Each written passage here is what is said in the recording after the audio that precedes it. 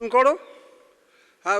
morning, everybody. Welcome you to this annual CME of Institute of Child Health. We are running little late and we shall start now.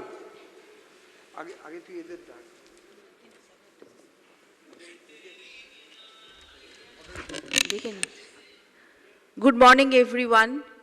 Happy 78th Independence Day to everyone. In the words of John Lennon, you may say, I am a dreamer, but I am not the only one.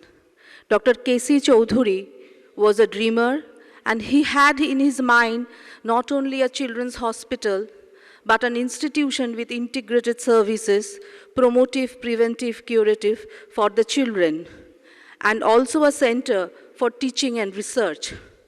On 12th August 1954, the foundation stone of this institute was laid down, which paved the way for the inauguration of the institute on 16th January 1957 by Pandit Nehru. As we turn into the beginning of the seventh decade, happiness being smudged by the darkness of the incidents, the Institute stands firmly in solidarity with the movement for justice of the departed soul. We begin our first session of the day. I call upon stage Dr. Shubhankar Chowdhury, Dr. Kalpana Dotto, Dr. Mihir Sarkar, and request them to start the session on case presentation by postgraduate students on endocrinology.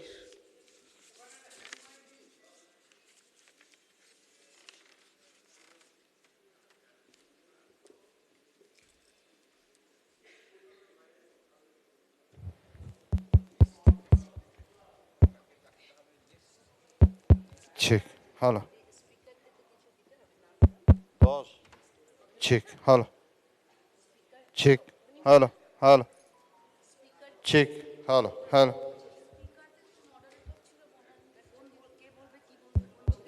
Check. Testing.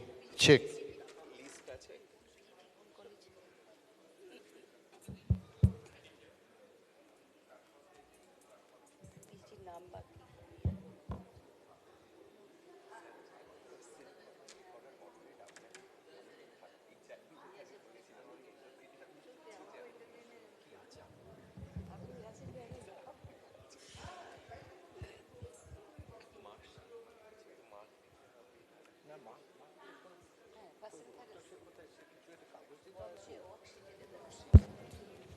Check. Very good morning. As we get our act together, let us wish ourselves a happier Independence Day. We do understand the difficult times that we are passing through. Let us pray for eternal peace of the departed soul. Let us pledge our support to the bereaved family, and let us hope that workplace safety is ensured not only in hospitals, in all workplaces across our country. Can we have a minute's silence in memory of the departed soul?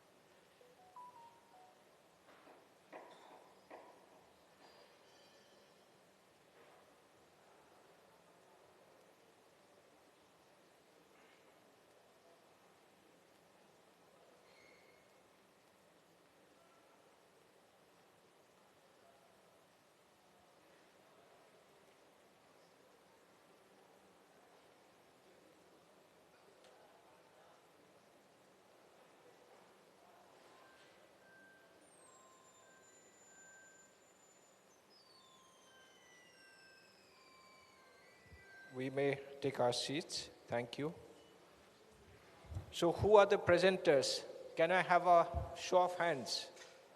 You all know each other. So please, who is the first one? We don't have a list before us, but please excuse me for this, but... Sir, we are arranging for the score sheet.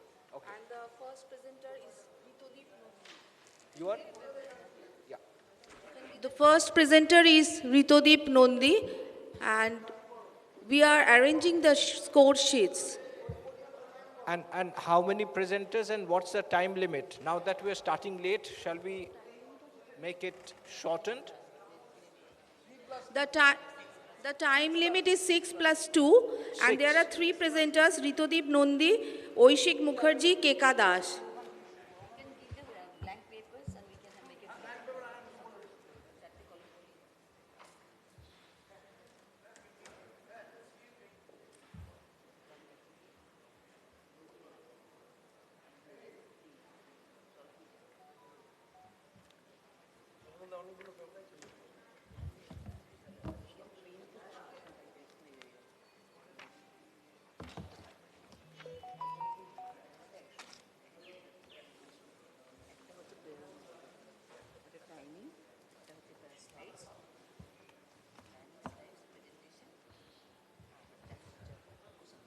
We invite Dr. Ritodip Nondi to present.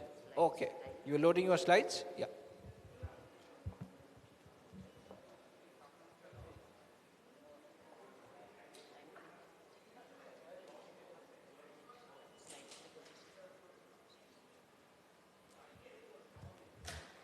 Do we have a timer on the screen?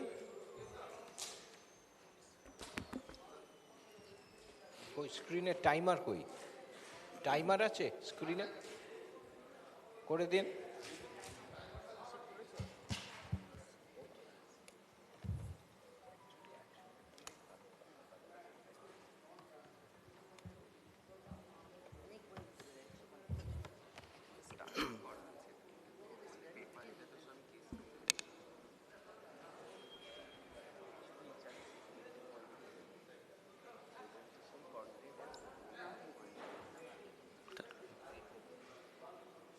Good morning. I am Dr. Ritodip Nondi and I am going to present a case on persistent urinary woes. An 11-year-old male presented with increased thirst with passage of large volumes of urine and increased urinary frequency associated with a feeling of incomplete void for the last 4 months. On examination, the child was obese, his BMI was 24.6 and both systolic and diastolic BP were above 95th centile. CBG was 320, all the other system examinations were within normal limits. Intake output charting revealed polydipsia and polyuria with the child passing around 3 liter per meter square per day of urine each day. So, investigation, fasting blood glucose was 130, HbA1c was 7.4%, and creatinine and eGFR were within normal limits. So, we diagnosed it as diabetes mellitus. C-peptide was low and GAD65 antibody was negative. Due to the polyuria, we did the USG whole abdomen, which showed bilateral hydroureteronephrosis. And according to the renal pelvis AP diameter and ureter diameter, it was under urinary tract dilatation classification P2, intermediate risk. But the DTPA scan was normal. So we managed the case with lifestyle modifications, diet, and basal bolus insulin regime was started. Hydroureteronephrosis was attributed to the significant polyuria, which was hoped that it would settle down as polyuria improved, and the patient was discharged. Follow-up over the next 2 months, the blood sugar of the patient normalized, but the child continued to complain of persisting polydipsia and polyuria. So he was asked to maintain a bladder diary, which showed that he was passing around 5 ml per kg per hour of urine with polydipsia and increased urinary frequency around 12 to 14 times per day. So we worked the case up. Urine osmolarity was 104, serum osmolarity was 312. So we did a water deprivation test, and it was found that urine osmolarity increased by more than 50% after injection desmopressin. MRI brain with pituitary region was also done, which showed posterior pituitary bright spot not visualized. So all these point towards the diagnosis of central diabetes insipidus. The patient was started on oral desmopressin, and the polyuria and polydipsia improved, but again the difficulty in urination persisted. So what do we have? A simultaneous presence of diabetes mellitus and diabetes insipidus. We did the ophthalmic evaluation, which showed bilateral optic atrophy without diabetic retinopathy. But the audiological examination showed no sensorineural hearing loss. So we provisionally diagnosed the case as a case of Wolfram syndrome, DID, DM, OAD. Now, urological workup showed a repeat USG KUB, persistent bilateral hydronephrosis with some thickening of bladder wall. The MCUG was normal, and urodynamic study showed a poorly compliant bladder with detrusor overactivity, which was suggestive of neurogenic bladder. The patient was started on oxybutynin and clean intermittent catheterization, which finally the urinary symptoms showed significant improvement. We tried to do genetics of the patient, but it was not done due to financial constraints. Now, what is Wolfram syndrome? It is due to pathological variant on WFS1 or CISD2 gene. Initial presentation is diabetes mellitus, and it is a diabetes with low insulin requirement. And autoantibodies are usually not present, like in our case. Diabetes insipidus is due to loss of vasopressin producing neurons, and optic atrophy is due to demyelination of the optic nerve. Deafness is generally found last around 16 years. Our child did not have deafness. Now, urinary tract dysfunction has been reported in about 90% of patients with Wolfram syndrome, and it can range from mild hydronephrosis to megaureter atonic bladder. Cases of Wolfram syndrome progressing to CKD have been reported, and it is one of the most common causes of death in this population. Now, another case, we have a 3-year-old male child who was a diagnosed case of Wolfram syndrome and who presented to us as UTI, and we did the MCUG, which showed this bilateral grade 5 VUR. Now, to conclude, any patient with juvenile onset diabetes having complaints of multi-system involvement like hearing issues, visual abnormalities, or urinary symptoms should be evaluated thoroughly. As UTDs are frequently associated with Wolfram syndrome, an initial screening should include a bladder diary and a focused ultrasound assessment. Thank you.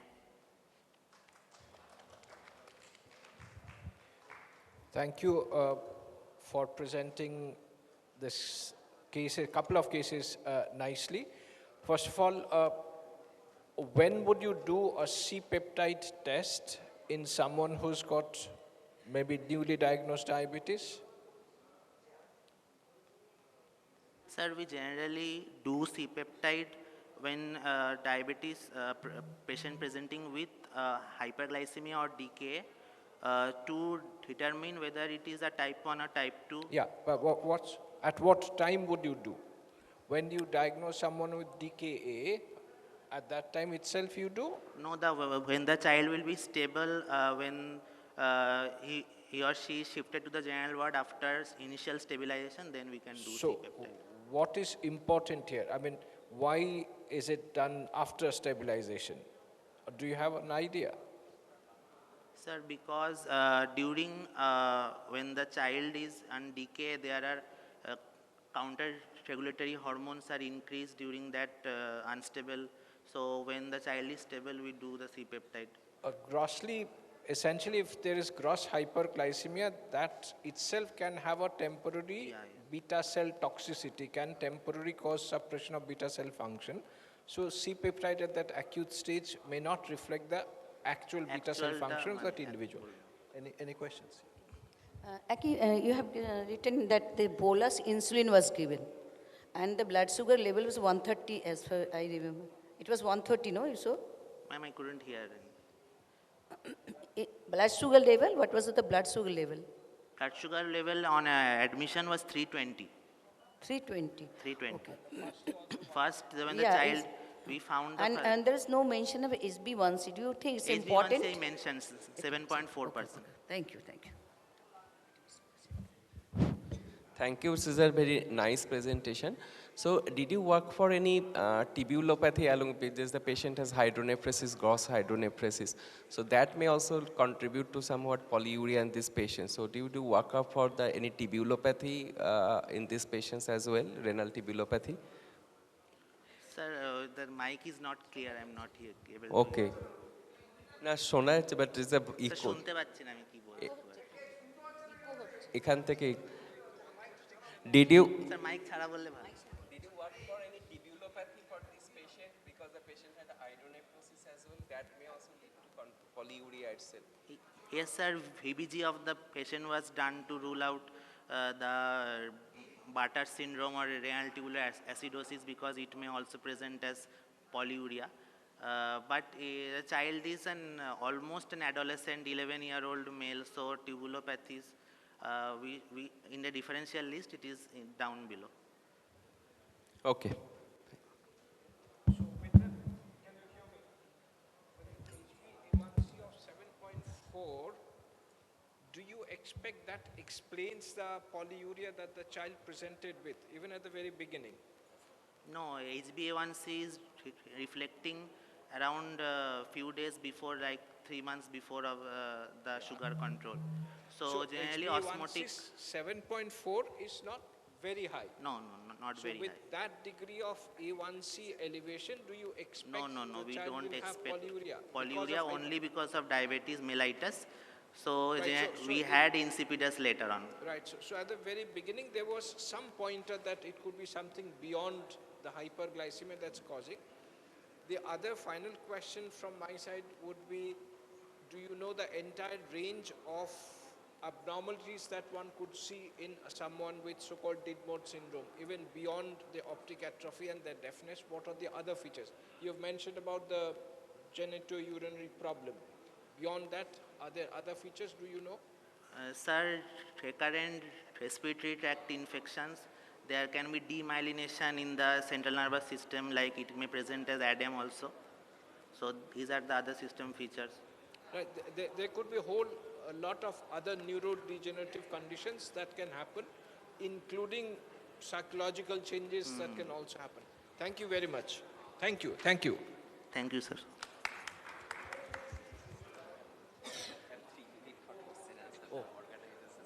Okay, yeah, 3 minutes. Yeah, we will stick to that. So we will welcome the next speaker. Next speaker, Oishik Mukherjee.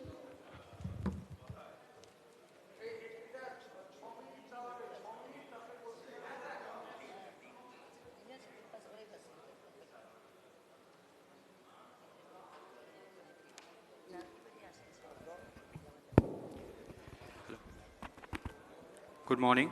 Good morning to respected professors and my fellow batchmates. Myself, Dr. Oishik Mukherjee, postgraduate trainee of ICH, would like to present today's topic, that is behind recurrent hypoglycemia. Mine will be a 2-case series. So moving forward, the first case. It's a 10-year-old male child presented with intermittent seizures and intermittent vomiting since birth. The seizures were of GTCS type mainly, recurrent episodes with uprolling of eyes, stiffness of both upper and lower limbs. Almost all the seizures were preceded by vomiting, which was non-bilious, non-projectile in nature. Mother also complained of easy fatigability. The patient cannot tolerate prolonged fasting, and when he was provoked on prolonged fasting, he developed palpitations. However, there was only one episode of seizure associated with documented hypoglycemia. Coming to the birth history, he was term, born out of Eleusis, non-consanguineous marriage. However, he was small for gestation age and he did not cry after birth. Thus, he was admitted in NICU for the last 11 days with persistent hypoglycemia and jaundice. Coming to family history, there was no history of diabetes mellitus, no history of sibling death. Developmental milestones was all achieved at time. On general examination, everything was normal, build was normal. However, height and weight were just above 3rd percentile. There were no skin rash, no neurocutaneous markers. There was no pallor, icterus cyanosis, clubbing, or lymphadenopathy. Coming to the vitals were on the stable side, and CBG was 112. There was no evidence of hypoglycemia on admission. On systemic examination, there was no significant systemic findings found. The genitalia was also found to be normal. Now, thinking of, since there was a significant birth history, we thought it might be an ischemic insult. So we have first proceeded with the MRI, which showed nothing. There might be some electrical abnormality, so EEG was done, which was also normal. Now, as a routine checkup in seizure findings, we did our electrolyte panel. Electrolyte panel was also normal. ECG was done to rule out any cardio causes. ECG was also normal. So we have ruled out any CNS structural and functional anomaly, any electrolyte abnormality, or any cardiac cause. So thinking about that history, which stated there was only one documented case of hypoglycemia, we thought to provoke that hypoglycemia again. So a critical sampling was done, where the child was put on IV normal saline, and hourly CBG was done. Till the CBG came out to be less than 50, sampling was done. On critical sampling, ABG was done, which showed no acidosis. The lactate level was normal, ammonia was normal, serum cortisol was normal, serum insulin was 2.8. The normal range is between 5 to 15. Serum growth hormone is, however, on the lower side. Thyroid profile was normal, and there was no ketosis. So thinking that since the height and weight was just above 3rd percentile, and growth hormone is on the lower side, it might be a case of growth hormone deficiency. So we did a growth hormone stimulation test. However, to our surprise, the growth hormone stimulation test came out to be nothing. So we have gone back to the previous slide, and we see that the serum insulin is 2.8. However, in a case where the critical sampling is being done, the insulin should be in the range of undetectable ranges. So compared to that, this insulin is significantly higher. So we stamp it as the provisional diagnosis of insulinoma and congenital hyperinsulinism, which can be confirmed by PET or whole exome sequencing. And whole exome sequencing was sent, however, the reports are awaited. Since the party was not affording, a PET CT scan could not be done. So the treatments were initiated based on provisional diagnosis, where hypoglycemic episode was managed with 10% dextrose. Oral diazoxide, which is a potassium channel inhibitor, was given at the rate of 3 mg per kg per day, thrice daily. Prolonged fasting was avoided, and administration was cornstarch before bedtime was advised at the rate of 1.6 gram per kg. Coming to my second case, it was a 6-year-old male child who was born out of term, normal vaginal delivery, appropriate for gestational age. But he did not cry after birth and presented with neonatal jaundice. There was similar complaints of intermittent convulsion and intermittent vomiting also. The mother complains of easy fatigability. The main complaints were each seizure was preceded by a vomiting episode, which documented hypoglycemia. This time, every time it was documenting hypoglycemia. And each seizure was associated with a respiratory distress. The respiratory distress was usually of a increased respiratory rate with deep breathing pattern of constant rate. And each time this seizure was countered with glucose infusion. Whenever we used to give glucose, the seizure used to subside. On examination, the child was alert, conscious, cooperative, build was normal. This time height and weight was within normal limits, no skin rash, neurocutaneous markers, no significant findings of pallor icterus cyanosis, there was no significant findings in any systemic examination. This time also the genitalia was normal. The course in hospital was, since the convulsion was every time associated with hypoglycemia, we proceed to induce hypoglycemia. Again, critical sampling was started. This time the critical sampling showed, and ABG showed the pH was 7.3, telling us that this is an acidosis. Blood ketone levels of 3.6, significant ketosis. Plasma ammonia, serum cortisol, and serum insulin, serum growth hormone, plasma lactate, all were normal. So this is a common case of ketotic hyperglycemia, which we usually see. Treatment was usually no treatment is given, cornstarch is recommended before bedtime. This is the diagnostic workup. So if we see a case of hypoglycemia where there is no acidemia, acidemia occurs due to mainly lactic acidosis or ketoacidosis. So if there is no acidemia, that means that keto acid is low. If ketoacidosis is low, then coming to the first box, that there is low free fatty acid, that means there is an hyperinsulin, because we know insulin prevents lipolysis. So any hyperinsulinic conditions like hyperinsulinoma or hyperinsulinism or insulinoma comes to the first box, which is low fatty acid and low ketone. Coming to the second box, where there is an increase in fatty acid but decrease in ketone, that means that there is a defect in fatty acid oxidation. The fatty acetyl-CoA cannot be drive to form acetyl-CoA and therefore beta-hydroxybutyrate. Coming to the third part, where there is significant acidemia. You can stop there because already the time has elapsed for more than 30 seconds. Okay, you can conclude just. Okay, sorry, no sir. When there is a ketonemia, there is we can say it's a glycogen storage disorder of type 0369, or there may be cortisol counter-regulatory. Just conclude what. Okay, sorry. Yeah. Thank you, sir.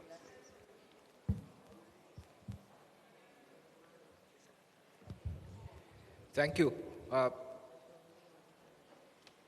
Can you mention a condition where you can get neonatal hypoglycemia, but subsequently you can have diabetes? Are you aware of any condition?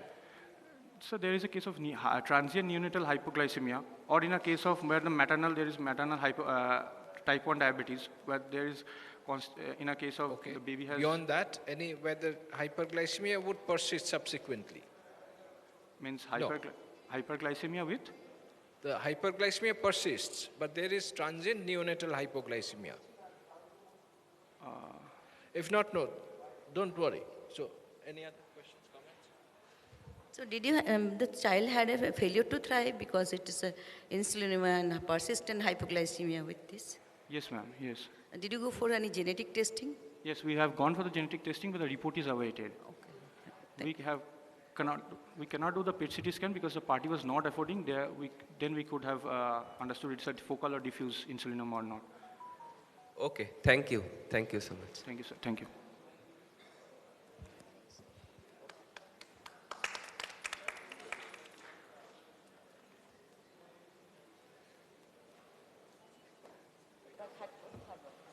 The next speaker, Dr. K.K. Das.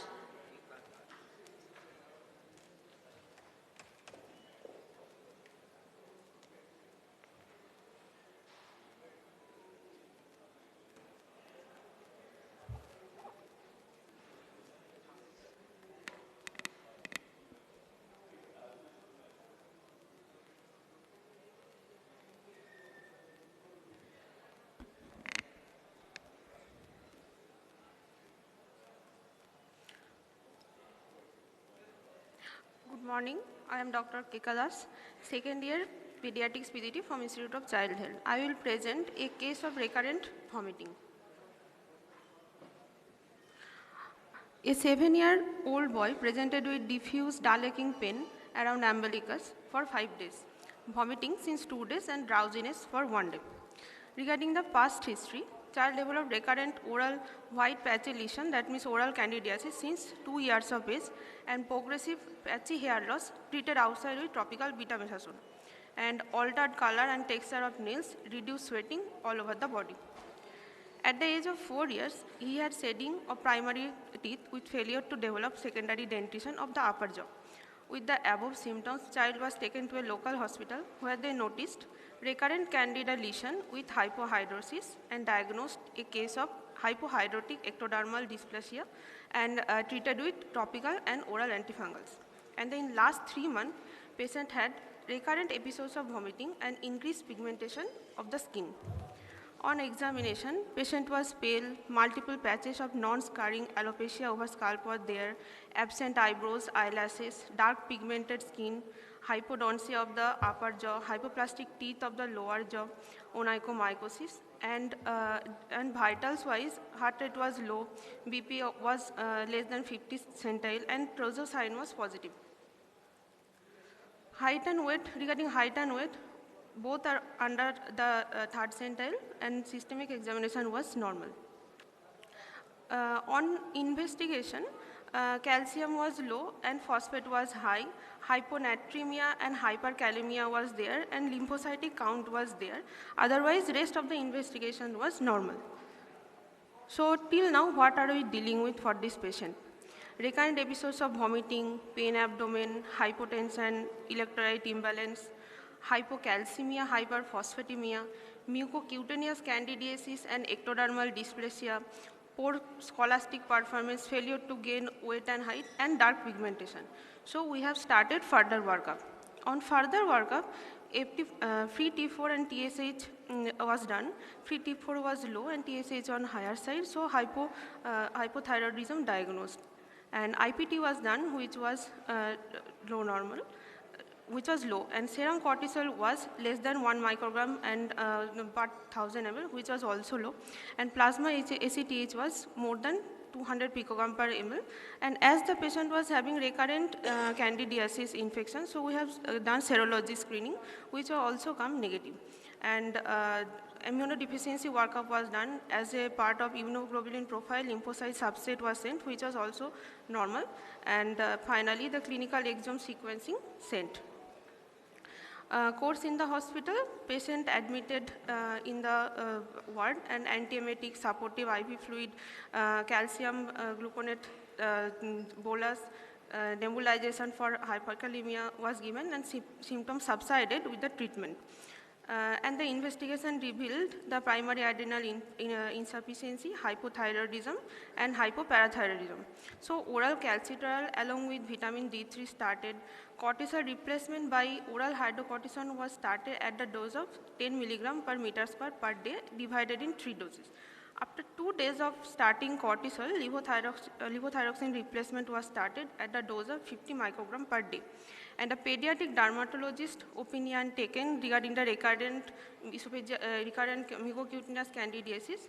So topical dazonite and topical and oral antifungals were started. So my final diagnosis was autoimmune polyendocrinopathy, candidiasis, and ectodermal dysplasia.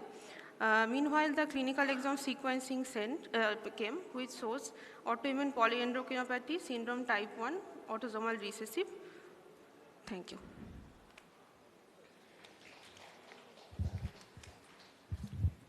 Thank you. So this is sort of part of the autoimmune polyglandular syndrome type 1, which is extremely rare.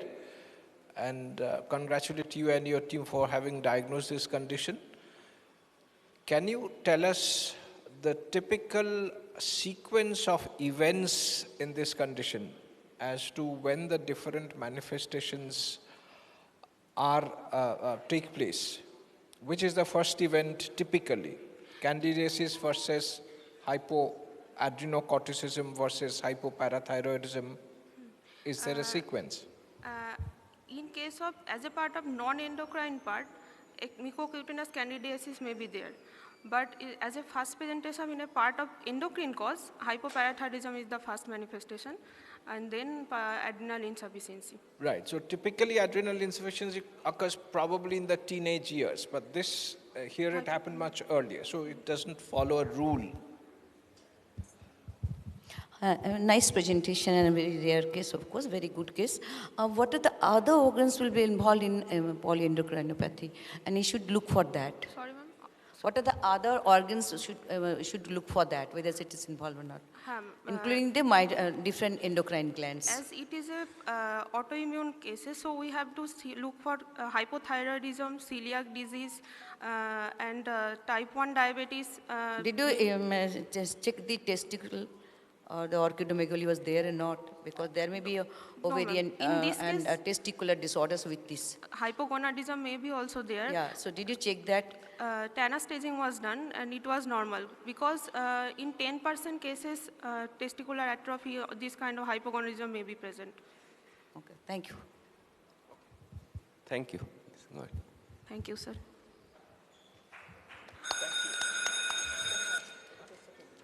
I thank all the experts and the trainees for this wonderful session. The prize money, the first prize is 3,000 rupees, second prize is 2,000, and third one is 1,000. May I request Dr. Ritobroto Kundu to hand over the memento to the experts, Dr. Shubhankar Choudhury,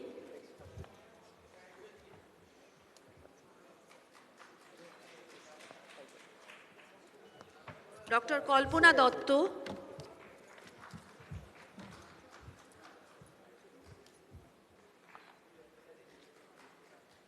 and Dr. Mihir Sarkar.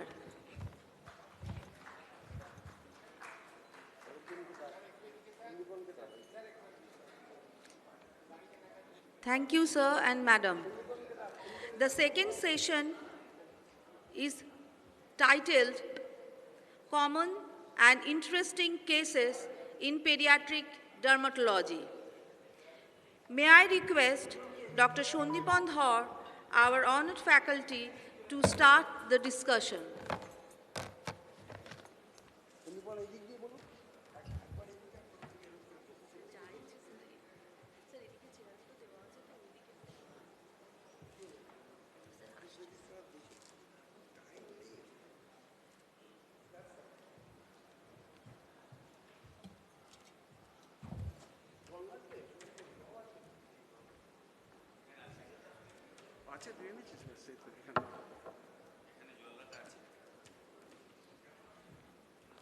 এখানে নেই পড়বে না পড়বে না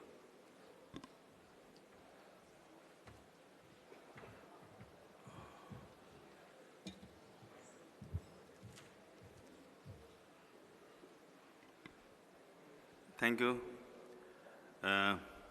Good morning, esteemed colleagues, seniors, ladies and gentlemen. Well, I'm going to talk about a few interesting and common things in pediatric dermatology, which I believe, for the pediatricians, it will be useful, and you see it regularly in your practice as well as in the hospital outdoors. A 3-month-old baby presented with history of diarrhea for nearly 1.5 months and this type of rash. I would like to make it interactive, as I always do. I don't believe in monologues. So any perception, any idea? Yes? That's right, wonderful. This is not Kawasaki's disease. This is classical rash of acrodermatitis enteropathica. In dermatology, we go by the morphology of the lesion. See, the morphology of the lesions here is eczematous lesions. These are eczematous lesions. One more thing, something striking, is these are periorificial lesions. Okay? And you can understand two more things looking at the picture. A picture says 1,000 words, that the child is irritable, and fourth, the child is having photophobia. These are all very important features of acrodermatitis enteropathica. This is another area of rash in the same child. You can see it. As you know that,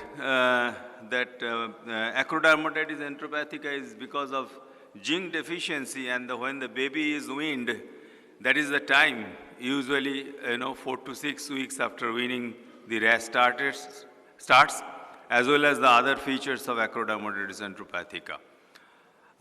But there are situations, there are different types of acrodermatitis enteropathica. The classical one, which I said, is type 1. There are type 2 acrodermatitis enteropathica, where you see, in spite of the child being on breast milk, the child is having features suggestive of acrodermatitis enteropathica, because this is an autosomal recessive condition in that case, and SLC39A4 gene mutation is responsible for this type of acrodermatitis enteropathica. And when you give this child, zinc supplementation, within 24 to 48 hours, the first thing which disappears is the irritability, followed by within 72 hours photophobia, and within 3 to 4 days the skin rash starts subsiding. Along with that, another feature is diffuse alopecia. That also goes by 5 to 6, starts going after 2 to 3 weeks. Well, this is a 5-year-old boy with these lesions over the face. and history of convulsion. I have brought very simple cases because this was, my topic was given as a common and interesting topic. So I was just thinking right and left, what will be, common, because there are so many interesting cases, but those cases are meant for the dermatologist. So, yes, Jayadi, thank you. This is adenoma sebaceum, and there is history of convulsion. That means we have to think in terms of tuberous sclerosis, isn't it? See, another baby, this is a different baby, with adenoma sebaceum in the mother and as-leaf macule in the child. This is also not uncommon. All these children are seen, babies are seen in our Institute of Child Health. So here it once again suggests that this is an autosomal dominant inheritance, and one has to look for tuberous sclerosis and other features of epiloia. Looking at the as-leaf macule, couple of other things you should consider which may come to you in your practice or in your OPD. When a child is brought with this type of hypopigmented macule, will you consider it as as-leaf macule or something else? Yes?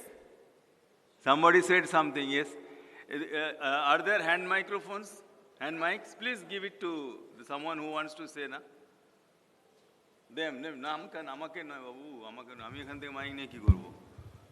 it to them, those who want to speak, so that we all can hear. Give it to Dr. Jayadev. This is pityriasis alba, discrete, ill-defined, and some scale. No, this is not pityriasis alba, so don't describe further. You will be wrong only. You are already wrong. So you will be giving all wrong descriptions. Anyone else? Sorry, I am just making it in a lighter vein.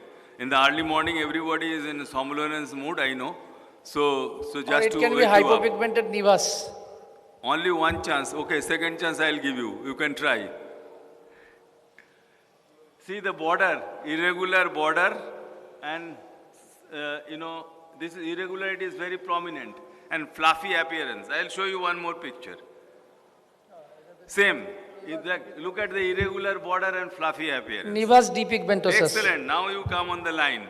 So this is nevus depigmentosus, right? Which may be confused. I will show you 7 types of hypopigmentation today. Okay? So this is nevus depigmentosus. By and large, it needs to be left alone. Don't do anything. Only thing you tell the parents that look, just to allay their anxiety, look, your child will grow up. Otherwise, the same parents will come back to you after 6 months or 1 year, and they will say that it is growing bigger. Tell them the size of the child's trunk is now this size. After 2 years, it will be this size. So it will be proportionate growth of it, since it is fixed on the skin. That you must tell.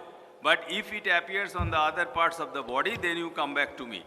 That means we have to think in terms of vitiligo and other conditions then. So now one addition, if it is in the trigeminal area, then you have to rule out any CNS association, because 30% of cases there is association. Absolutely. If this is in certain dermatomal areas or dermatomal nevus depigmentosus, or there are rare situations of generalized nevus depigmentosus or multiple lesions, it is known to be associated with neurocutaneous as a neurocutaneous disorder.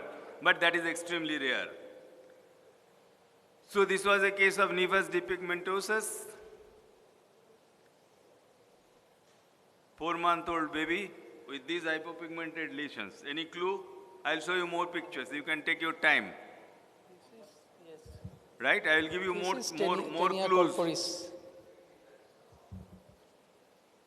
Yes, somebody was saying, whispering something. Not exactly nappy rash. Yes. Yes. Not exactly application of powder. You are right.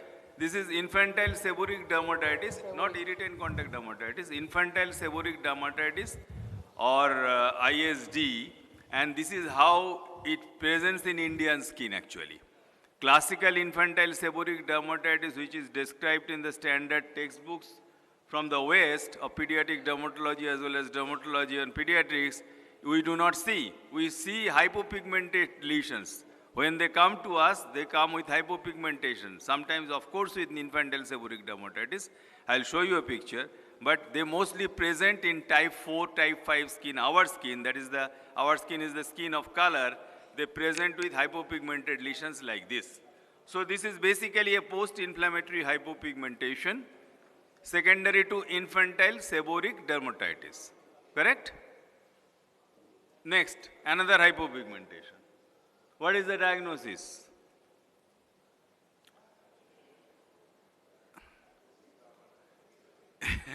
Yes, Sapon, you are right. But what is this? This is not atopic dermatitis. This is atopic diathesis. You can see the dry background. Okay? Dr. Sapon Roy. And hypopigmentation is what called? What it is called? On a background of atopic diathesis, if you see hypopigmented lesions, that is called pityriasis alba. So this is pityriasis alba. However, the background xerosis, this is xerosis or dryness. This is very classical of atopic. That's why I'm sure Dr. Chopin said atopic dermatitis, because this is very obvious. But you may not always see very obvious atopic features, only hypopigmented lesions, because 40% of the cases of pityriasis alba are not associated with atopic diathesis or dermatitis. So this is such a case where you just see hypopigmentations. Mother is very much anxious. You have to do a lot of counseling, and when you take the history, she will give you that it comes and goes, comes and goes. There you can say this is not vitiligo, because vitiligo never disappears on its own, except in some rare situations. So this is something which is known as pityriasis alba. Just give a mild topical steroid like hydrocortisone or dezonite, and it disappears. And most important thing is the moisturization of the skin. That is very, very important. Use moisturizer, and moisturizer, baby soap, baby moisturizer. These are important. So this was a case of pityriasis alba with atopic diathesis. What is this condition? Multiple hypopigmented, slightly erythematous macules or patches over the photoexposed area. I think I have given you enough clue. So no more clue. Yes, I said photo-exposed area, and immediately you could pick it up. Good application of brain in the early morning. So this is polymorphic light eruption or polymorphous light eruption. It looks exactly like pityriasis alba. Many a times, even a very senior dermatologist also, gets confused with this. So this is polymorphous light eruption, but multiple lesions, slight erythema, no background dryness of the skin, and present on the photo-exposed areas. These are all features, telltale evidence of polymorphous light eruption, right? So there is a situation, sometimes we really feel the challenge that whether it's pityriasis alba or polymorphous light eruption, and many senior dermatologists write it query P alba, query PMLE, till the patient is observed for some time. So that is our usual practice, isn't it? When we cannot make a diagnosis, we just put the differential diagnosis and we observe the child. Gradually, the diagnosis unfolds by coming out with many more other features. So then you can make a concrete diagnosis. So this is such a condition like this. Looking at this, you cannot either say on the first instance that this is a case of pityriasis alba or polymorphous light eruption. That is exactly what happened with me also. But believe me, within 6 months, the child developed classical eczematous lesions of atopic dermatitis. Then I could make out that this is a case of pityriasis alba. Next, hypopigmented lesions, slightly erythematous in a linear streak on a limb, mildly itchy, very difficult to treat. Topical steroid gives some temporary relief, but topical tacrolimus gives very good result. You can take it from me. Yes, I think Jayadev is right. Jagadev, you said, na? Yes, this is lichen striatus, right? This is an inflammatory condition of unknown etiology. It remains for years together. Right. Counseling is very important. I think you can make it. Very simple diagnosis. Yes, now you come to the point. So this is pityriasis versicolor. As you can see, this splattered appearance, and Pityriasis versicolor affects small babies on the face also, which they don't affect on the, in case of adults. Just give topical miconazole, clotrimazole for application. This is not hypopigmented, this is actually depigmented lesions, right? So diagnosis, this is the condition for which parents are scared of. For all other previous conditions you saw, they feel that this is not treatable. And let me tell you, it is very much treatable nowadays. I have treated and cleared thousands and thousands of children of vitiligo. When this is there, the diagnosis is almost certain. This is leukotrichia, vitiligo with leukotrichia. This is very difficult to treat. These depigmented hairs, but not the skin. Skin is no longer difficult to treat in vitiligo. It is completely, it can go into remission, and completely it can be cured, I must say. Nowadays, we are talking about cure in vitiligo. A child comes and the mother says, suddenly in the morning, the child was okay at night, suddenly in the morning she discovered a bald patch. What is the diagnosis? Alopecia areata, that's right. And this is after some time actually. Already you can see the hairs have started regrowing over there. This is how it happens. And you see when the hair regrows, these hairs are depigmented hairs initially. And just keep it in your mind that in only one condition, depigmented hair repigments. Not the canitis. If the child comes with canitis and the mother brings, I said nothing can be done, use hair dye. There is no treatment for canitis because we do not know the reason. And mostly it is premature canitis is a hereditary thing. So however, when in alopecia areata, new hair starts coming, they come as depigmented hair. And here with confidence you can tell the parents that look, these hairs are going to become black. And the parents will look at you with all awe and they will think that you are a magician. And they come back to you, they will come back to you throughout their life, I am telling you. Because after a few months, they will see hairs have become black. And in fact, they will send many patients with canitis, piebaldism to you, saying the doctor cured my child, white hair, he made the black. So we know the reason actually. So this is alopecia areata. When it spreads, we call it alopecia areata, rapidly spreading alopecia areata. You have to investigate the child for autoimmune endocrinology and other autoimmune diseases. They have a very strong background of autoimmune diseases in the family, either in the family or in the child. Child might be having vitiligo, child might be having psoriasis, other autoimmune conditions. Very unfortunate condition, alopecia totalis, or it may be universalis also. Very difficult to treat, but a recent drug, tofacitinib, has shown very good result in this. I have been treating many children, they are getting excellent hair.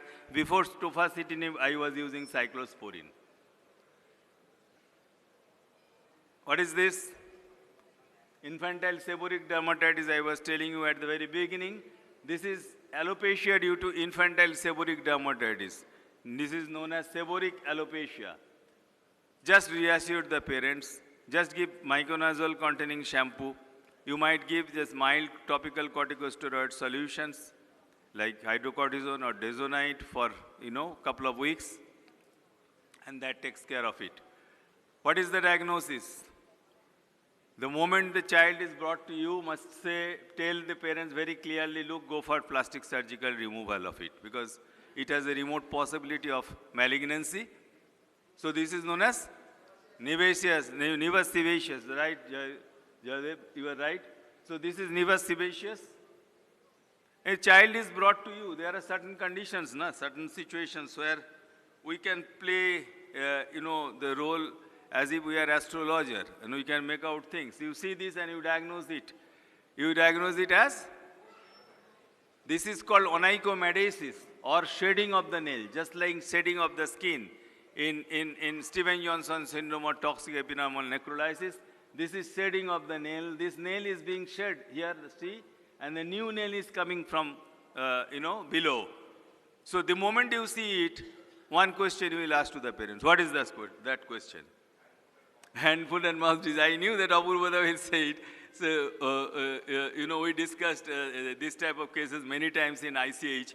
Immediately you ask the parents whether your child had, most of the time they know the diagnosis from the parents, from the pediatricians, that whether your child had hand, foot and mouth disease. In case they don't know, you just describe how hand, foot and mouth disease looks like. They will say, yes, doctor, how do you know it? Right? So this is often the, sequelae of hand, foot and mouth disease. Within 4 to 6 weeks or 2 months it comes.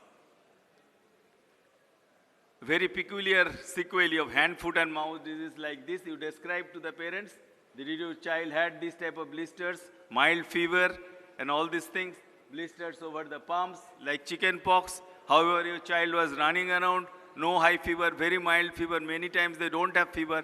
A child playing in your clinic, having this type of rash, only the mother is jumping. Child is absolutely quite playful. The diagnosis is hand, foot and mouth disease. Unlike chicken pox, where there is a lot of systemic features, prostrations, failure to thrive and many other things. So this was a case of hand, foot and mouth disease. I think I have come more or less to the end. All these photographs have been taken from our very recently published 5th edition of Color Atlas and Synopsis of Pediatric Dermatology. Let me tell you, friends, so this is the, I'm very happy to share with you. Currently, this is the only color atlas in skin of color of pediatric dermatology, skin of color in the world, which has seen the light of 5th edition. The journey started from 2001. Over 25 years from 1st edition to 5th edition. Thank you very much for your continued support. And this book is basically written for our pediatrician friends and colleagues. There is one more thing. This is the book in Bengali, Shishu Tok Ajana Kotha, meant for the pediatrician. So your child's mother will ask you 101 questions. Just ask them to buy this book and all the questions will be answered. If you want this book, it is there in the counter. It is available here.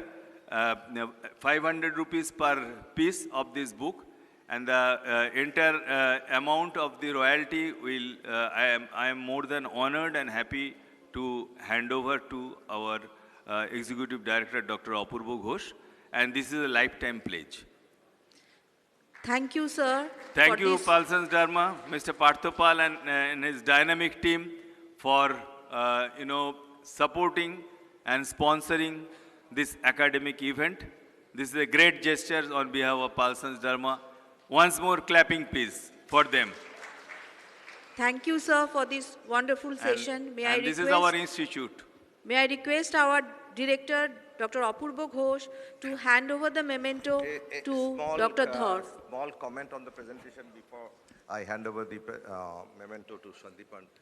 This adenoma sebaceum, it's neither an adenoma, it's not a relation with sebaceum. It's better called facial angiofibroma. Am I right, Sandeepan? 100%. Oh, sorry, I thought this is microphone. 100%. Yeah, it's called facial angiofibroma because it has got nothing to do with sebaceous gland and it is neither an adenoma. Yes, can I? Actually, when somebody first, mentioned it as an adenoma sebaceum, the person thought that it is the sebaceous gland's growth. That's why it was named as adenoma sebaceum. But subsequently on histopathology, it was found that this is basically angiofibroma. So there are angiofibromas in epiloia everywhere, like myoangiolipofibroma in kidney, Cohen's tumor in the nail bed, so rhabdomyoma in the heart. So some degree of angiofibroma muscle component is there. So it is facial angiofibroma. And also in the lungs. And also in the lungs, right? And rapamycin works, mTOR inhibitor, rapamycin works very good in this, angiofibroma. And rapamycin is now available topically in India, very recently. Thank you, Apurva. And sirolimus in rhabdomyoma. Anyway, we are really honored and thanks to Palsans for sponsoring this session. And thanks to Sandipan also for a wonderful presentation every year. Thank you.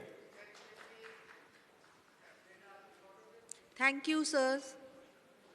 Our third session's topic is on psychopharmacology for children with autism. What pediatricians need to know. May I request Dr. J.R. Ram to initiate this session.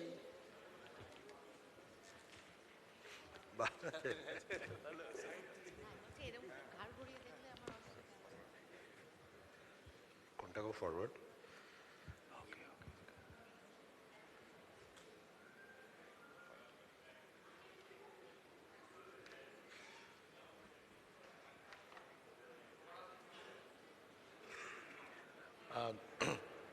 Right. Good morning, everyone, and thank you to the ICH family for inviting me again, and special thank you to Apurvoda for asking me to present something which is very dear to my heart.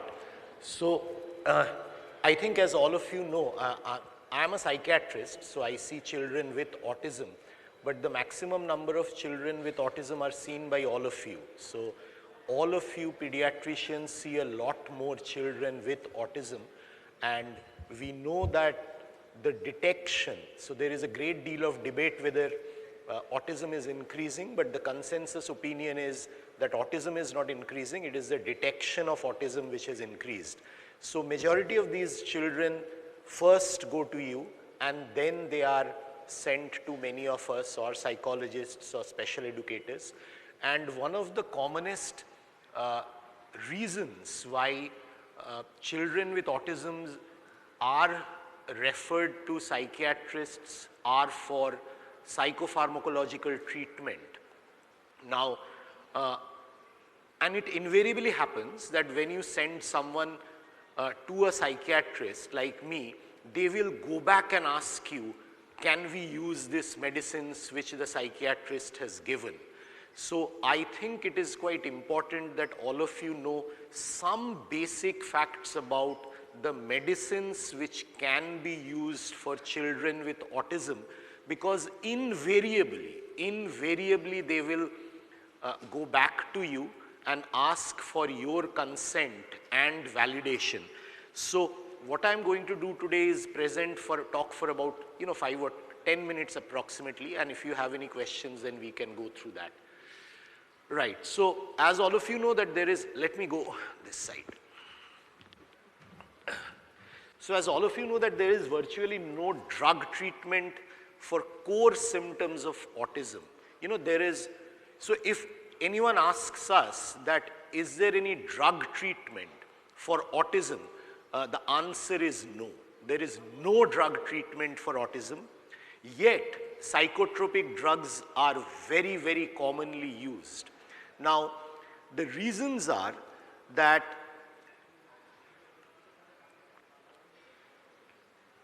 all young people, majority of young people, adolescents, adults with autism have a lot of comorbidities, and it is for these comorbidities that the medicines are used. So the core symptoms of autism for speech, repetitive play, for behavioral oddities, the core symptoms, attachment, eye contact, those symptoms do not improve with medical drug treatment. Having said that, a lot of parents ask, is there treatment for autism? Of course there is treatment for autism, but it is not drug treatment. So it is for the comorbidities of autism that we give the medicine. See, one of the most interesting finding is why we need to give medicines to some children is because there is a lot of research finding which says that the core problem of intellectual disability or autism, they do not cause as much distress to the parents as the comorbidities do. So if the child has ADHD, if the child has severe behavior problem, if the child has mood disorder along with autism or intellectual disability, it is these psychiatric problems which cause more distress, because parents can come to terms with the autism or the intellectual disability part, but these periodic exacerbation of symptoms due to the psychiatric comorbidities cause more problems. So therefore, we need to be very conscious and treat them with medicines. Now, what are the comorbidities which are commonly used? What are the comorbidities? See, intellectual disability is the commonest comorbidity of autism. ADHD is the second common comorbidity for which we use medicines. For intellectual disability, obviously we are not using any medicines, it is therapy. But for ADHD, it is the commonest comorbidity, we use medicines. For anxiety disorders, OCD, phobia, and mood disorders, we also use a lot of medicines. But I think for pediatricians, it is the ADHD and the behavior problems of irritability that we need to use the medicine. I would just like to mention two facts, which I think all of us need to know, is that children with disabilities and children with autism have a much higher proportion of being sexually, physically, and emotionally abused. So a lot of their problems, suppose you are seeing a child and then they suddenly come to you with irritability and behavior problems, you must suspect that there is physical abuse or there is sexual abuse. And because we do not ask, because we do not suspect, we actually do not figure it out. The other thing which many of you, particularly the young pediatricians here, will grow up with now is the prevalence of gender dysphoria in children and young people with autism. A lot of the young people who come with gender dysphoria, a very, very high proportion of them have autism, symptoms of autism, or they have high functioning autism. I'm just taking this opportunity to make you aware of this, because as over the next 20 or 30 years, this gender dysphoria, people coming to you with gender reassignment will become much more common. So 30 to 60% of children with autism are prescribed at least one psychotropic medicine. And the reasons are, if they have intellectual disability, the greater the intellectual disability, the greater is the chance of behavior problems. If there is presence of comorbid psychiatric condition, they will be prescribed more medicines. Now, if you review the literature, there are a range of psychiatric medicines which are used in children with autism, but only two are approved. Only two are approved by FDA. So what happens when I prescribe a medicine and the parents Google it and then they go back to you, you would obviously not find those medicines to be licensed for use. So majority of the medicines which we are using in children with autism are off-label use.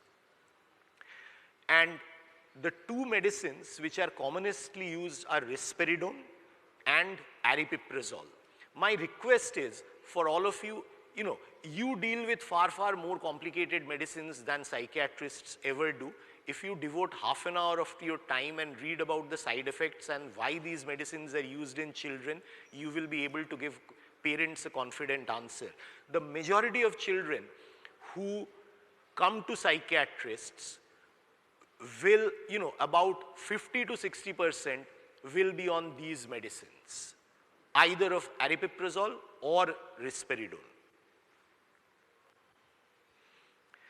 So for me, when I'm sitting across the table with parents who haven't slept, who haven't been able to manage their child's severe tantrums, self-injurious behavior, aggression, the decision points I need to make is, if I have decided to medicate a child, now should I medicate a 2-year-old? Should I medicate a 4-year-old? Should I give these medicines to a 6-year-old? So that is something which we have to figure out in our own mind.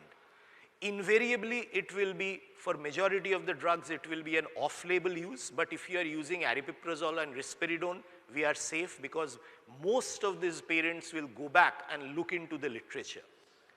Now the other point is, at what point do you use these medicines?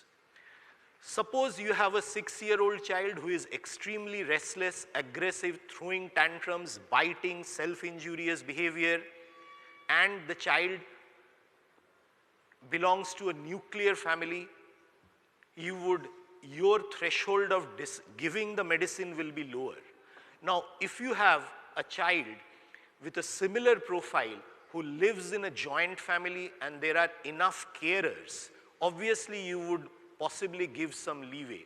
So if you have a single mother who goes to work and kind of needs the child to be put in a creche and in a nursery or in a school, your decision to use medicines will have to be tempered with that fact. So my point of mentioning this is that it is not invariably that the medical condition is forcing me to use the medicine.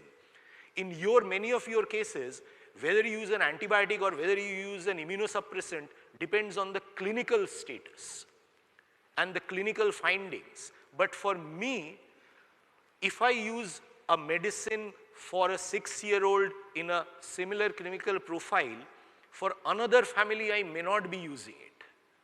So therefore, this judgment that why has the psychiatrist given this medicine to this child and not to this child with a similar profile is often determined by the sociological or the social status of the family.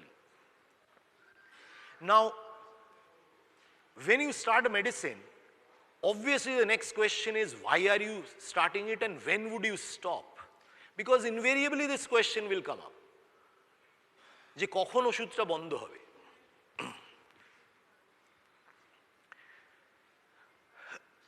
Knowledge about side effects. You know,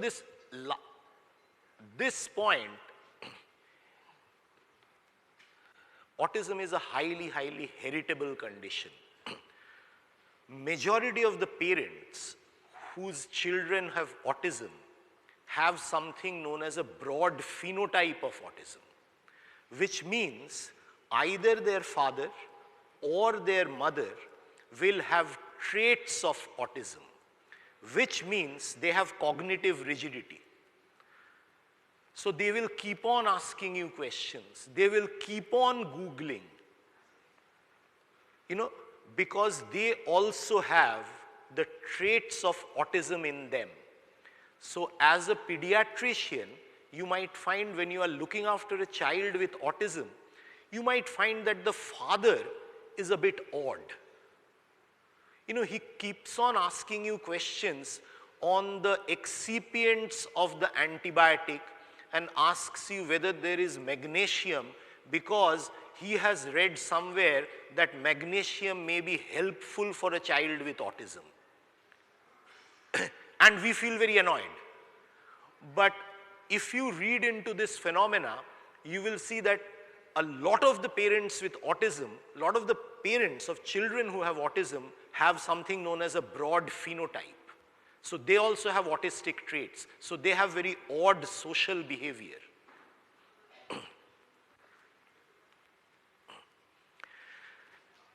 These are the two main medicines, and I think if all of you read about these two medicines, that would be sufficient.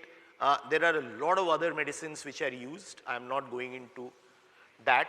Treatment of comorbid ADHD, this is another group because the commonest reason why we use medicines is irritability, aggression, anger, restlessness, and also for ADHD we use methylphenidate or atomoxetine, which many of you would see psychiatrists have prescribed. Both these medicines have certain side effects, particularly methylphenidate, which causes appetite suppression. There is a great deal of debate whether it causes a growth retardation, but ultimately what is known is that if it at all occurs due to methylphenidate growth retardation, it's about 1 or 2 centimeters height may be affected.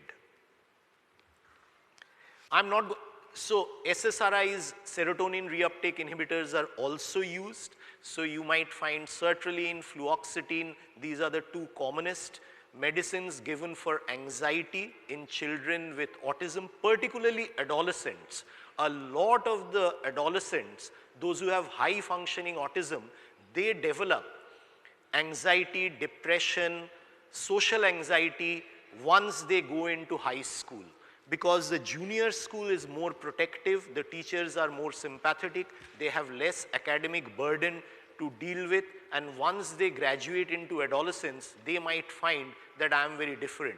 So many of these children who are adolescents with autism, we have to use antidepressant medicines. And the parents will come and tell you that the doctor has given an antidepressant medicine, but my son is not depressed. But we give it for social anxiety, OCD, generalized anxiety disorder, panic disorder. Majority of the children who are on antidepressants in autism are actually given the medicine because, not because they have depression, but they have the whole anxiety spectrum.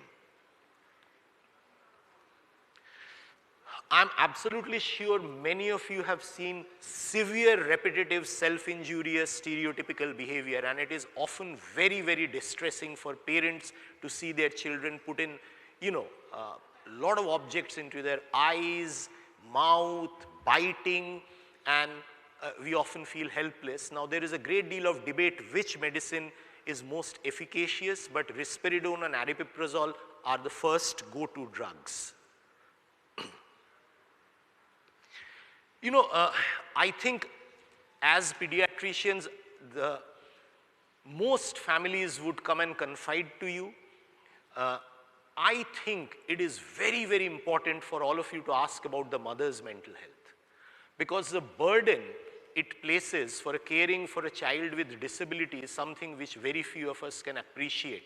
And I think as pediatricians, you are almost next to a family father figure, like a brother, and I have seen that if pediatricians or if any of us ask that, are you sleeping well, are you doing all right, are you, managing everything, are you holding on to everything, the family, all the responsibilities well, the parents feel great deal of reassurance that even though I haven't said anything, the doctor is thinking about me.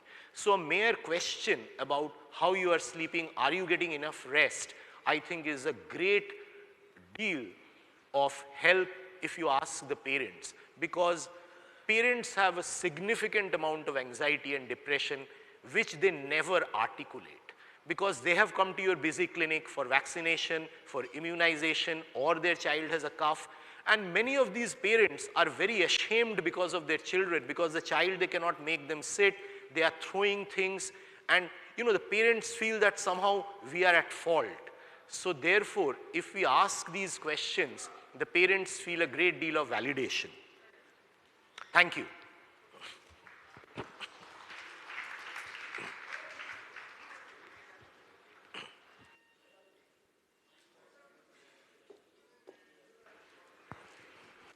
Thank you, sir, for this extremely informative session.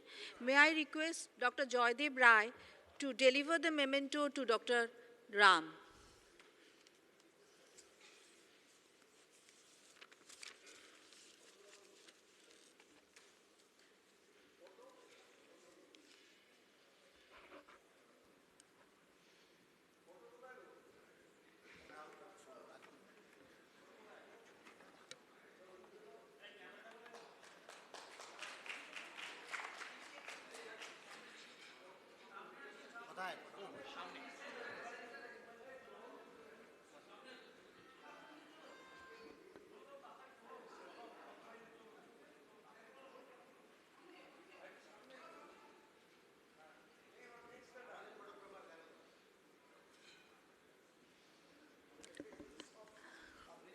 Our next important topic is how not to miss cancer in children, pearls for a pediatrician. The speaker is Dr. Manush Kalra. May I request Dr. Sneha Agarwal to introduce Dr. Kalra, and may I request Dr. Manush Kalra to come on to the dais.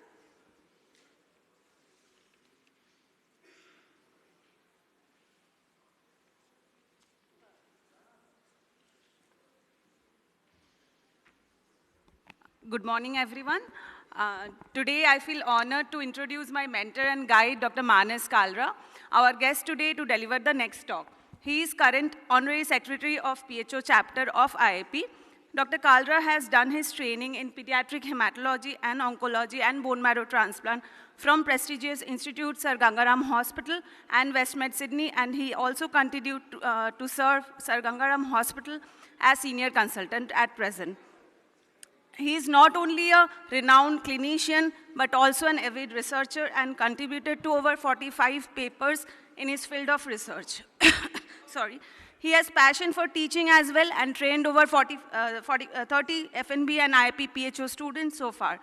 I am also privileged to learn the tips and tricks of pediatric hematology and oncology from Sir. Without any further delay, I would request Dr. Manas Kalra, sir, to start his presentation. Over to you, sir. Thank you, Sneha. Sir, you may start the session. A very good morning to everyone. First of all, a happy Independence Day to all of you. I would like to thank the organizers of this conference, Dr. Ghosh and his entire team at Institute of Child Health in Kolkata, and my dear colleague, Dr. Sneha, who have given me this opportunity to come and speak in front of this august gathering. The task that has been given to me today is how not to miss cancer in children. In this day and age of medico-legal issues, everything that we do, we need to do it very carefully. And not only from the fear of medico-legal problems, it is also because we need to do the best for our patients. So today I will take you through some case examples where children present with cancer to a pediatrician and how you can pick the subtle cues and make the correct diagnosis. Just to give you a background, more than 2 lakh children are diagnosed with cancer every year.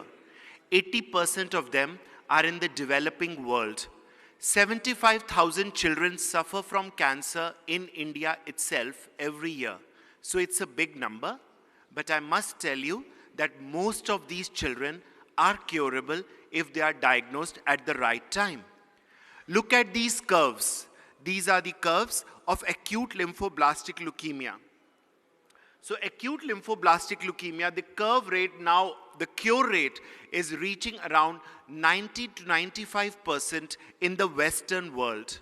But in India, the sorry state of affairs is that many children die even before the diagnosis of cancer is made or are not able to afford or get the appropriate therapy, which leads to the outcome of not more than 50 to 60% in Indian subcontinent. How do we improve this outcome? Better supportive care, easy availability of good, safe blood products, early diagnosis, increased awareness and improved literacy, risk-based stratification and therapy modification, and collaborative clinical trials. And today, my focus is going to be early diagnosis of cancer. What is the role of pediatrician? You will think, I am a pediatrician, why do I have to bother about cancer? Because you are the first point of contact for a child when he presents to you with a varied spectrum of diagnosis, and I'm going to amuse you with varied clinical presentations a child can come. And there can be many other roles of a pediatrician whenever we talk about cancer management. So this is a garden variety case. A child who has fever, has hepatosplenomegaly, has blasts in his peripheral smear, and you are going to immediately refer this patient to a center where cancer management is done. There is no big deal in this. But do you know that your timely referral can save this life, like this boy who stood first in his class 8 exam just because he was diagnosed at the right time and given the appropriate therapy for blood cancer. But life is not that easy. Most of the children with cancer present with PUO, pyrexia of unknown origin. And most of them are unfortunately treated for typhoid and TB for weeks and months together before they can see a cancer specialist. Like this child who is being treated.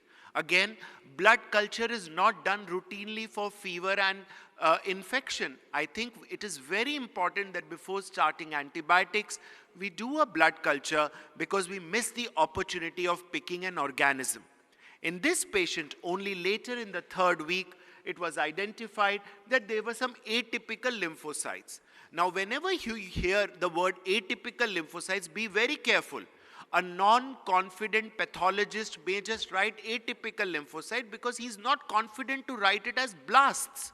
So you need to make sure that a good peripheral smear is done and an expert pathologist has looked at the peripheral smear whenever you have a child with an undiagnosed problem, with a problem which is going on for more than 2 to 3 weeks. So this child also had leukemia, and I would recommend all of you that 1 or 2 weeks of fever and a child is not getting better, please keep cancer as one of the differentials in your mind while you are evaluating this patient.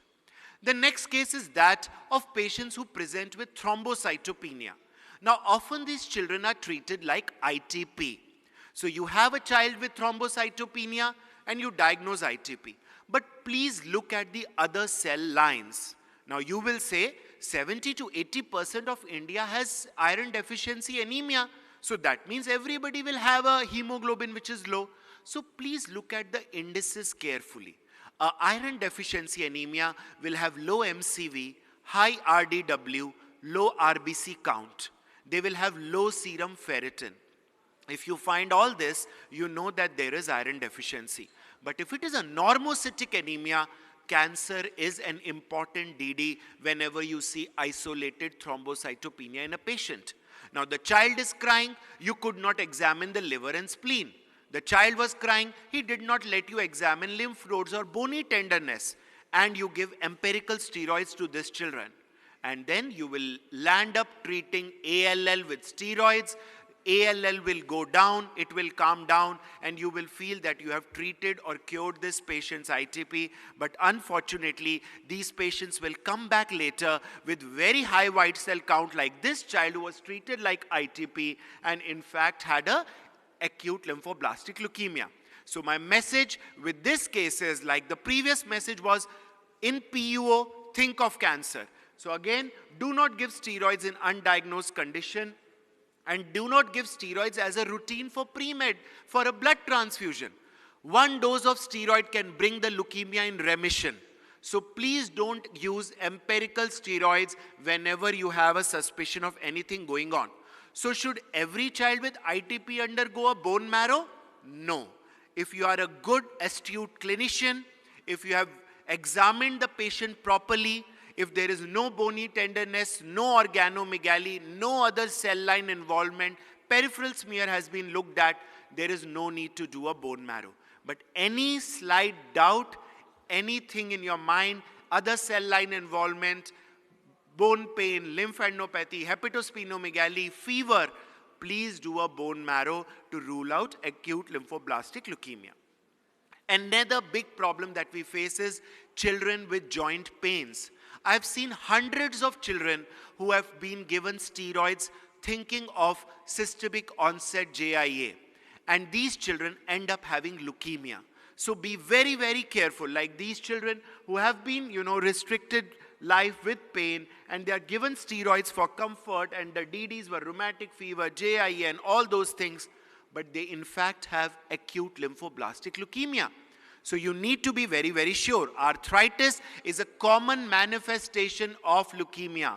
Bone pains is a common manifestation of leukemia. Always do a marrow in these patients. GIA is diagnosed generally after longish symptoms. Pain is not very severe. Even paracetamol or mild NSAIDs work for these patients. There may be morning stiffness, and pain gets better by the day or with activity. There is no bone cry. Children don't wake up crying with pain. they are not usually migratory pains, and the pain nature is additive. I'm not a rheumatologist, and there are rheumatologists in the gathering, and they will throw more light on children with joint pains and bone pains. But all these conditions are mimics for leukemia. You need to take the history properly. Any doubt before starting steroids, please do a bone marrow to be sure that you're not missing leukemia in this patient. Lot of cancer can come with bone and joint pains.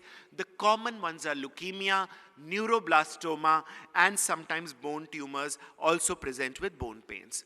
Children with hepatosplenomegaly, lymphadenopathy, gum swelling. Gum swelling is seen in acute myeloid leukemia. Painless enlargement of testis, and skin infiltrates in infants. I have put a lot of pictures in this presentation today just so that you know the pictorial memory is always better, and all these children have underlying cancer, and the first point of contact is going to be you. So I urge you for a detailed history, a good clinical examination to make a diagnosis. This child is from Kolkata, had a newborn leukemia. Unfortunately, we lost this child because we had a very, very aggressive presentation.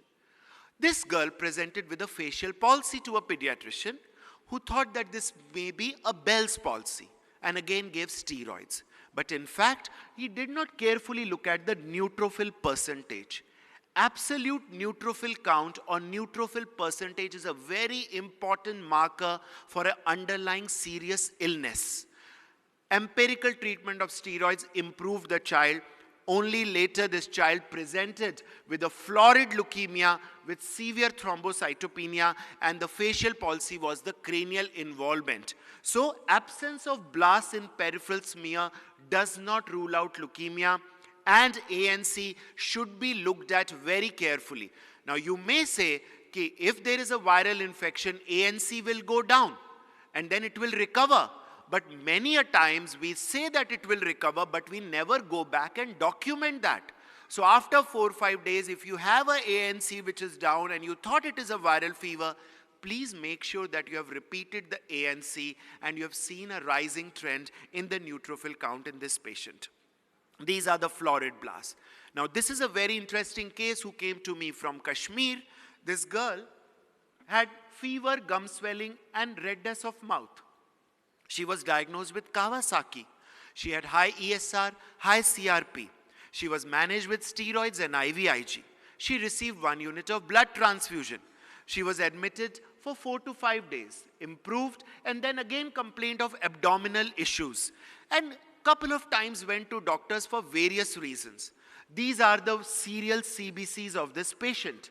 Now look at the neutrophil count. Nobody looked at the neutrophil percentage. Every time this child was going to a doctor, there was neutropenia. Nobody thought that. Various diagnoses were made. Child was seen by so many doctors and later presented with cancer. What this child had? This child had severe congenital neutropenia. It's also called Kostman syndrome, and these children have recurrent infections and can develop cancer later in life. This is a child with acute myeloid leukemia who presented with chloromas. Again, the platelet count was in fact 9 lakh. So nobody would think that there is cancer, but the bone marrow revealed that there was neuroblastoma. Proptosis is a manifestation of cancer. Often these children are treated like orbital cellulitis. They can be chloromas, there can be rhabdomyosarcoma, it can be LCH, and it also can be a neuroblastoma presenting with proptosis.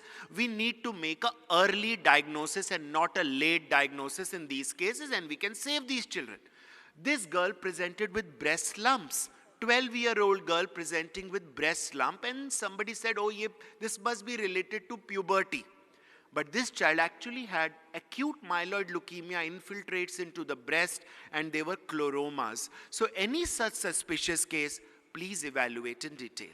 This is a 15-year-old girl who presented with a lot of bleeding history. She had a lot of menorrhagia. They said, oh, it must be puberty menorrhagia, and did not evaluate in detail. Only later, APTT was prolonged, PT was prolonged, thrombocytopenia was there, and she had what is called as APML, acute promyelocytic leukemia. The cure rate for this particular condition is more than 80%. But unfortunately, she presented after 1.5 months of history where she had an intracranial bleed, and we could not save this child. Nowadays, APML is treated without chemotherapy, just with using drugs like arsenic and atra. So imagine one of the most deadly disease which presents like DIC can be treated without chemotherapy with a cure rate of 80%. All this depends on a timely diagnosis for a patient. Chronic myeloid leukemia is rare in children but can present with big splenomegaly. We saw this boy from Haryana who had priapism. He kept on going to different doctors. He went to 3 different doctors with priapism, and they just shooed him away saying that you must be doing wrong things, and all sorts of complaints were given against this boy, and he had CML. His white cell count was 4 lakh, and that high white cell count was causing priapism. How do you treat CML? With a tablet. No chemotherapy. Cure rates are excellent. They can live an excellent life. So all these conditions can be cured very well if a timely diagnosis is made. I move on to mediastinal masses. Children who present with mediastinal masses often, unfortunately, are treated like tuberculosis. A diagnosis is not made. They have pleural effusion, empiric ATT. They have mediastinal lymph nodes, empiric ATT. I think gone are the days we are talking of empiric ATT. We should make a tissue diagnosis in these patients. Pleural tap can be done. Flow cytometry on pleural fluid can be done. Mass biopsy can be done. Please give a call to your next door oncologist, and he will help you make a proper diagnosis. Now, any child with mediastinal mass, do a lateral X-ray, because you will know where exactly the mass is, anterior, posterior, or middle mediastinum. Why is it important? Some of these children can present with superior mediastinal syndrome. They can have tracheal compression. They can present with superior venal cable syndrome, where they have congestion of the face because the veins are being compressed.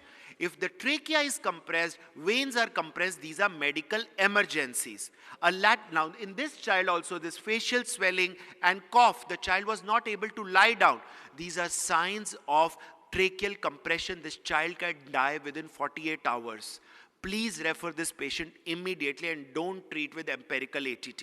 Now, based on the location of the mass, you can call it leukemia, lymphoma, or germ cell tumor. If it is in the anterior mediastinum, if it is in the posterior mediastinum, it is neuroblastoma or Ewing's, because nerves are there in the posterior mediastinum and neural tumors arise in the posterior mediastinum. So look at this lateral X-ray. In this front X-ray you can't make out, but in the lateral X-ray you can make out that this is in the posterior mediastinum. Posterior mediastinal neuroblastomas are good biology tumors, and just resection cures them. This is a boy who had this swelling in the ribs, was being treated as tubercular osteomyelitis. What he had was a Ewing sarcoma. This is the PET CT of this child. He had Ewing sarcoma arising from the rib. It is called Askin tumor. Again, excellent cure rate if you treat it before metastasis has happened. Lymphadenopathy is another manifestation of cancer. And unfortunately, lymph nodes are also treated like tuberculosis based on a shoddy kind of a FNAC sometimes. Supraclavicular node are always pathological, but other nodes can also be pathological. Hodgkin lymphoma comes with a long-standing lymphadenopathy like tuberculosis. Sometimes Hodgkin and tuberculosis can be present in the same child because Hodgkin brings down the immunity. They may be associated with B symptoms like fever, weight loss, night sweats.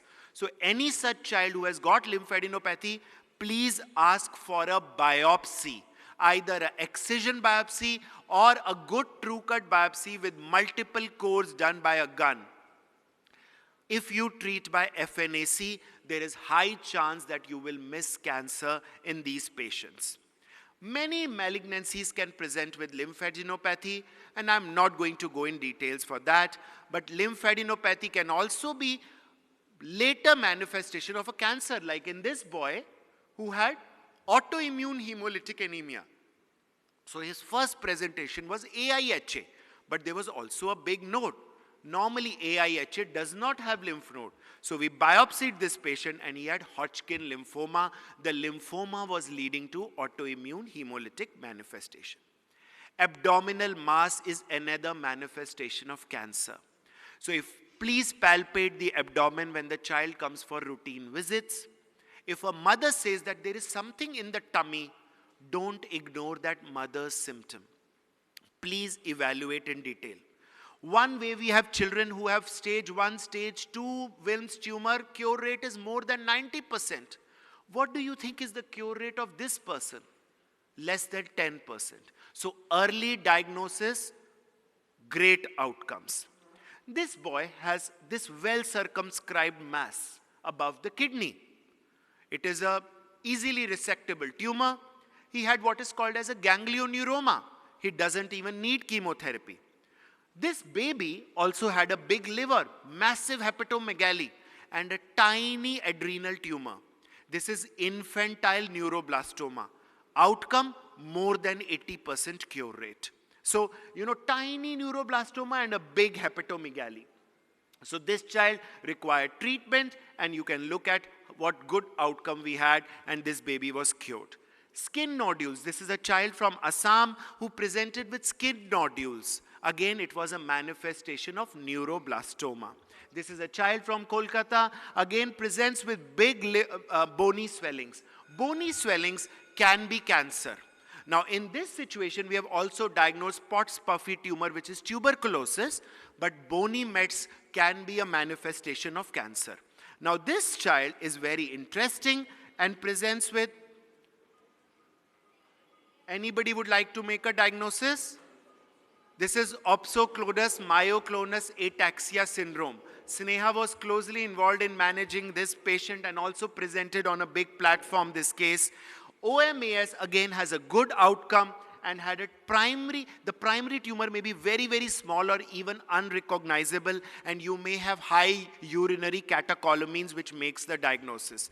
Giving steroids, IVIG treats this patient very well.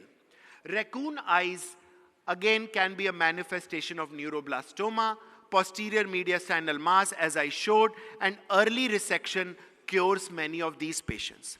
Some children with cancer present with paraparesis. They have spinal cord compression. We have one right now. He has Ewing sarcoma, which is causing paraparesis. Again, these children have changes in their vertebra, and these are treated as tubercular pot spine. So again, we need to biopsy that, prove that, whether it is TB or not TB. It may be cancer. Many tumors can present with spinal cord compression. Give a dose of steroid, immediately refer this patient to make a proper diagnosis. Neuroblastoma comes with many, many manifestations, not only spinal cord compression. It can come with hypertension because there are catecholamines. It can come with chronic diarrhea, lump in neck, bony swelling, Hutchinson syndrome, which is like an acute leukemia-like manifestation. You can have ataxia, you can have paraparesis, and sometimes endocrine manifestations of neuroblastoma as well. Now, this child who has an abdominal mass has high uric acid and high potassium level. What is this? This is a Burkitt's lymphoma or Burkitt's leukemia. They arise from ileocecal area. Again, they are treated as ileocecal tuberculosis.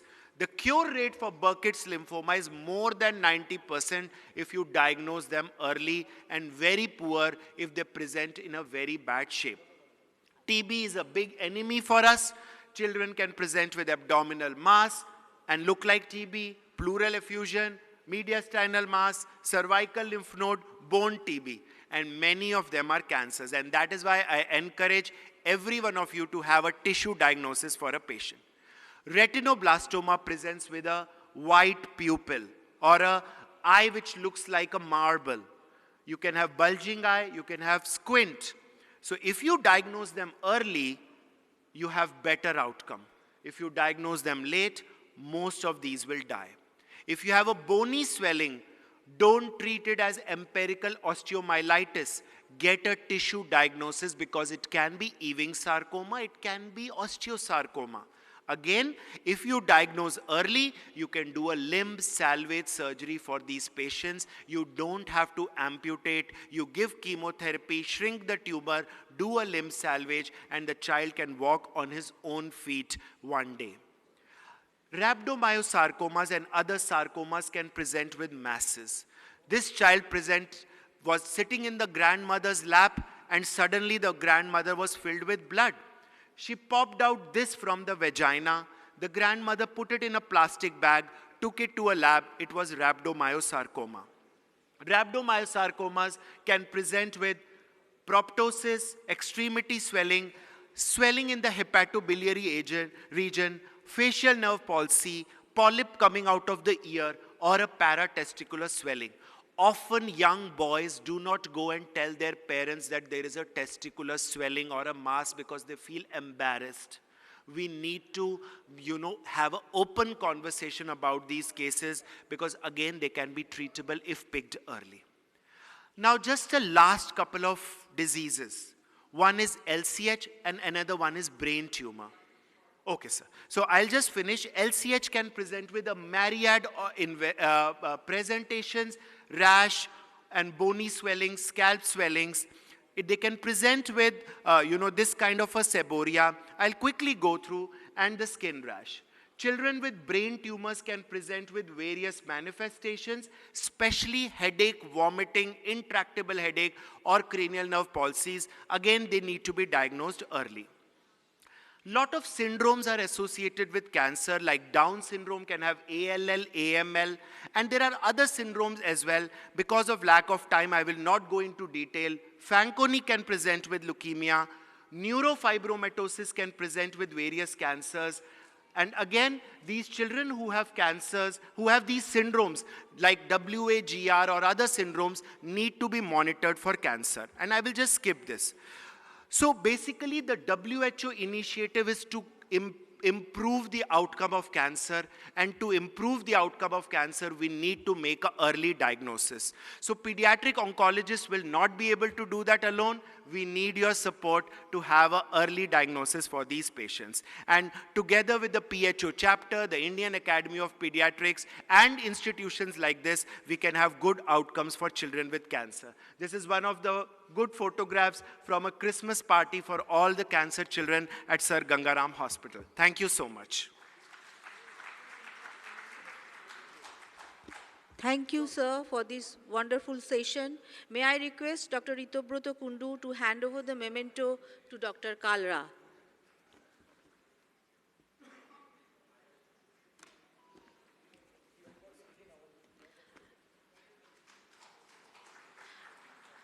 Now I invite Dr. Priyankar Pal to the podium.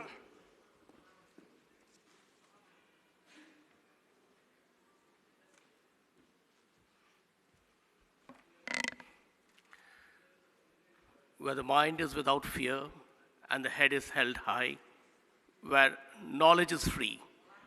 So amidst all the gloom that is surrounding us for the last couple of days, we have all gathered here for that knowledge. I will be requesting a very young person to come to the stage now. I'll request Shondipon to come and join me on the dais. So Shondipon was our patient. He is a very dedicated mouth organ player. So I would request him to play the national anthem on his mouth organ. So I have a small story to tell. Shondipon was admitted last year at ICH on this very day with a very severe henoxaron purpura, a very severe pain abdomen, and had severe GI bleeds on the morning of 15th August. He was supposed to come and play that day only. But so that day he could not come and join us. So we have requested the parents to come, to ask him to come and join with us today. Sorry, Shondipon. Yeah. No, the mic is on. Color mic. Come here. I would request the audience to please stand up for the national anthem.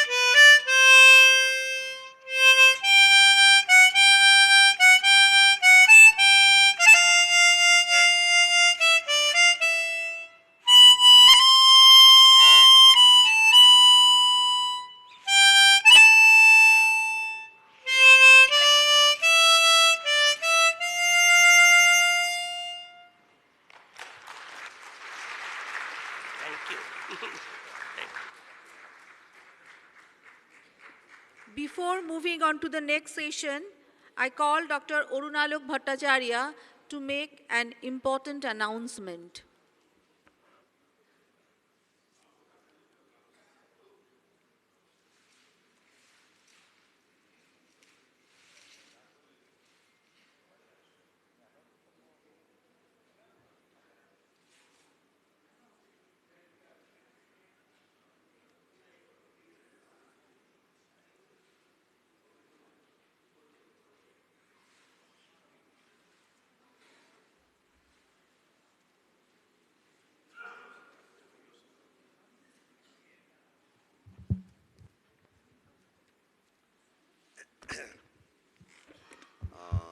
Dr. B.K. Manocha, one of the topmost pediatrician of Bengal, my idol, and a great ICH friend who has helped me in many instances and in many art programs. And this is our respect that this photograph we are presenting to Dr. Manocha. And this is painted by, initially I thought that I have painted, but anyway, the painter himself is present, so I'll have to call him. Mr. Sharup Sarkar, please come here. And Dr. Manocha, if you can come to the stage.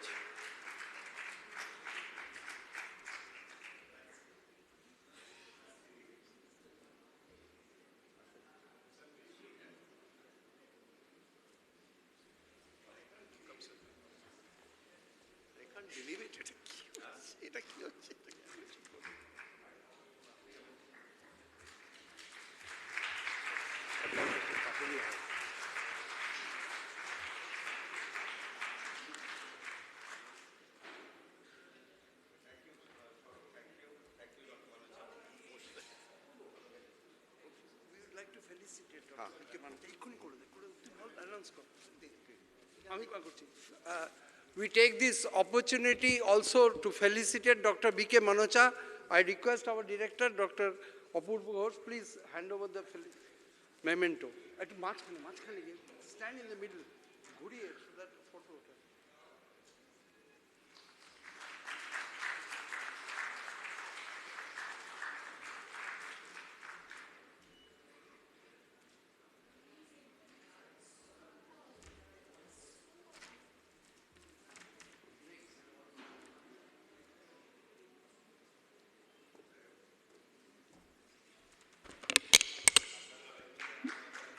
Moving on to the next important topic, primary immunodeficiency diseases, what every pediatrician should know.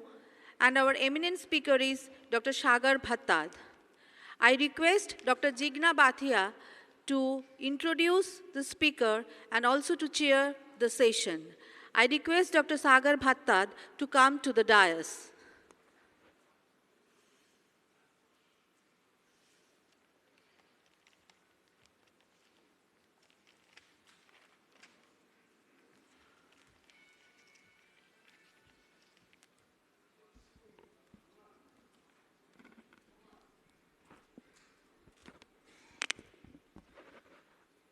Dr. Sagar Bhattad is a consultant pediatric immunologist and rheumatologist at Aster CMI Bangalore.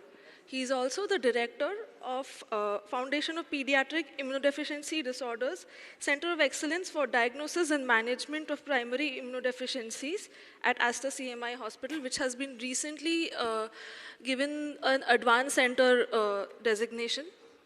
Sir is also the first DM candidate of Pediatric Immunology and Rheumatology from PGI Chandigarh.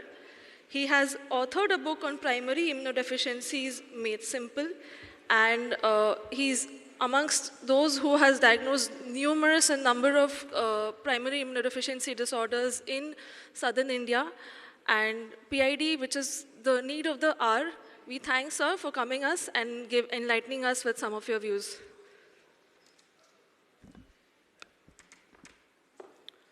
So good morning one and all. Thank you Dr. Jigna for the nice introduction, and thank you Dr. Priyanka Pal and the organizing committee for giving me this opportunity to speak on a topic which I believe is very close to my heart. I have been speaking on this topic for the past few years, and I hope at the end of my talk I would do justice and make every pediatrician believe that in their busy practice we all deal with children with primary immune deficiencies. So primary immune deficiency, what every pediatrician should know. The objectives of this brief presentation would be to have case-based discussion. I assure you I am not going to present basics of immunology. We all have read them possibly long back, but I would discuss common immune deficiencies and present how we can all diagnose them in our practice. So immune deficiencies can be secondary, and we know one of the most common immune deficiencies which is secondary is HIV. However, when I talk about primary immune deficiencies, they are a group of genetic disorders which predispose a given patient to recurrent infections. Now, if you remember the function of immune system, we all know a healthy immune system fights infections. But if we go back to our Robbins pathology days, you will recall that there are two other important functions of an efficient immune system: to keep a check on cancer cells, and the third thing is self-tolerance. What do I mean by self-tolerance? Basically, recognizing what is foreign and what is self, and that is how we prevent autoimmunity. What does that mean? If a patient has an immune deficiency, a genetic problem in the immune system, you are not only predisposed to infections, but you are predisposed to cancers and autoimmunity. And that is why the new term for primary immune deficiencies is the inborn errors of immunity, IEI. I'm sure senior pediatricians in the gathering, we all have treated IEMs for the last few decades, the inborn errors of metabolism. In neonatology units, now more than sepsis, IEMs get diagnosed. Isn't that true? The next decade belongs to immunology. The coming decade, we all are going to diagnose a lot of IEIs. Now to make it a bit simple, I presented this slide. The spectrum of IEI is not just low immunity. On the other hand, we do have autoimmunity. That means when you see autoimmune diseases in children, do think of an underlying immune deficiency. Now, is this a single disease? No. The recent classification which was updated in 2022 says we have 485 diseases, and as I speak, the number has crossed 500. Look at this. Just in last 2 years, 55 new gene defects have been added. Because of advances in molecular science, this book is only expanding and exploding.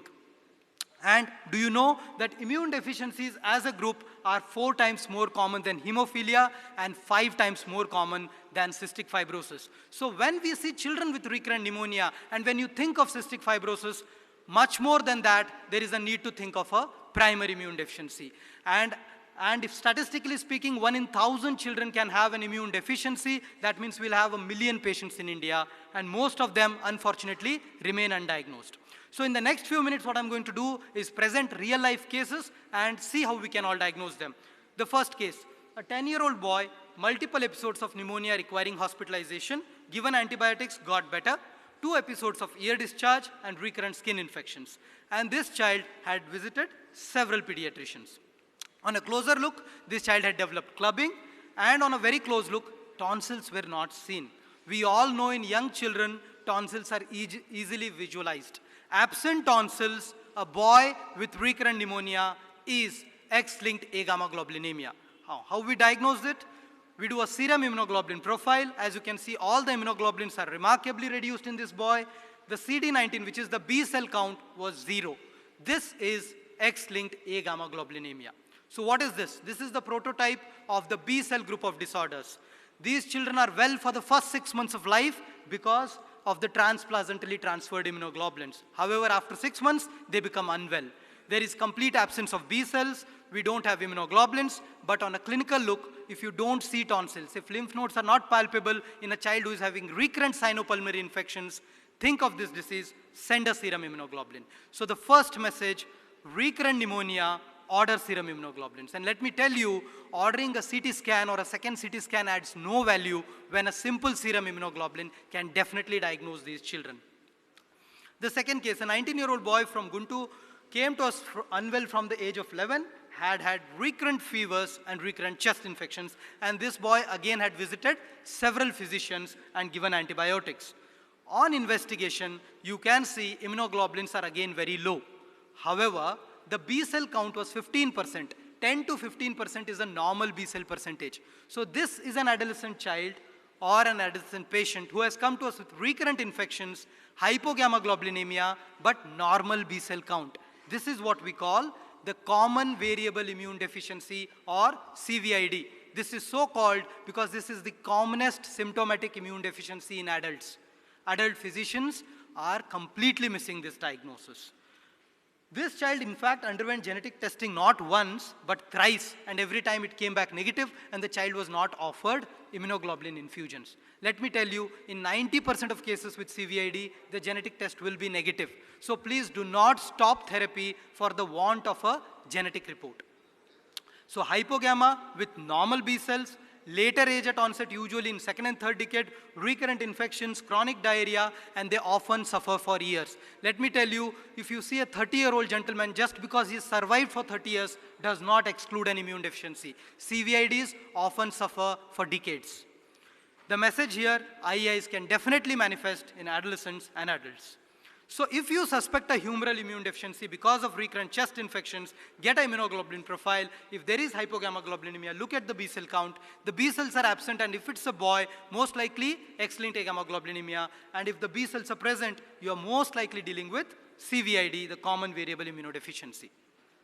Now let's take up the next case. 10-year-old boy, again with recurrent sinopulmonary infections. Investigated extensively, CT scans, echocardiogram, everything was normal. The bowel culture had shown strep pneumonia.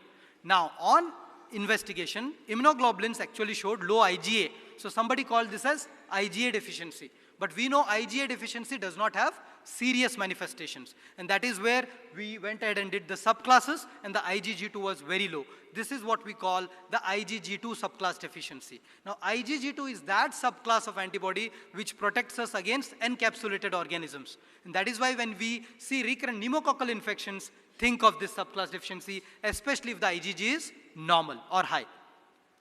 Now, the next case. This child came to me almost 3 or 4 years ago. She weighed only 5.5 kg. What must be the age of this child? 5 months? 6 months? This was a 2-year-old girl with severe failure to thrive, recurrent diarrhea from 6 months of age, and had been hospitalized multiple times. And usually when we see diarrhea, what are we fond of? Malabsorption, cow's milk protein allergy, right? Those are the differential diagnoses. Or HIV. Yeah, HIV test was negative, but this was the serum immunoglobulin profile. IgG and IgA were low, but the IgM was sky high. This is what we call the hyper-IgM syndrome. Now, we all know that when serological tests are performed, like you ask for a Vidal test, the first response that you see after a week is IgM. And a few weeks later, the same person will produce IgG. That's the normal thing that happens in our body. IgM is produced by the B cells, there is a switch to other antibodies. This switch requires the T cells to talk with B cells. And if that crosstalk doesn't happen, CD40, for example, is missing, you get a patient who produces lots of IgM but no other immunoglobulins. That's what is hyper IgM syndrome. These patients again need IVIG infusions. So chronic or recurrent diarrhea, please look at serum immunoglobulins. Now the next case, 5-year-old boy, this patch on the chest, pneumonia that did not resolve after 3 weeks of antibiotics. Second course of IV antibiotics, we were lost. And that is where a lung aspirate was done by the pulmonologist, and we picked up aspergillus. Aspergillus in a child who is coming out from the community is extremely uncommon. So this made us worry, and that's where we performed this test called the NBT dye reduction test, the nitro-blue tetrazolium dye reduction test. Now let me make it simple. We all have neutrophils in our body. They phagocytose and they kill the pathogens. That is the function. Here you are stimulating the neutrophils. On the left side you see there is pigment formation. That's normal.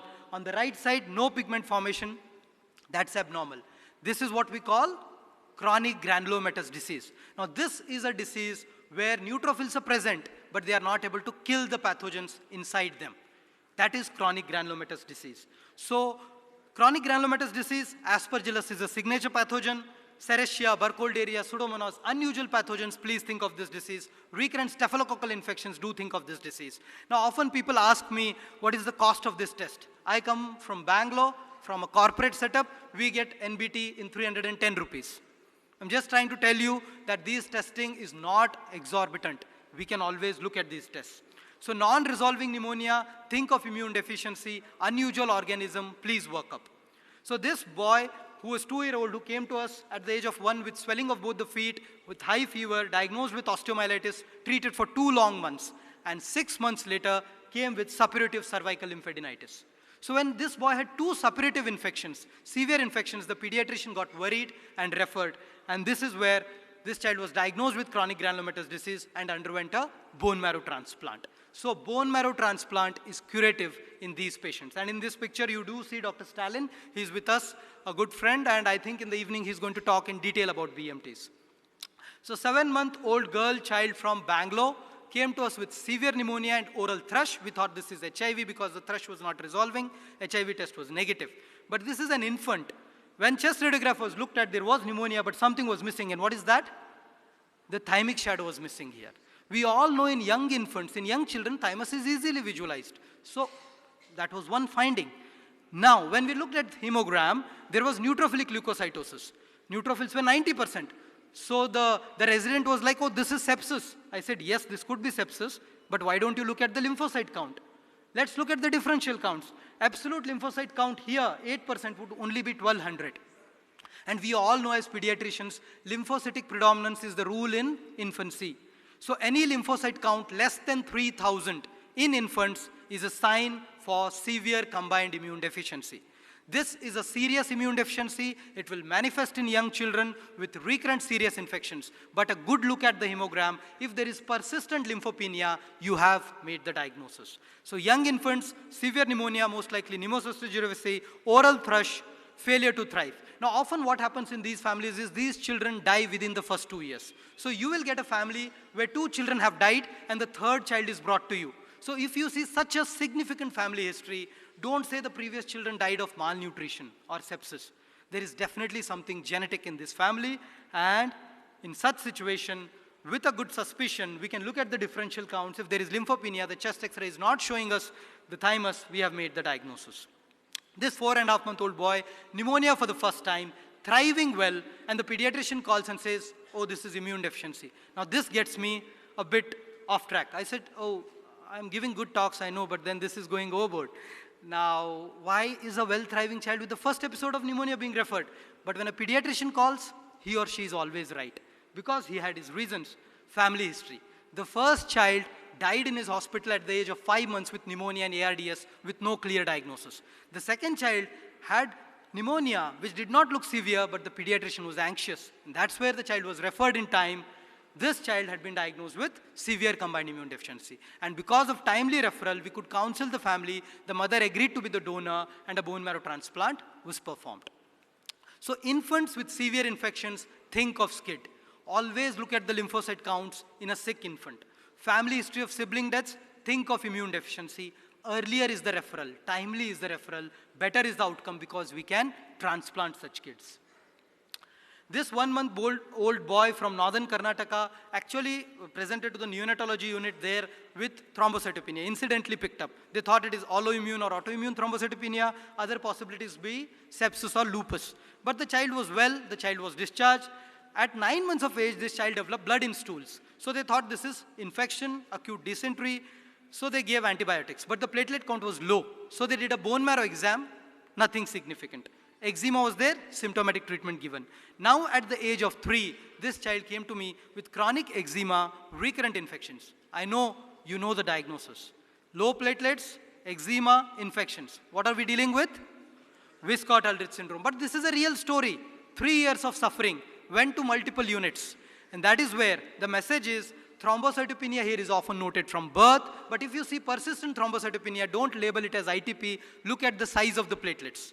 The mean platelet volume is low here. Small platelets, there is only one diagnosis, Wiskott-Aldrich syndrome. And blood in motions in the first year of life is not because of thrombocytopenia, it's because of colitis in these children.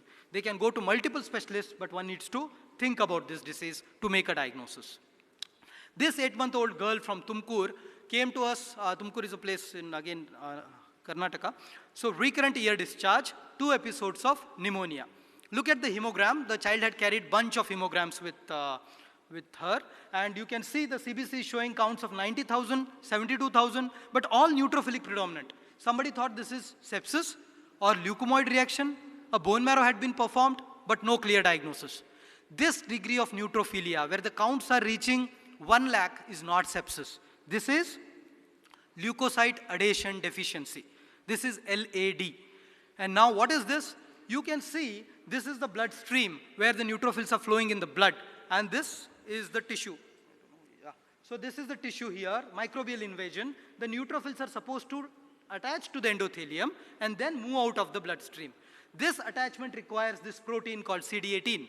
And if that is missing, the neutrophils cannot come out. They are consistently flowing in the blood. So the neutrophil count will be very, very high. But there are no neutrophils in the tissue. So no pus formation. So you will see a patient with recurrent infections, very high counts, no pus formation. Sometimes a delayed cord fall.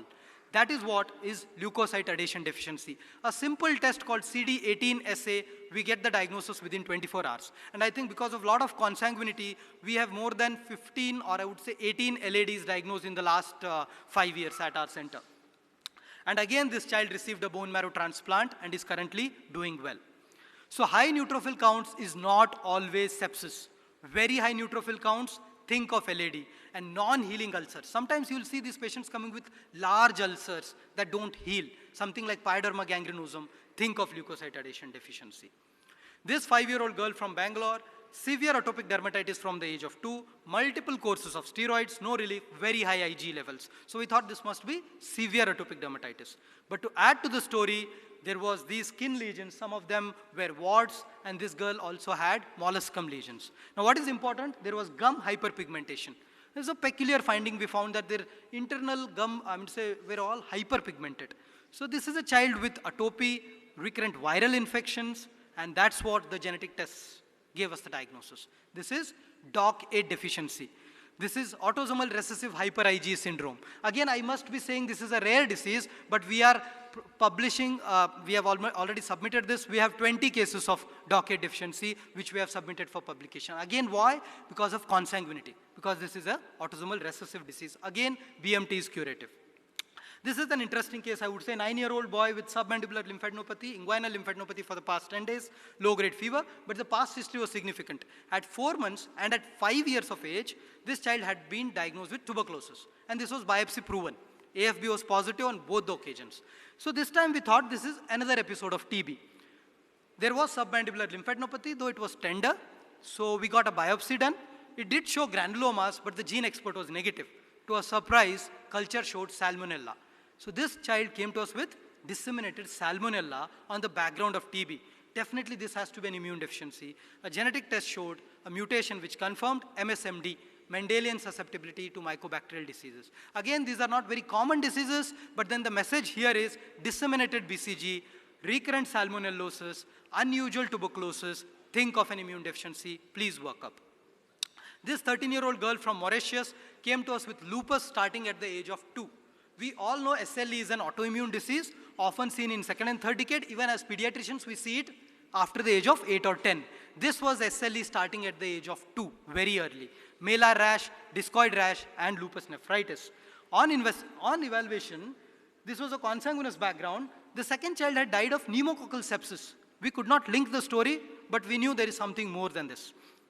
ANA was strongly positive, and on detailed evaluation, CH50 was low, C1q levels were low, and genetically confirmed complement deficiency. So this is complement C1q deficiency, which presents as early onset lupus. Now tell me, why does the other girl die of pneumococcal sepsis? She did not have lupus, but possibly she had C1q deficiency because C1q is an opsonin.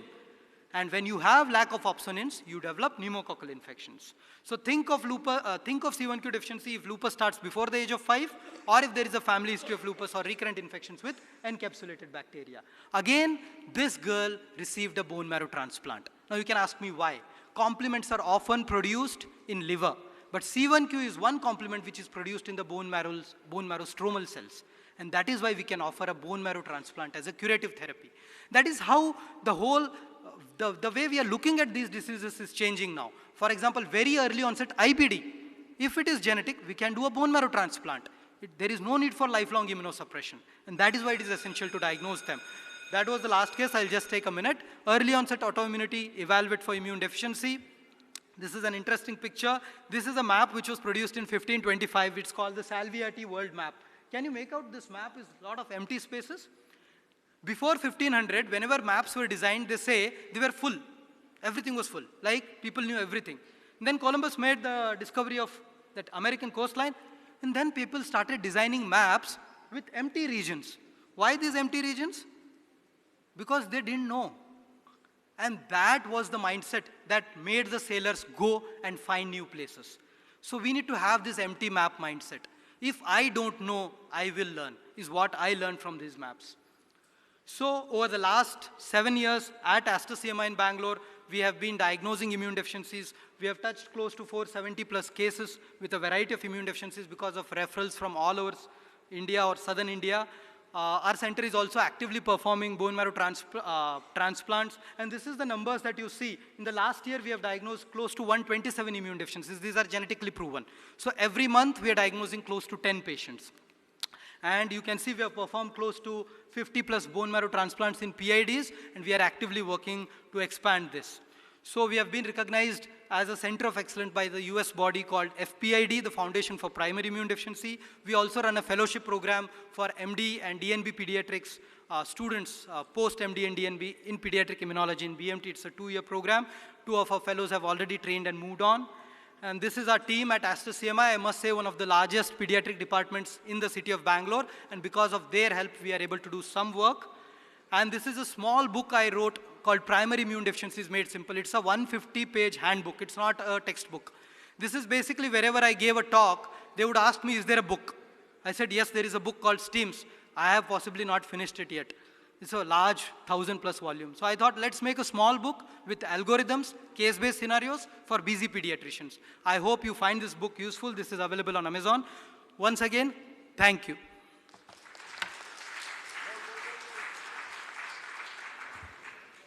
Thank you, sir. This could not have been made any simpler, and I hope we have been able to pass on a little bit of the message from here. If any queries from the house? That's it, we can close the session. Thank you, Dr. Sagar Bhattad. May I request Dr. Arup Rai to hand over the memento to Dr. Sagar Bhattad.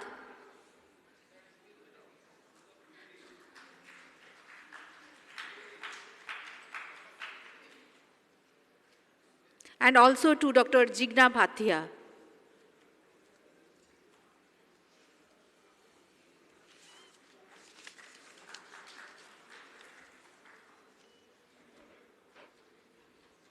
Thank you. Moving on to the next session, the topic is Questions That Matter, Hexavalent Vaccines, and the speaker is Dr. Ritobroto Kundu, I request Sir to come onto the dais to start the discussion. So, good morning, everybody. This is a sponsored seminar, and I have been sponsored by GSK. I'll be talking about the hexavalent vaccine.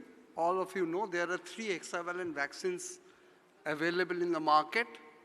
One is wholesale pertussis vaccine, goes by the name of EZ6. Another is 2-component acellular pertussis hexavalent vaccine, goes by the name of Hexaxim. And another is 3-component acellular pertussis vaccine manufactured by GSK, known as Infanrix Hexa. So as you have 3, so it is always you should choose the best of these 3. So I'll be talking a little bit about why give combination vaccine, what is the data available on immunogenicity, long-term impact, and the comparison between wholesale and acellular pertussis. So why choose a combination vaccine? Because all of you know that though we don't see cases of diphtheria much, but it has been reported from all the 4 corners of the country. Tetanus, we are very much ashamed that India contributes 40% of the tetanus globally. All of you know pertussis these days, they are showing resurgence. One of the reasons of this resurgence might be because of the very easy way to diagnose pertussis these days, but there are other reasons also. Regarding polio, we are at a crossroad because we know that we have eliminated type 2 polio by giving bivalent polio vaccine. And if you don't give a proper IPV, injectable polio vaccine, which gives cover against the 3, our children will have no immunity against the type 2 variety. Hib, though it is uncommon these days, but still it's the second important cause of bacterial pneumonia and meningitis. And we nearly have 40 million cases of hepatitis B. Of these, 1 lakh is going to die every year. So often I have been asked that there are pentavalent vaccines which are much cheaper, you can give, but all of you know that more the number of injections you give, more are the dropouts. And more dropouts are there is the more disease burden. So that's the reason you should always try to choose a vaccine which covers the most.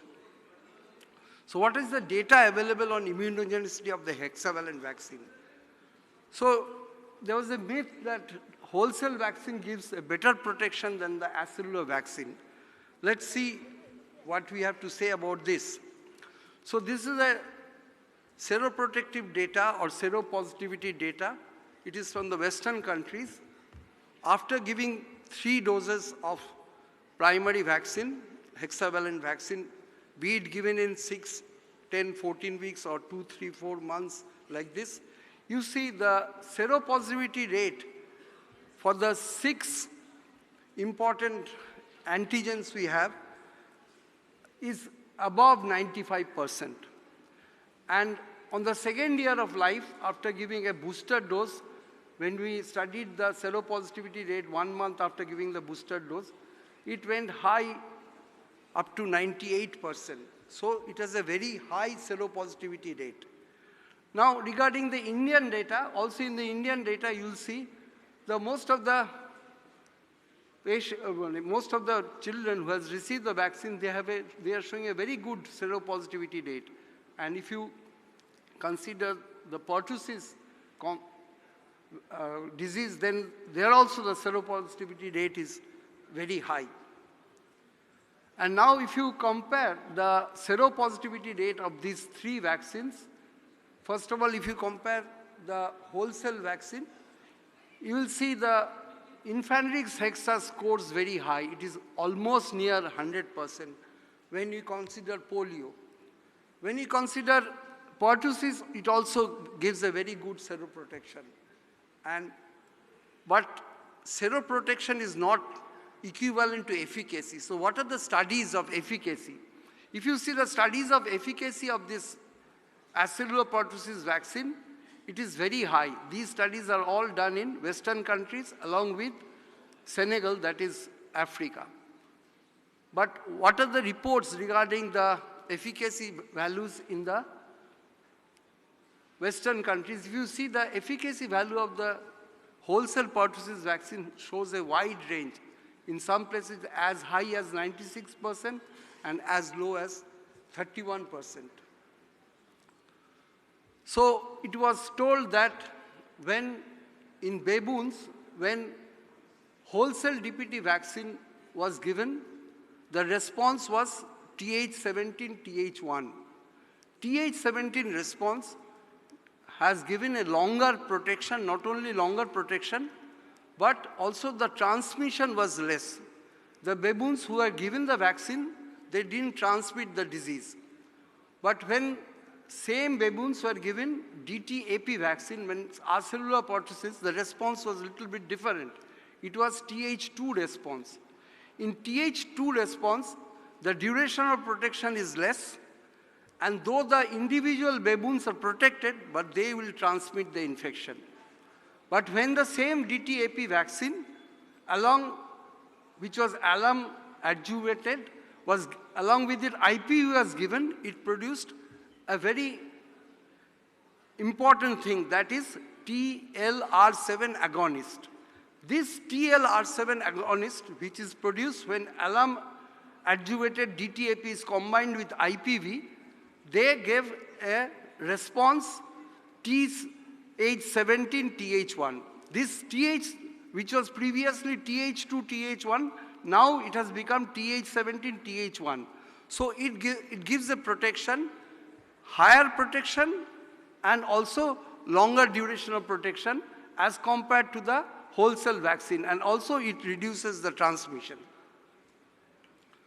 So the efficacy studies regarding the 3-component acellular pertussis vaccine in Germany and Italy shows 84 to 89%, but with 2-component acellular pertussis vaccine, that is Hexavalent, only one study is available, that is from the Senegal, which shows 74%, and with the wholesale pertussis vaccine, there are no efficacy studies.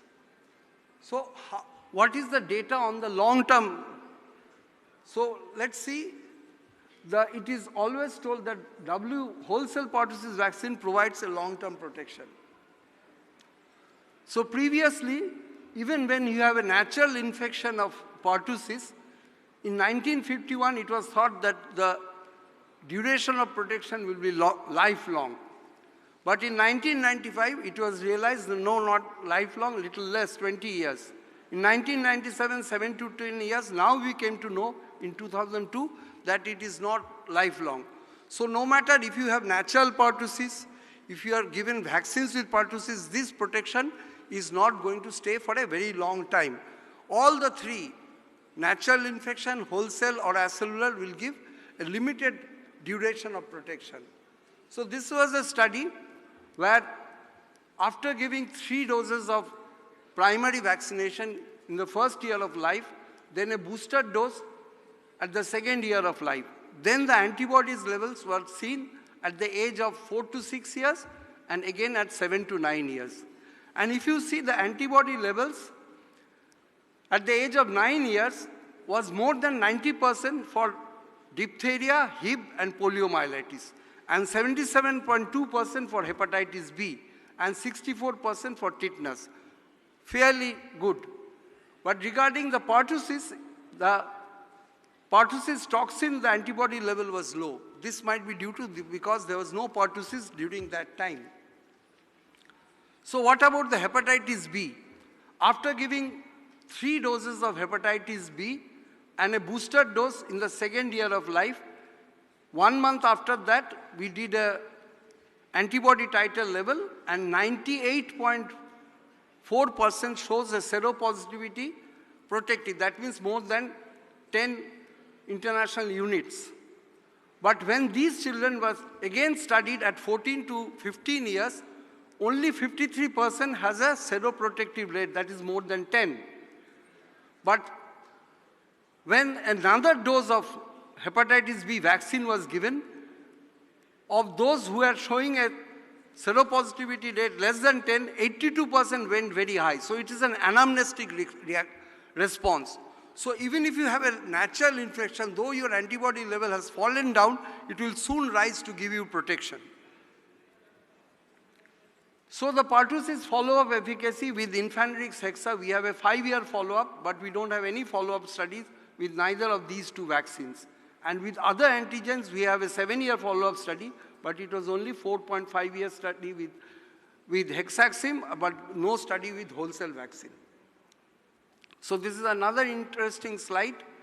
It was in Italy, what they have done, previously there was no vaccine against pertussis, so there was high rate of pertussis in the population. Then the wholesale pertussis vaccines was introduced. Because the wholesale pertussis vaccine caused pain and other problems, so the coverage was low. Only 33% coverage, and still the pertussis continued.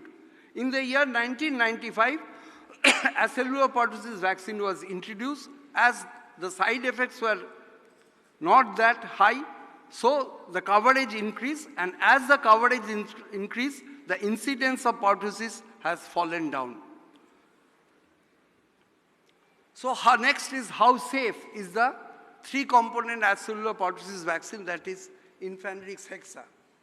So if you see the most common side effects we see, that namely fever, crying, injection site erythema, swelling, injection site pain, is very small. The frequency in 100,000 doses is minuscule. And of the very dreaded complications which we see following vaccine, and which I hope you should not face, that persistent screaming or hyporesponsive hypotonic episodes, seizures, encephalopathy, these are much less with acellular pertussis as compared to the wholesale pertussis.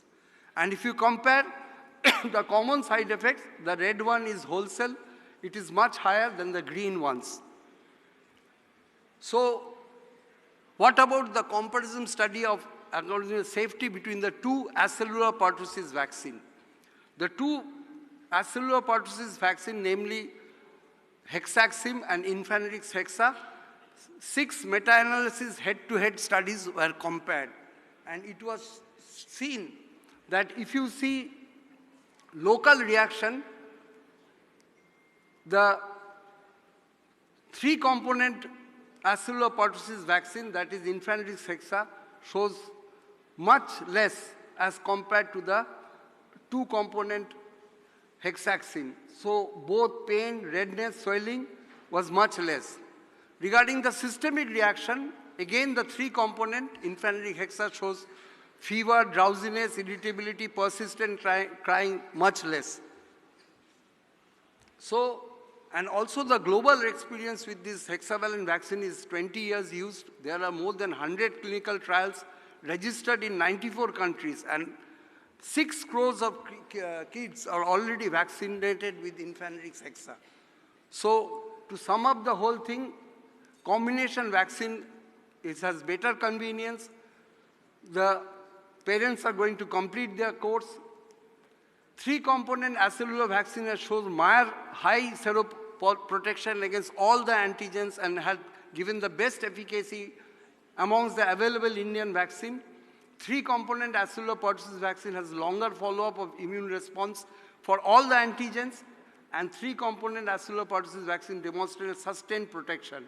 And in terms of safety, not only in comparison with the wholesale pertussis vaccine, but in comparison with the 2-component acellular pertussis vaccine, the Infanrix Hexa has demonstrated superior safety outcome at the clinic. So thank you for your patient hearing.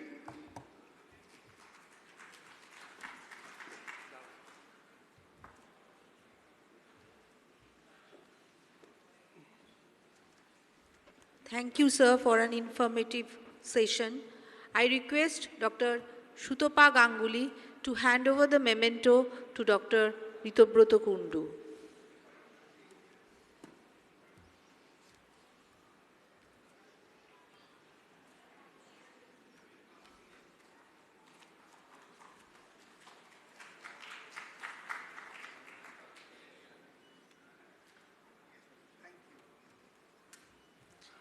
Our next session is K.C. Choudhury Memorial Oration. The topic is A Single Case Can Change Your Life, a Story in 4 Parts. And the speaker is Dr. Jagdish Chinnappa. For this session, I request Dr. Apurva Ghosh, Sir, Dr. Ritobroto Kundu onto the dais, and also Dr. Jagdish Chinnappa to come to the dais.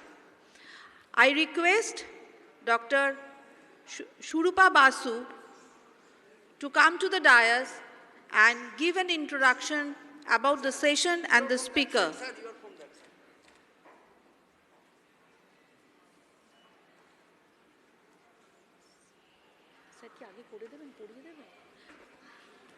I request Dr. Apurva Ghosh to do the formality, and also Dr. Shurupa Basu to give an introduction.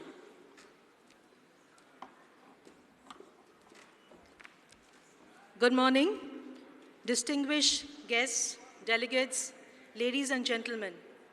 Today, the 15th of August, our Independence Day. At ICH, we have chosen this pious day to celebrate academics, to share knowledge and wisdom, a path that was shown by our founder, Dr. Khiro Chandra Choudhury. Dr. K.C. Choudhury was a true son of the soil, and he is aptly known as the father of Indian pediatrics because he was the one who introduced pediatrics in India. During his medical education days in Vienna and Tübingen, Dr. Choudhury was inspired by the child services he observed there. On coming back to India, he painstakingly saved 1 rupee to build the Institute of Child Health in Kolkata, and that was later inaugurated by Pandit Jawaharlal Nehru himself in 1957 as the first pediatric hospital of our country. Not only did Dr. Choudhury propagate the science and art of pediatrics to the budding doctors, but he, being a passionate educator, developed ICH as one of the first, probably one of the first few postgraduate colleges of India. He had already by that time launched the Indian Journal of Pediatrics in 1933 and founded the first pediatric society in 1948 that later culminated to form the Indian Academy of Pediatrics as we know it today. In honor of this great doyen of pediatrics, the K.C. Choudhury Memorial Oration has been bestowed this year to another great doyen of pediatrics of our contemporary times, Dr. Jagdish Chinnappa. Dr. Chinnappa is the chairman of pediatrics of Manipal Group of Hospitals, Bangalore region. He has been the past president of the respiratory chapter of Indian Academy of Pediatrics. It is a great honor to welcome such a distinguished pediatrician and academician, a great orator, an altruist, and a polymath to the dais to deliver the prestigious Dr. K.C. Choudhury Memorial Oration. Dr. Chinnappa, please. So we would now request Dr. Ghosh, Dr. Apurva Ghosh, to bestow the honor to Dr. Jagdish Chinnappa.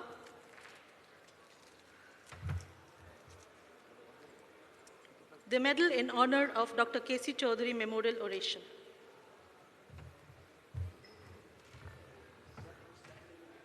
Yes. Thank you very much. Ladies and gentlemen, a huge round of applause. Thank you. Thank you. Thank you so much.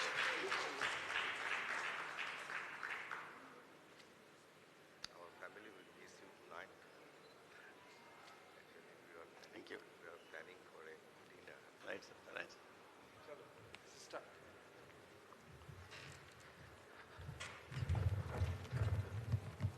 A very good morning to all the participants. It's a great honor to be here for the second time in the last few years. The last time I was here, I gave the Dr. Sisir Bose oration. And today I'm standing before you to give this very, very prestigious Dr. K.C. Choudhury Memorial Oration. I thank the Institute of Child Health, led by Dr. Apurva, for this great honor. It's also today's the Independence Day, and I wish all of you a very happy Independence Day. I also am pretty saddened by the incidents that have shaken up this city in the last few days. And it's a matter of, grief that all of us feel across the country. It's not only here. So what I am going to speak in the next 30 minutes or so are lessons that I have learned, and I think all of y'all will agree with me that every child who comes to you in your clinic has a story. And what I'm going to talk about is a story that taught me so many things, and that's what I'm going to share with you from my heart. Dr. K.C. Chowdhury, who has already been mentioned, was the pioneer of pediatrics in India. Pediatrics was started from two epicenters, one in Kolkata and the other in Mumbai. Dr. K.C. Chowdhury started this after going to Vienna and looking at the necessity. He started the first pediatric society, the first journal, the Indian Journal of Pediatrics, which continues even today. The first private institute, the Institute of Child Health, which is a yeoman institute, non-profit, and has delivered care for the entire population in the eastern sector of India. He was responsible for the amalgamation of the two societies into a common Indian Academy of Pediatrics.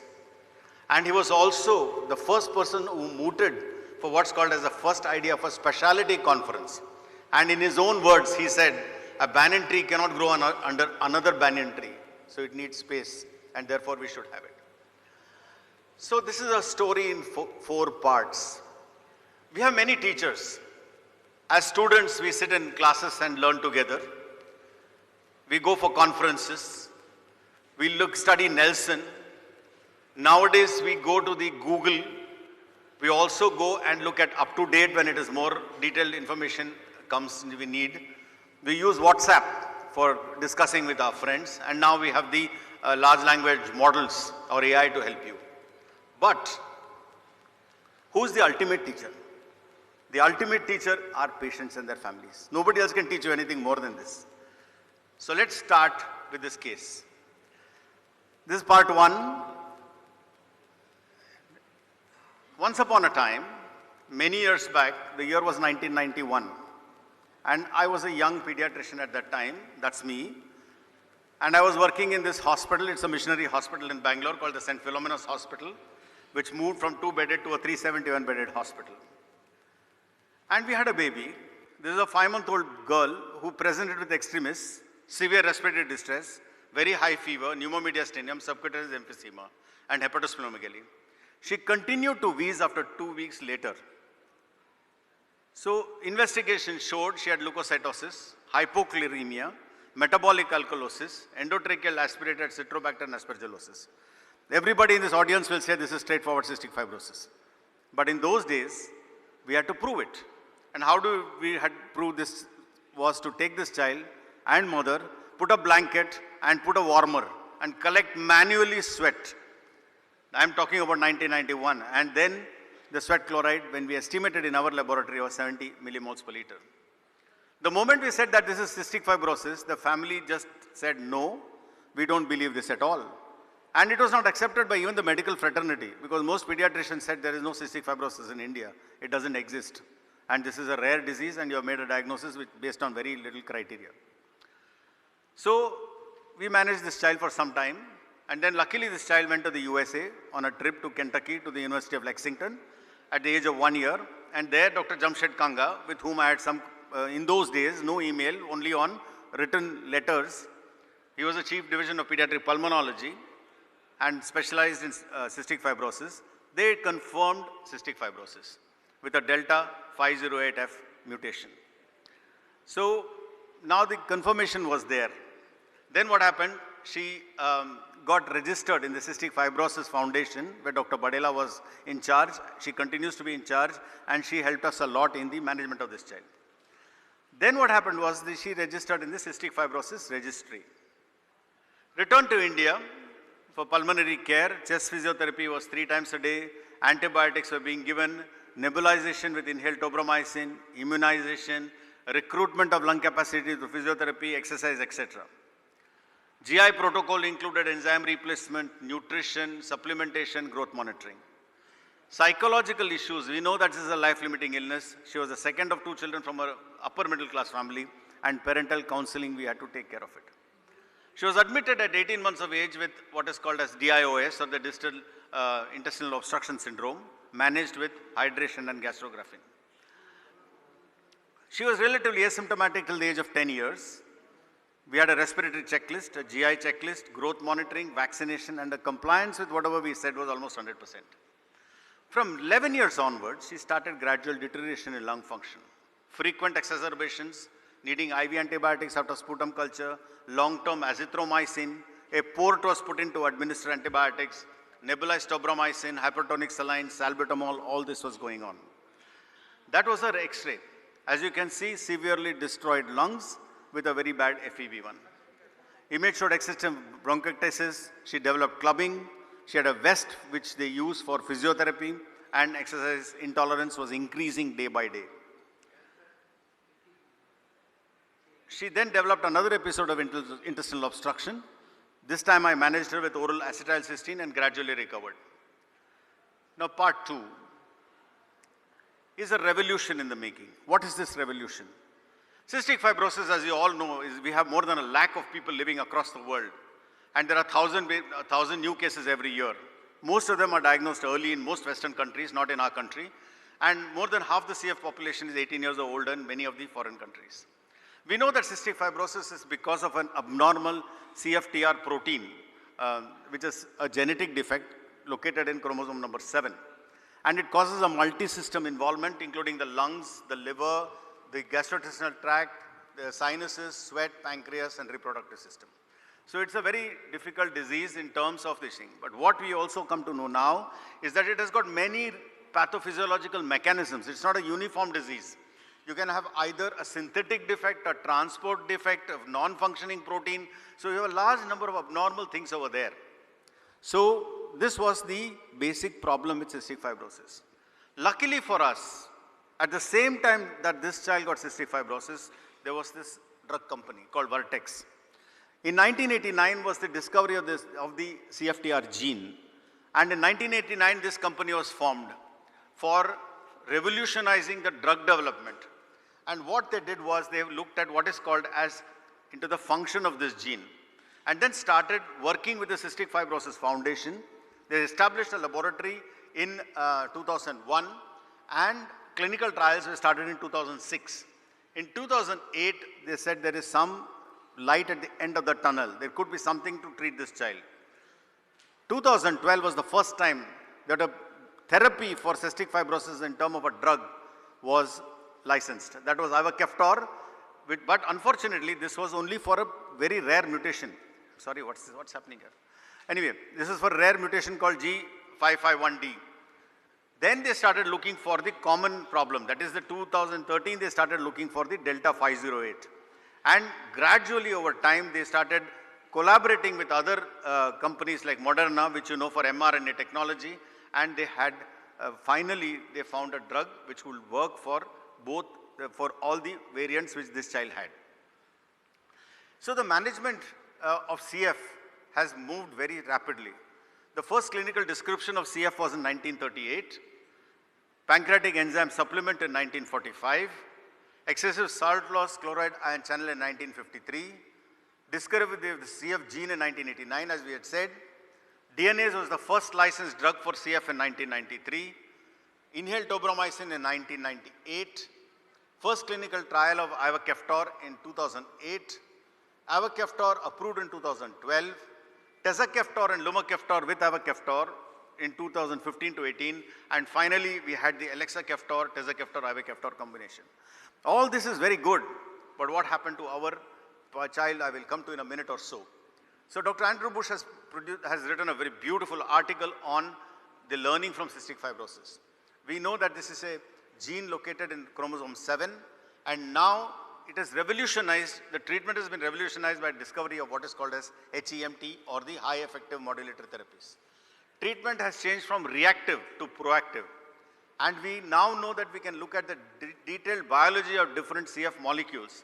And now CF is an umbrella term because a large number of disorders come in there. So you have molecular subtypes here, various subtypes. in cystic fibrosis. And we have a new approaches which are many, like CFTR modulators, CFTR function, and we have got anti-inflammatories, we have neutrophil elastase and other things coming in here, looking at mucociliary clearance, looking at new antibiotics. And with this, what has happened is that the life expectancy of CF patients has gone up quite significantly. Now what happened to our patient? Our patient got the Ivacaftor, the first generation modulator, free of charge from the CF Foundation and University of Kentucky. But this was not the drug for her mutation. So what happened? It didn't work. So her thing came down to 28 kilos, very poor muscle mass, developed diabetes. Then she had worsening lung function. Her FEV1 came down to almost 20%. She had frequent exacerbations, needed oxygen to keep the saturation above 90. Then she went back to the US. More vigorous treatment was given, and then she was given Tezacaftor, Ivacaftor or Simdeco, and then, which was then approved for homozygous Delta 508. A gastrostomy tube was put in, and overnight with enzymes was given. Progress was remarkable after starting this drug. She gained almost 10 kilos. There was improvement in lung function, walked for 1 kilometer, and listed for lung transplant, but was taken off because she had improved pretty well. Now we'll come to part 3 of the story. We have finished part 1 and part 2. Now we'll come to part 3 of the story. This is the medical side of the story. And all of us will wonder what next now. This is a child I have seen from 5 months of age to 33 years. Managing medical issue is only a part of the problem.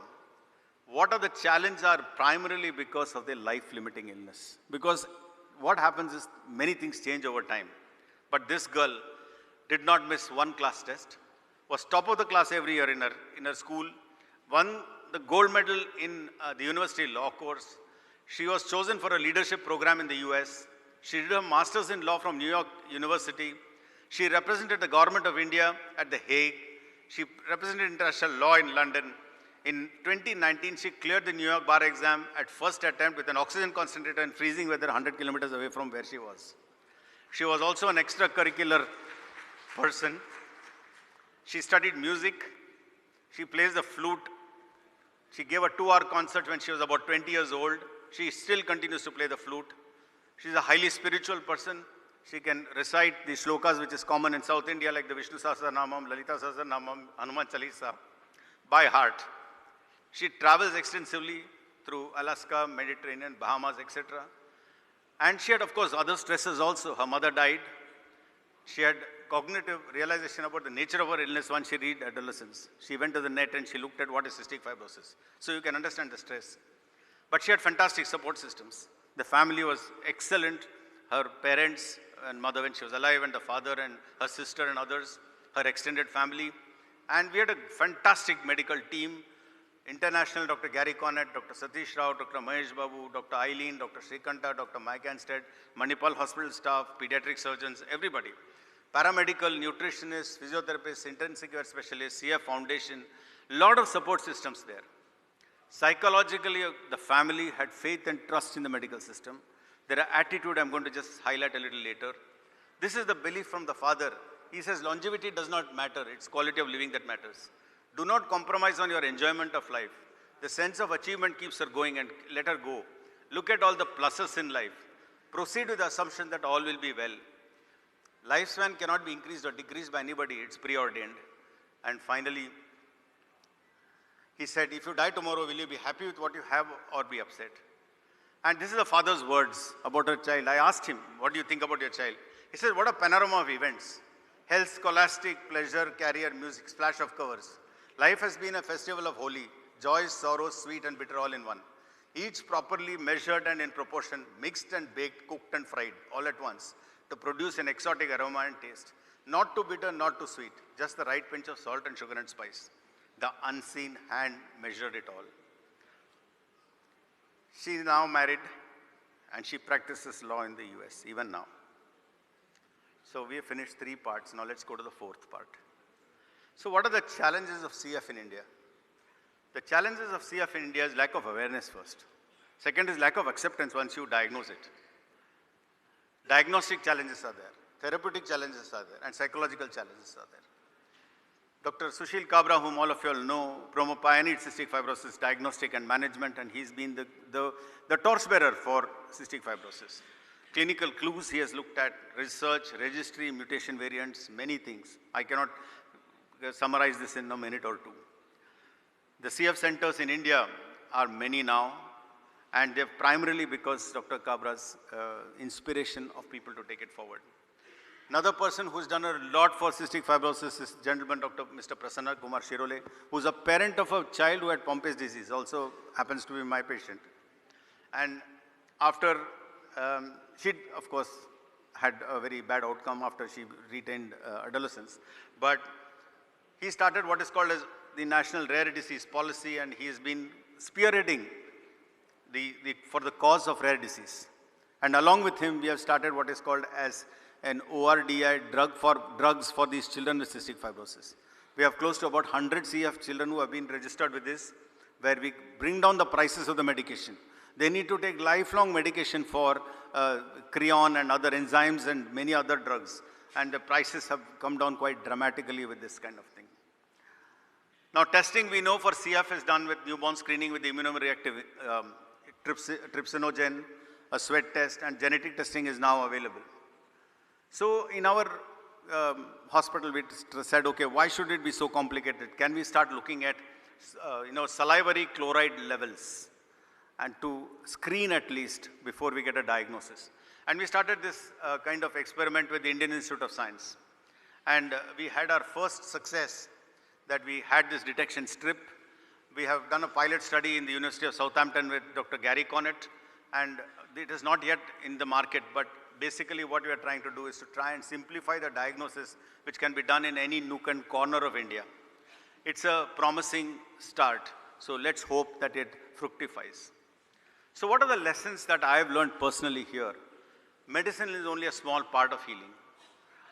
There's the biological aspect, the social aspect, the psychological aspect, and more importantly, the spiritual aspect and the belief aspect. There are so many things that we need to keep in mind when we are going ahead with treatment of a child.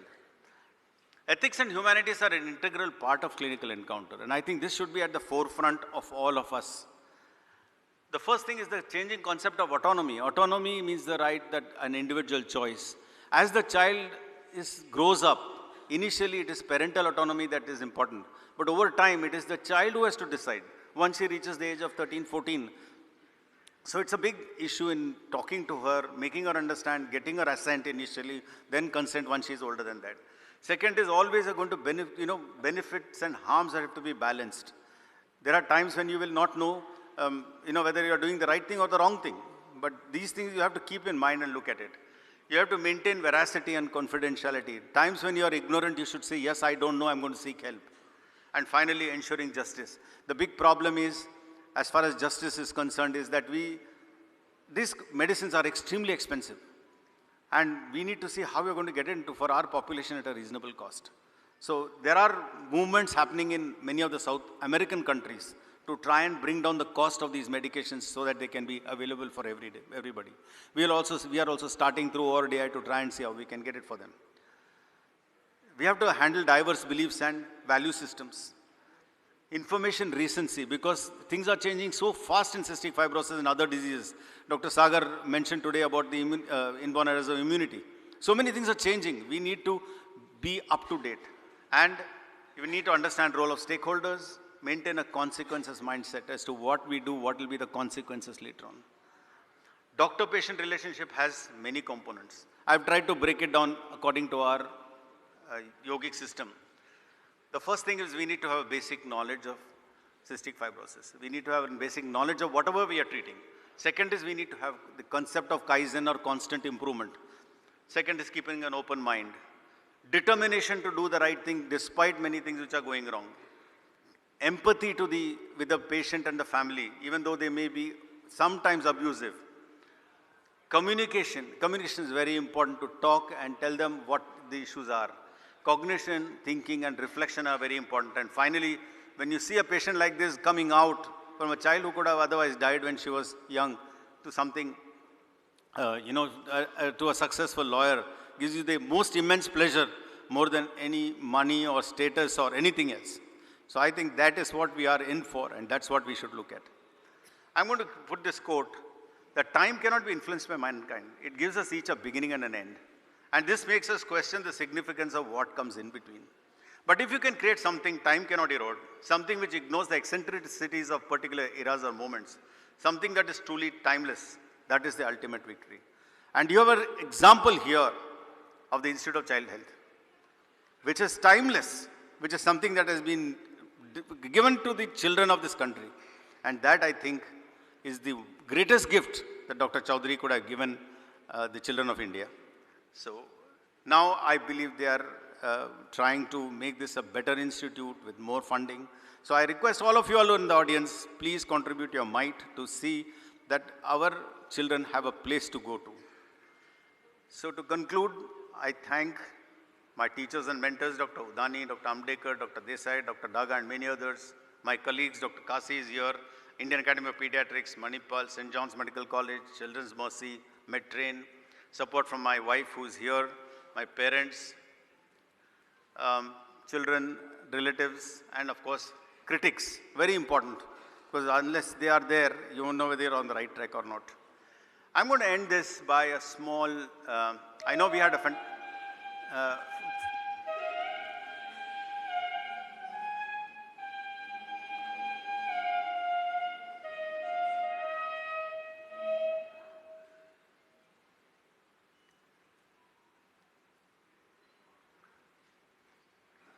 Can you play it again, please?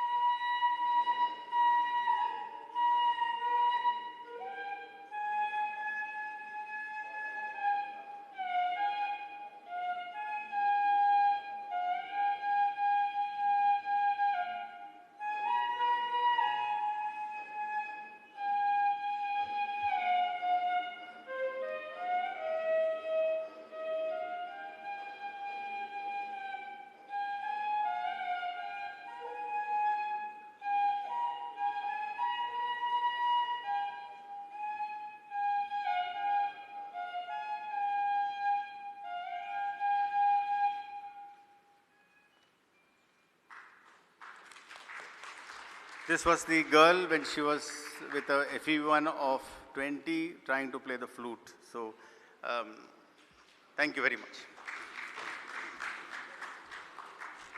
Thank you, Dr. Chinnappa.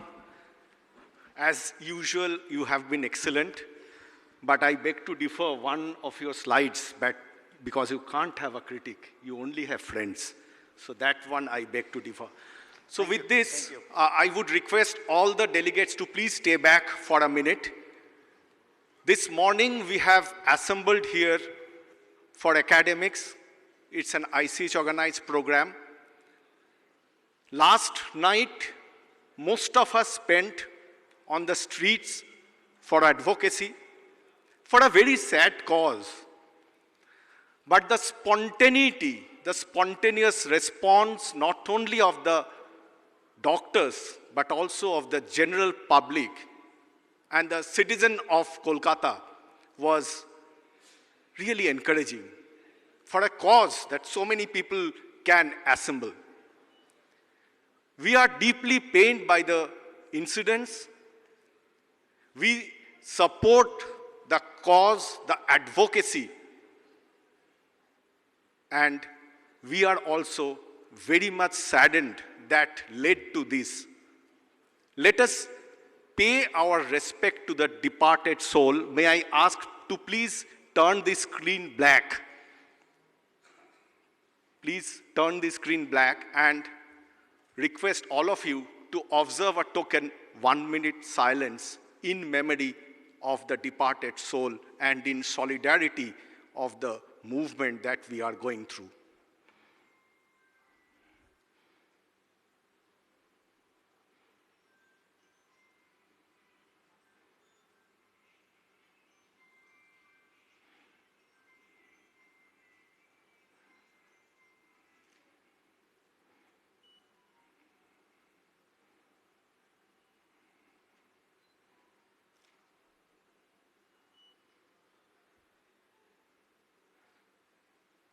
May her soul rest in eternal peace. And let us continue with academics.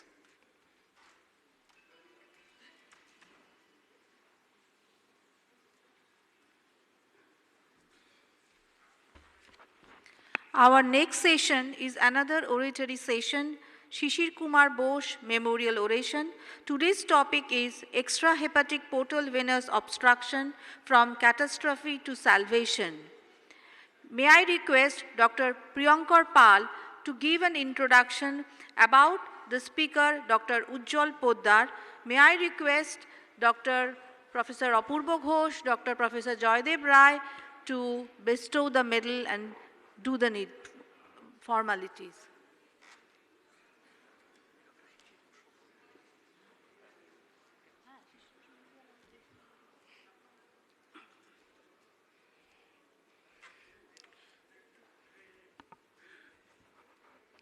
Dr. Shishir Kumar.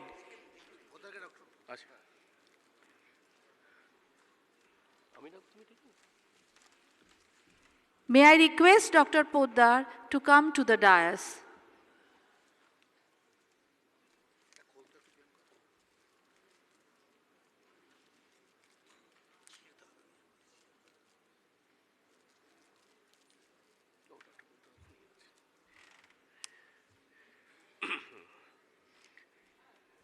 Dr. Shishir Kumar Bose, the doyen of Indian pediatrics. So he was the first editor-in-chief of the journal that we all know, Indian Pediatrics, so which also had its office at ICH from 1963 after the Indian Academy of Pediatrics was formed. He was a renowned and a pioneer in pediatric rheumatology in India, and the driving force behind the renowned pediatric rheumatology department of the Institute of Child Health. He was the director of the institute from 1972 to 1991. And a very important thing that he was a freedom fighter who actually helped in the great escape of Netaji Subhash Chandra Bosu from Calcutta. Later, he was also a MLA in the West Bengal Legislative Assembly.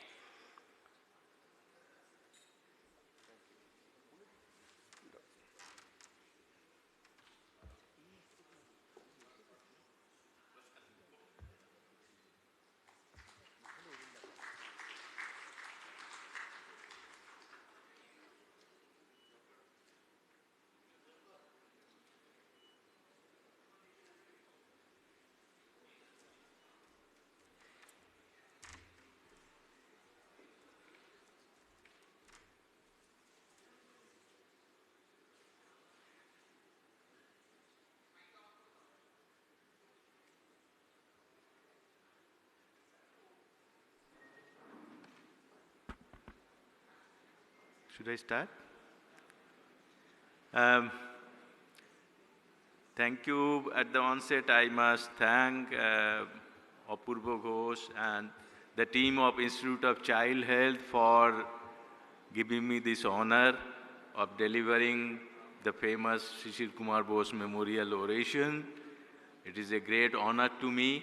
Most of the thing about Dr. Shishir Kumar Bose has been said in the introduction.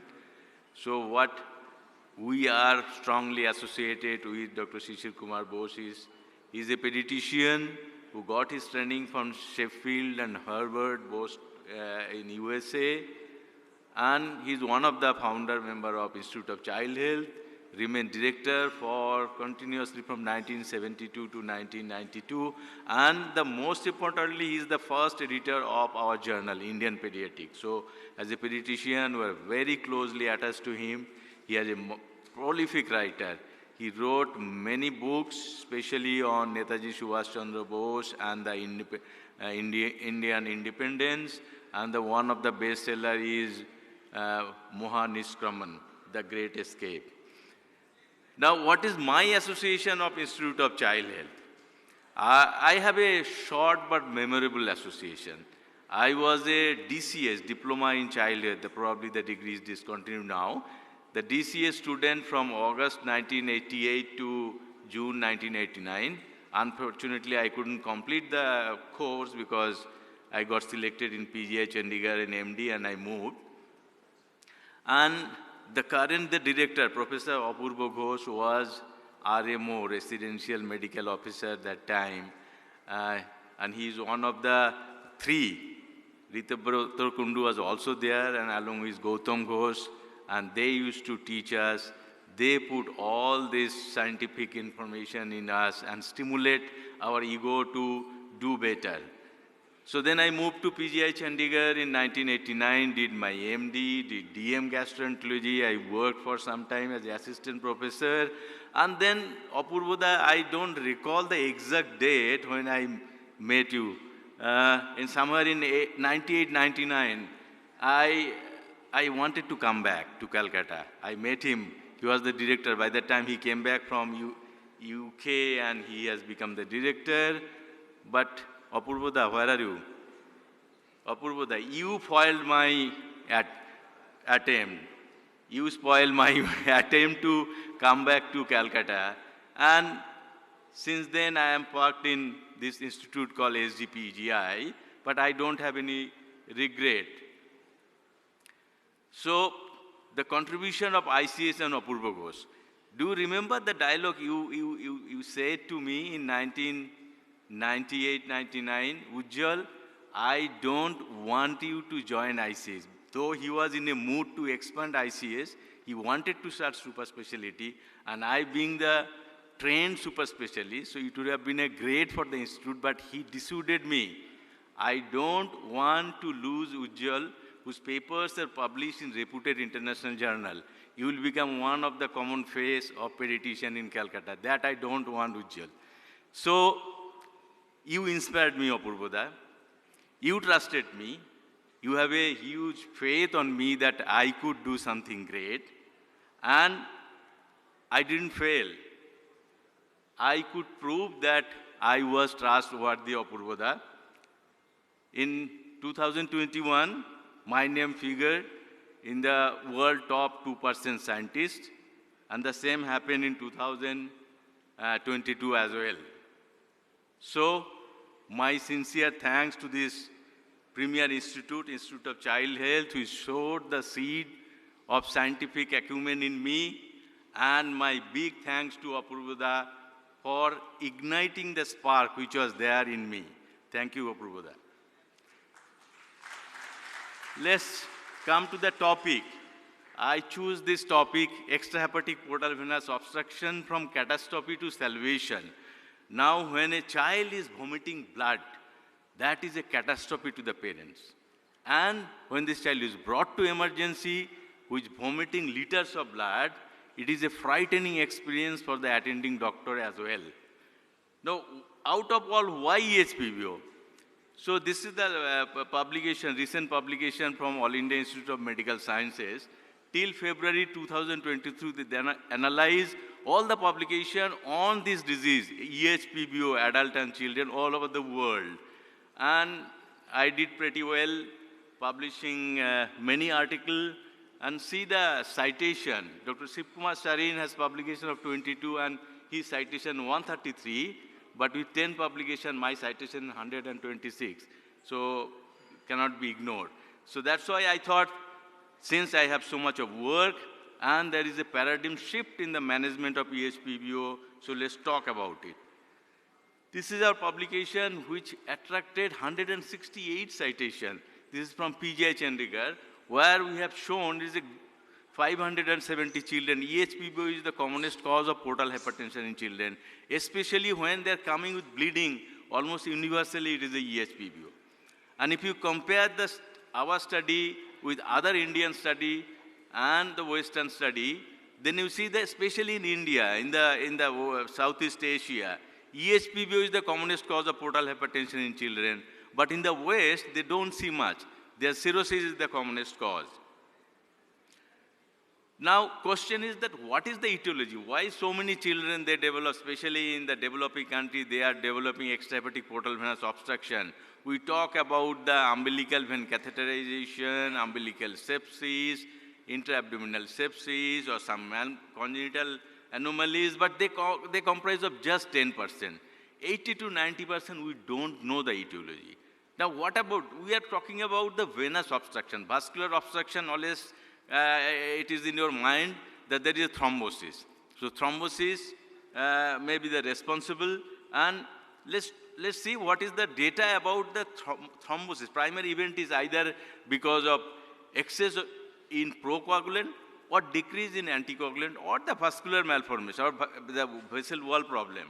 So we have the study to say that anticoagulant deficiency. If there is anticoagulant deficiency, then there will be thrombosis.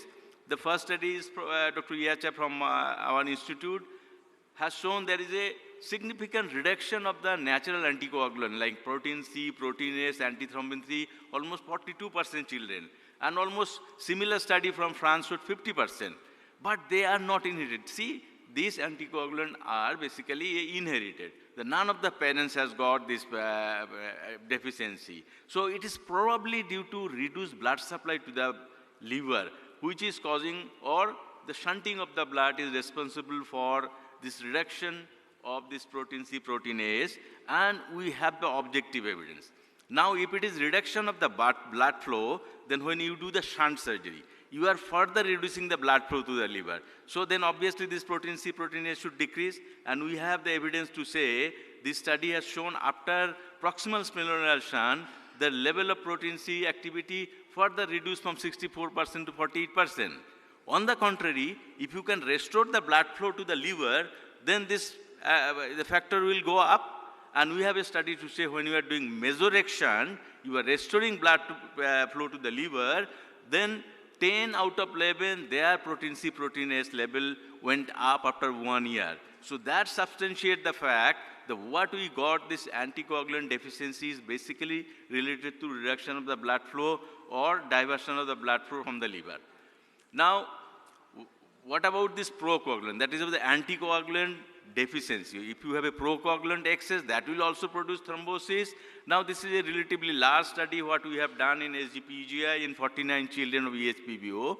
We have done the mutation study to see factor V Leiden and prothrombin gene mutation. None of the EHPBO patient has this mutation. And another acquired procoagulation state is myeloproliferative disorder. Whether it is overt or occult, it is one of the commonest cause of EHPBO in adults. Now, this is the study from King's College have shown. They have done this JAK2V617F mutation for myeloproliferative disorder in 30 EHPBO children. None of them had. So, where you are, as far as the thrombosis hypothesis is concerned, the neither hereditary nor acquired pro or anticoagulant disorder are responsible for EHPBO in children. And that's why this is the world highest body, the Baveno 7, they recommend about management of portal hypertension. They recommend it in adults, whether they have inherited anticoagulation, procoagulation disorder or not, they have to be treated with anticoagulation. But in children, it is not recommended because we don't have enough evidence. So the treatment of EHPBO boils down not to tackle this thrombus. No need for giving heparin or warfarin, but now we have to tackle the effect of the EHPBO, that is portal hypertension. So if you see the clinical spectrum, majority of them, they come with bleed, like 90%, and in general, outcome is good. Unlike cirrhosis, they don't die of bleeding. If you can salvage the crisis, they will improve. So when a child comes with a EHPBO, then obviously the management is straightforward. You have to do airway breathing circulation. Remember, the blood transfusion is given only when hemoglobin is less than 7. You have to be the restrictive. In a portal hypertension patient, if you over-transfuse, that will increase the portal pressure and the risk of rebleeding will go up. So the cutoff is 7. Less than 7 give, and don't go above the 8. Too much of over-transfusion is liberal transfusion policy is not acceptable in the management of portal hypertension.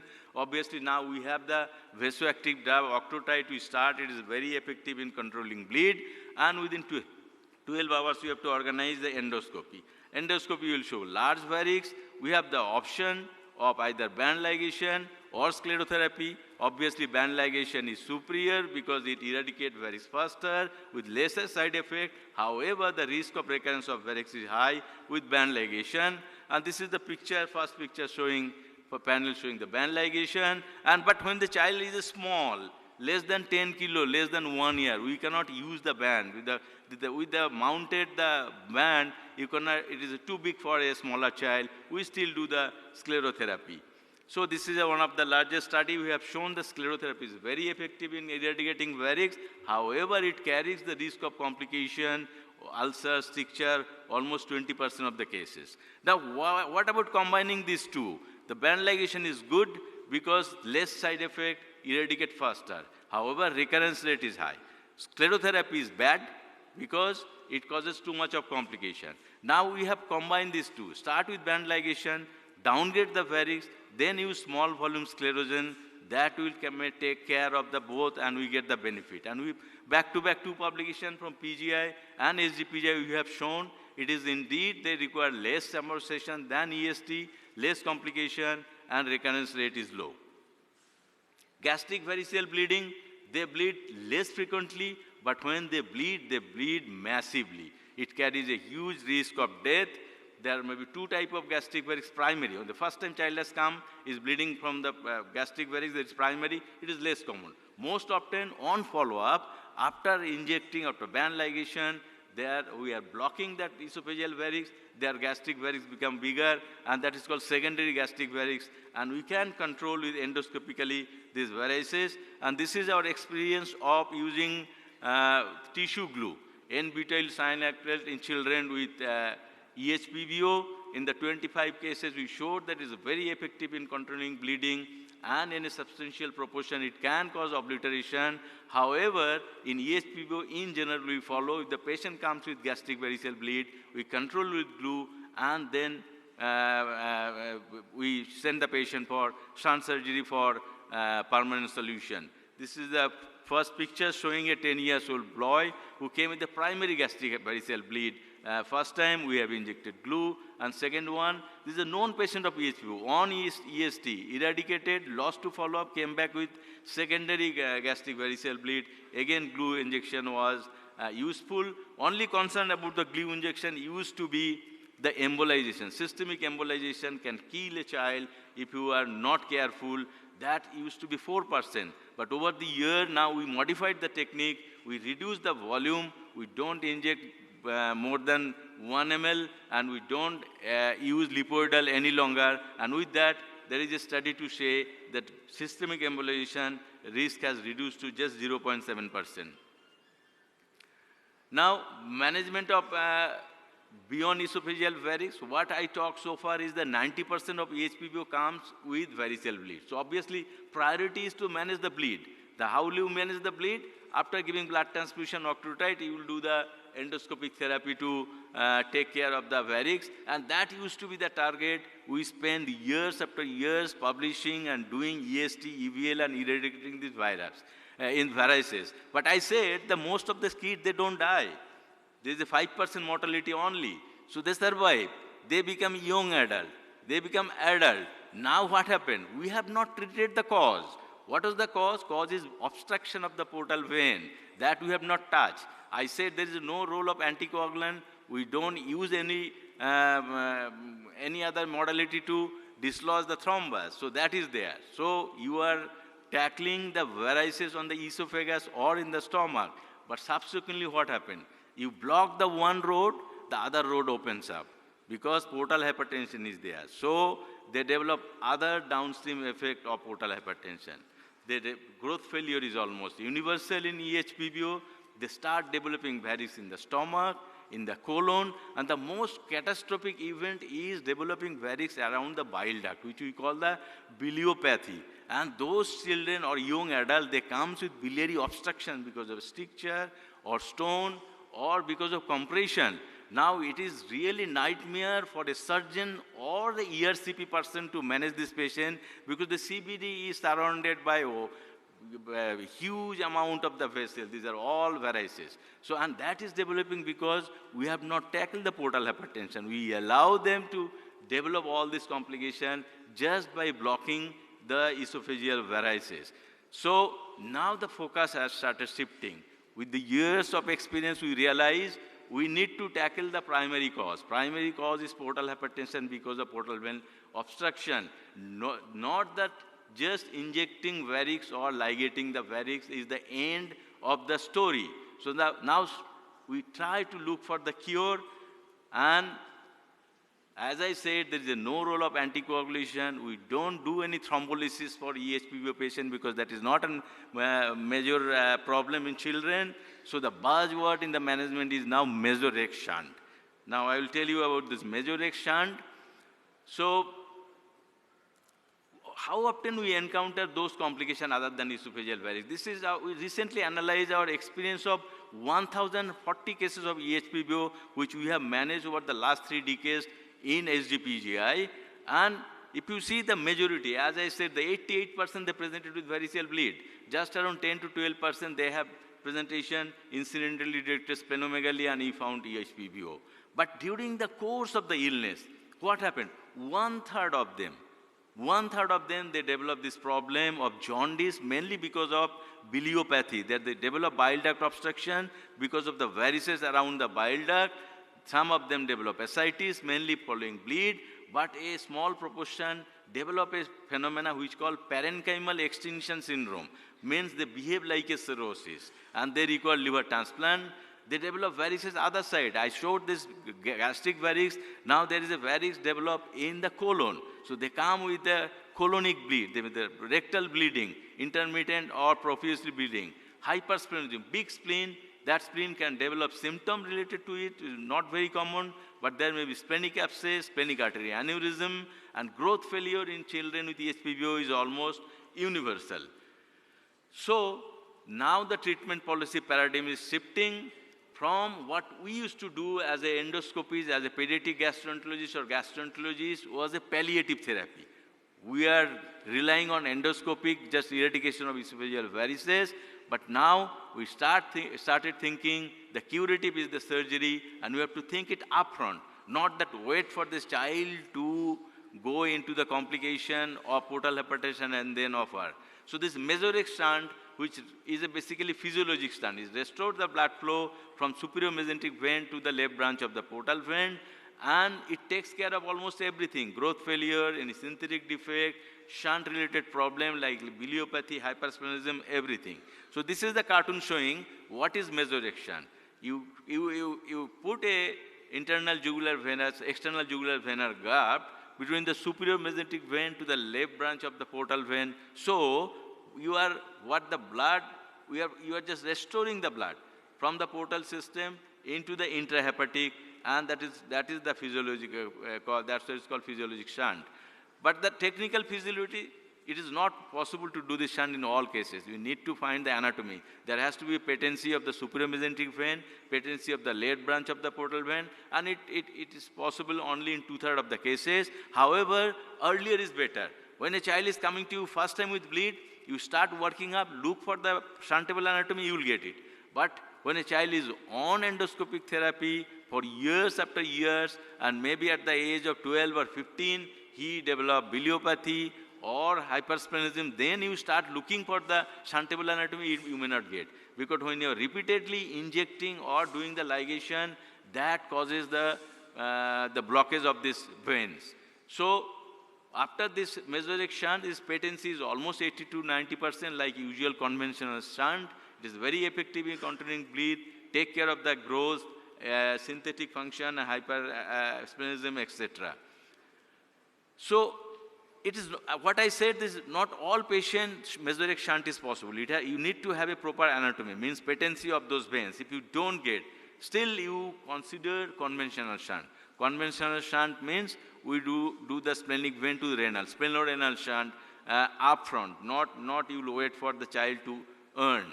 And this is our experience from HDPGI, 2 decades experience of conventional shunt in EHPBO. In this study, what we have shown out of 119 patients, majority we have done proximal splenorenal shunt, means we remove the spleen and attach the splenic vein to the left branch of the renal vein. Indication mainly it is the hypersplenism, growth failure, and biliopathy as well. And what we have shown, the shunt patency is almost 90%. People are worried about shunt-related encephalopathy is extremely uncommon. Just two children had. And see the improvement of the height growth, height score from minus 2.3 over a follow-up of around 3 years, it has become 0.4, a significant improvement of growth. So we postulated this guideline. When a child with EHPBO comes to you with acute bleeding, obviously you need to control bleeding. So you do the ABC, you ask your endoscopist to tackle the varix, either by EVL, EST or combination, whatever is feasible. But simultaneously, in the first go only, start evaluating this child for shunt surgery at presentation. Whether they presented with bleed or non-bleed, start evaluating. Evaluation means look for the anatomy which is suitable for shunt or not. If possible, if it is a suitable anatomy, send the patient for shunt, and remember, younger is the better. When the child become older, then their compliance of the intrahepatic veins become poor, and they may not do as well as a younger child who has a better compliance, and they can accommodate the more blood from this shunt. And rec shunt is not feasible. Obviously, you have to continue managing the varices by endotherapy, but anytime there is a failure, and that time you have to consider for refractory case, interval bleed, rebleed after recurrence of varices, you have to consider shunt. Patient comes with gastric varix. We showed we can control acute bleeding by injecting glue. However, most of these patients, they are at risk of developing rebleed and recurrence. So after controlling acute bleed, you have to consider them for shunt. If there is a portal hypertensive gastropathy, we can try beta blocker and then shunt. And again, ectopic varix, any other places, we can control by acute with a glue injection and then shunt. Portal hypertensive biliopathy, the worst complication. It is really catastrophic complication when these kids become adolescent, they develop biliary obstruction, very difficult. This whole CVD is encased by these varices, very difficult to control by a surgeon or by a ERCP. You can do ERCP to temporarily relieve the block, but then you have to consider shunt. And growth failure, only answer is shunt. Spleen related, you need to do the shunt. But what is most important, I want to give the message, upfront shunt. On the first go, consider shunt rather than wait and watch till this child is become too big and not eligible for shunt. So to conclude, EHPBO is a disease of our country, developing country. Western people, they don't see much of EHPBO. Most of the children, they come with variceal bleed, however, they survive. They don't die of bleed because if they go to a facility, receive blood transfusion, octreotide, they survive. So acute management is over. We need to think beyond this managing esophageal varix. What happened to these kids? I showed almost 1/3 of them, they develop complication other than esophageal variceal bleed. So the non-classical manifestation is not uncommon in the second decade or third decade of life. So there is a difference between a physician and pediatrician. We as a pediatrician, when we handle a child of 5 years, 6 years, you don't look for 5 years or 10 years survival. You look for another 70 years of survival. That child has to live as a normal human being. So our attitude is always curative, not palliative, except the malignancy. Most of the time, as a pediatrician, our attitude for any disease is curative so that we can give a normal, healthy life. And mesorection, which restores the physiological blood flow, and that is probably the cure. So we need to think about it early at the time of presentation, and if not possible, conventional shunt. So this is the self-realization. I am in this field for last 3 decades. So after pioneering in endoscopic eradication, I showed you my second slide.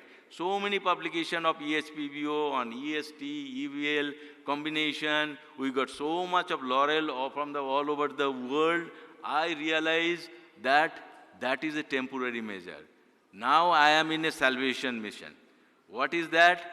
that my mission is now to convince you guys, as a pediatrician, as a pediatric gastroenterologist, as a surgeon, that we need to go for a curative therapy. Don't put the future of a child in a jeopardy of catastrophic complications like biliopathy and other ectopic variceal bleeding. So think proactively when a child comes with a bleeding, control bleeding, and consider shunt surgery up front, and that will be the justice to this, the young kids. Thanks for your patient hearing.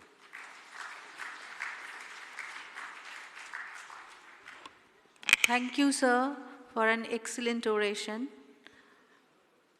We are pleased to have the warm presence of Dr. Sugata Bose and Dr. Sumantra Bose. May I request Dr. Sugata Bose to come to the dais and say a few words.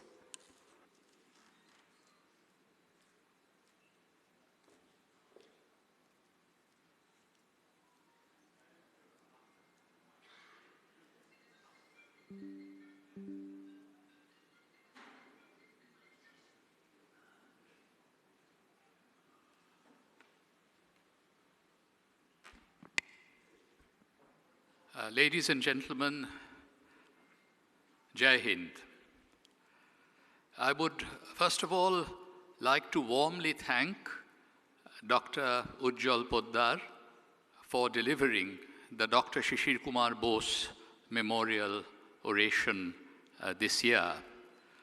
You have made a very convincing case for curative therapy for a very difficult challenge that children face, particularly in India and the developing world. I would also like to congratulate Dr. Apurva Ghosh and all his colleagues at the Institute of Child Health for organizing this kind of a symposium year after year, where he is able to attract the best talent in the field of pediatrics to Calcutta on Independence Day. Sumantra and I are truly delighted and honored to be present here today, as we have been on previous occasions. Since it is Independence Day, let me tell you something about our father, Dr. Shishir Kumar Bose. He was just a 20-year-old medical student at Calcutta Medical College when his uncle, his Ranga Kaka Babu, Subhash Chandra Bose, asked him to come over from his home at 1 Woodburn Park to 38 by 2 Elgin Road, soon after his release after a hunger strike in Presidency Jail. Looking into his eyes with a searching look, Subhash Chandra Bose asked him, "Amar ekta kaj korte parbe?"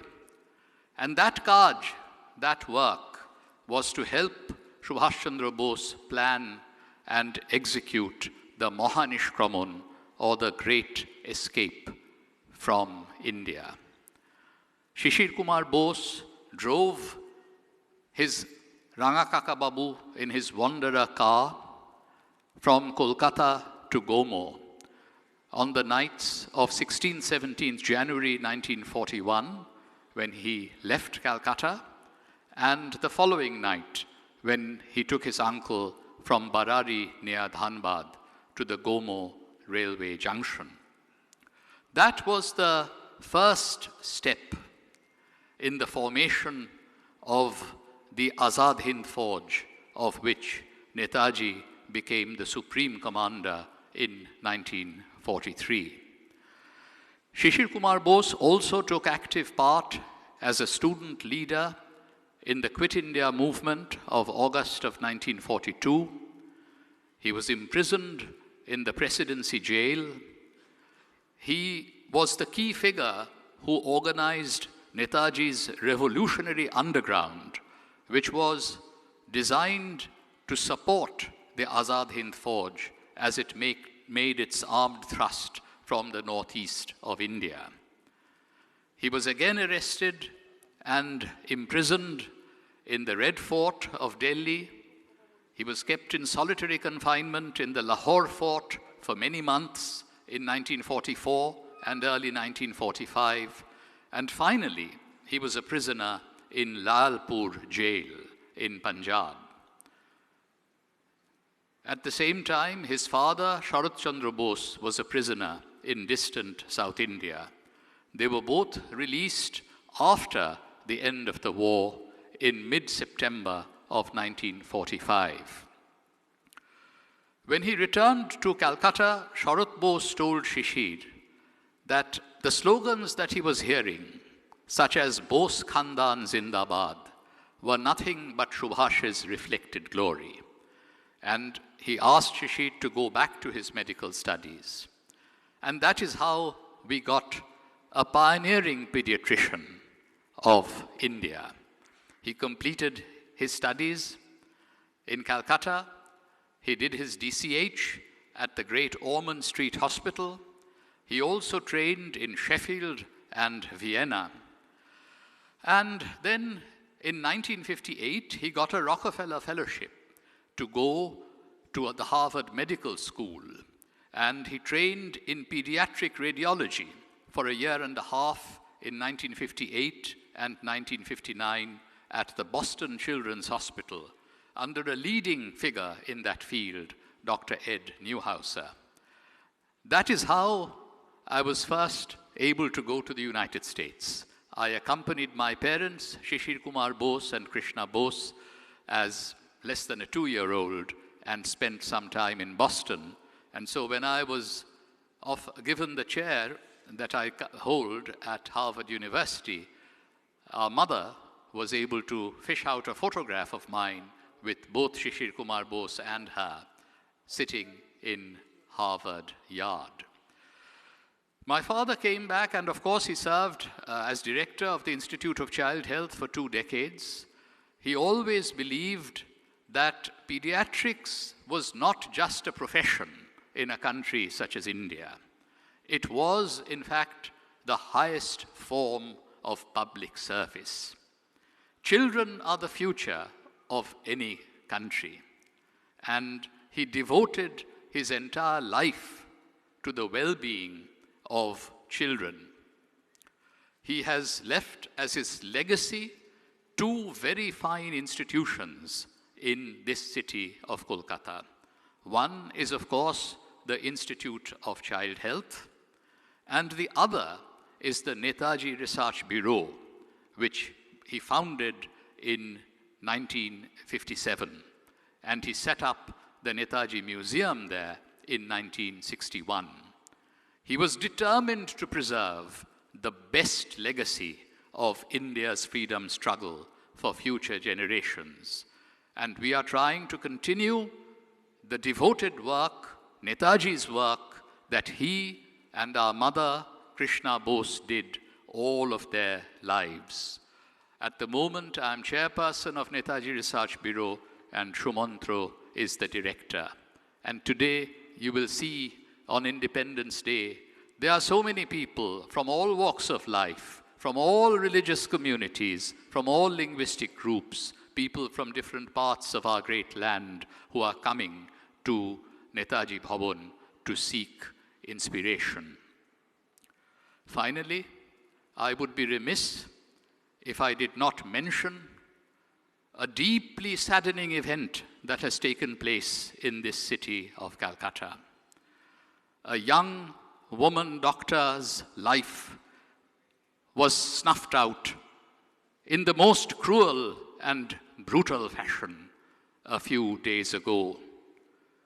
I would like to pay my heartfelt respect to that young doctor and demand that she be given justice. We must ensure in today's Calcutta and today's India both the freedom and the security of women at the same time.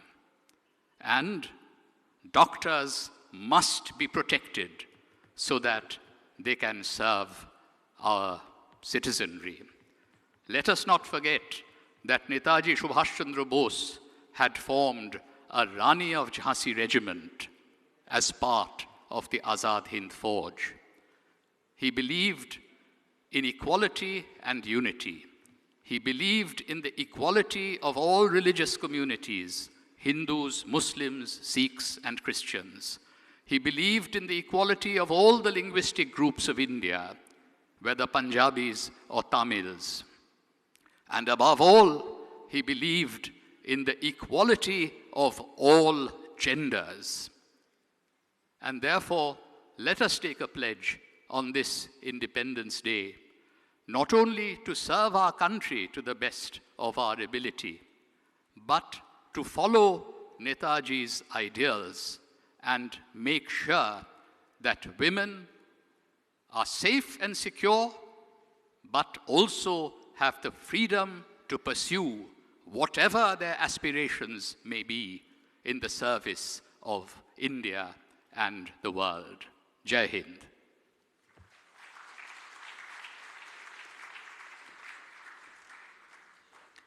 Thank you, sir, for the wonderful speech. To hear the melody again, I request our little Shondipan to come upon the dais.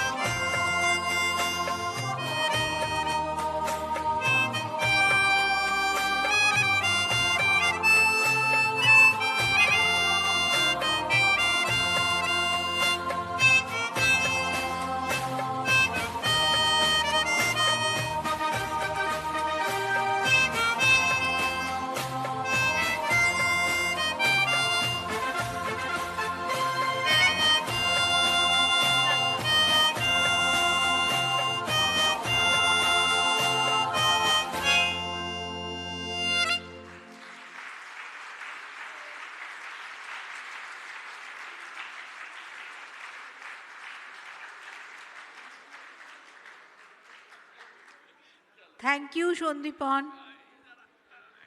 I request Dr. Ritobroto Kundu to come upon the dais. Now, Dr. Chandrakanto Ghosh is going to make a small donation for our institute. I request Dr. Director, please come. Is one of the friends of the institute is Dr. Chandrakanto Ghosh. It's not a small donation, it's a 50,000 rupees check.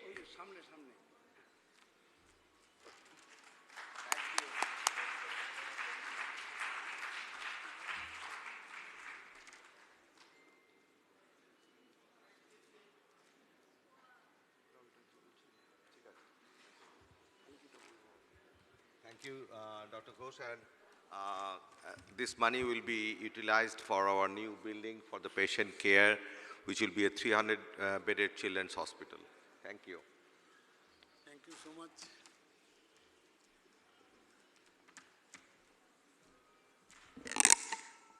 Now we have a very interesting session. The topic is difficult to treat TB, interesting cases. May I request the speaker, Dr. Ira Shah, to come onto the dais and start the session.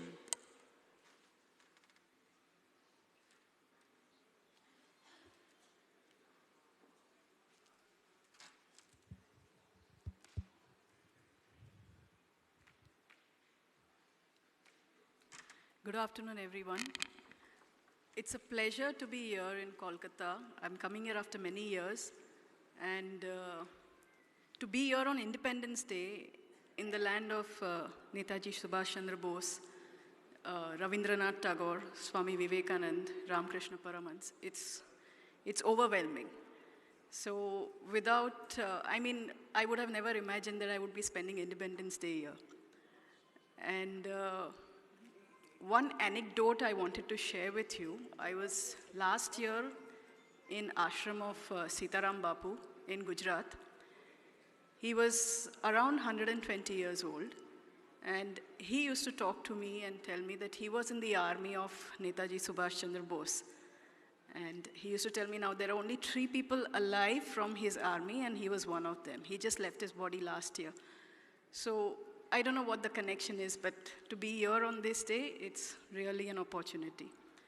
Now, this difficult to treat TB, I thought I would make it into a case-based discussion, something that we see routine day in and day out, and something which we don't realize that how to manage these patients. And these slides, I want to acknowledge and thank my team for helping me preparing these slides. They are my fellows in Pediatric ID and Clinical Associate. So we start with this 10-year-old girl. She presented in March this year with low-grade fever, weight loss, and loss of appetite for a month. She went to another pediatrician, and they did a lot of investigations, including a CT chest, abdomen. And what did they find was they found there were necrotic abdominal and mediastinal nodes. You can see the arrows already pointing it out, these necrotic nodes in the mediastinum and the abdomen. And there was circumferential thickening of the IC valve. So with a radiological suspicion of TB, they started the child on first-line ATT. In that hospital, they didn't do a biopsy of those glands to get a microbiological diagnosis.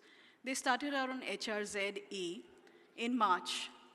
Now, April, she had been on this ATT for a month, and her fever continued. And now she started getting pain in the hip joint, right hip, which was radiating to the right thigh. So she was referred to us, and we kept a diagnosis that probably this was disseminated TB with no microbiological evidence. And when she came to us, her weight and height were okay, but she had a gibbous in the lumbosacral region, and she had a doughy feel of the abdomen. And if you see the investigations when she came to us, she had this lymphopenia that was not there earlier.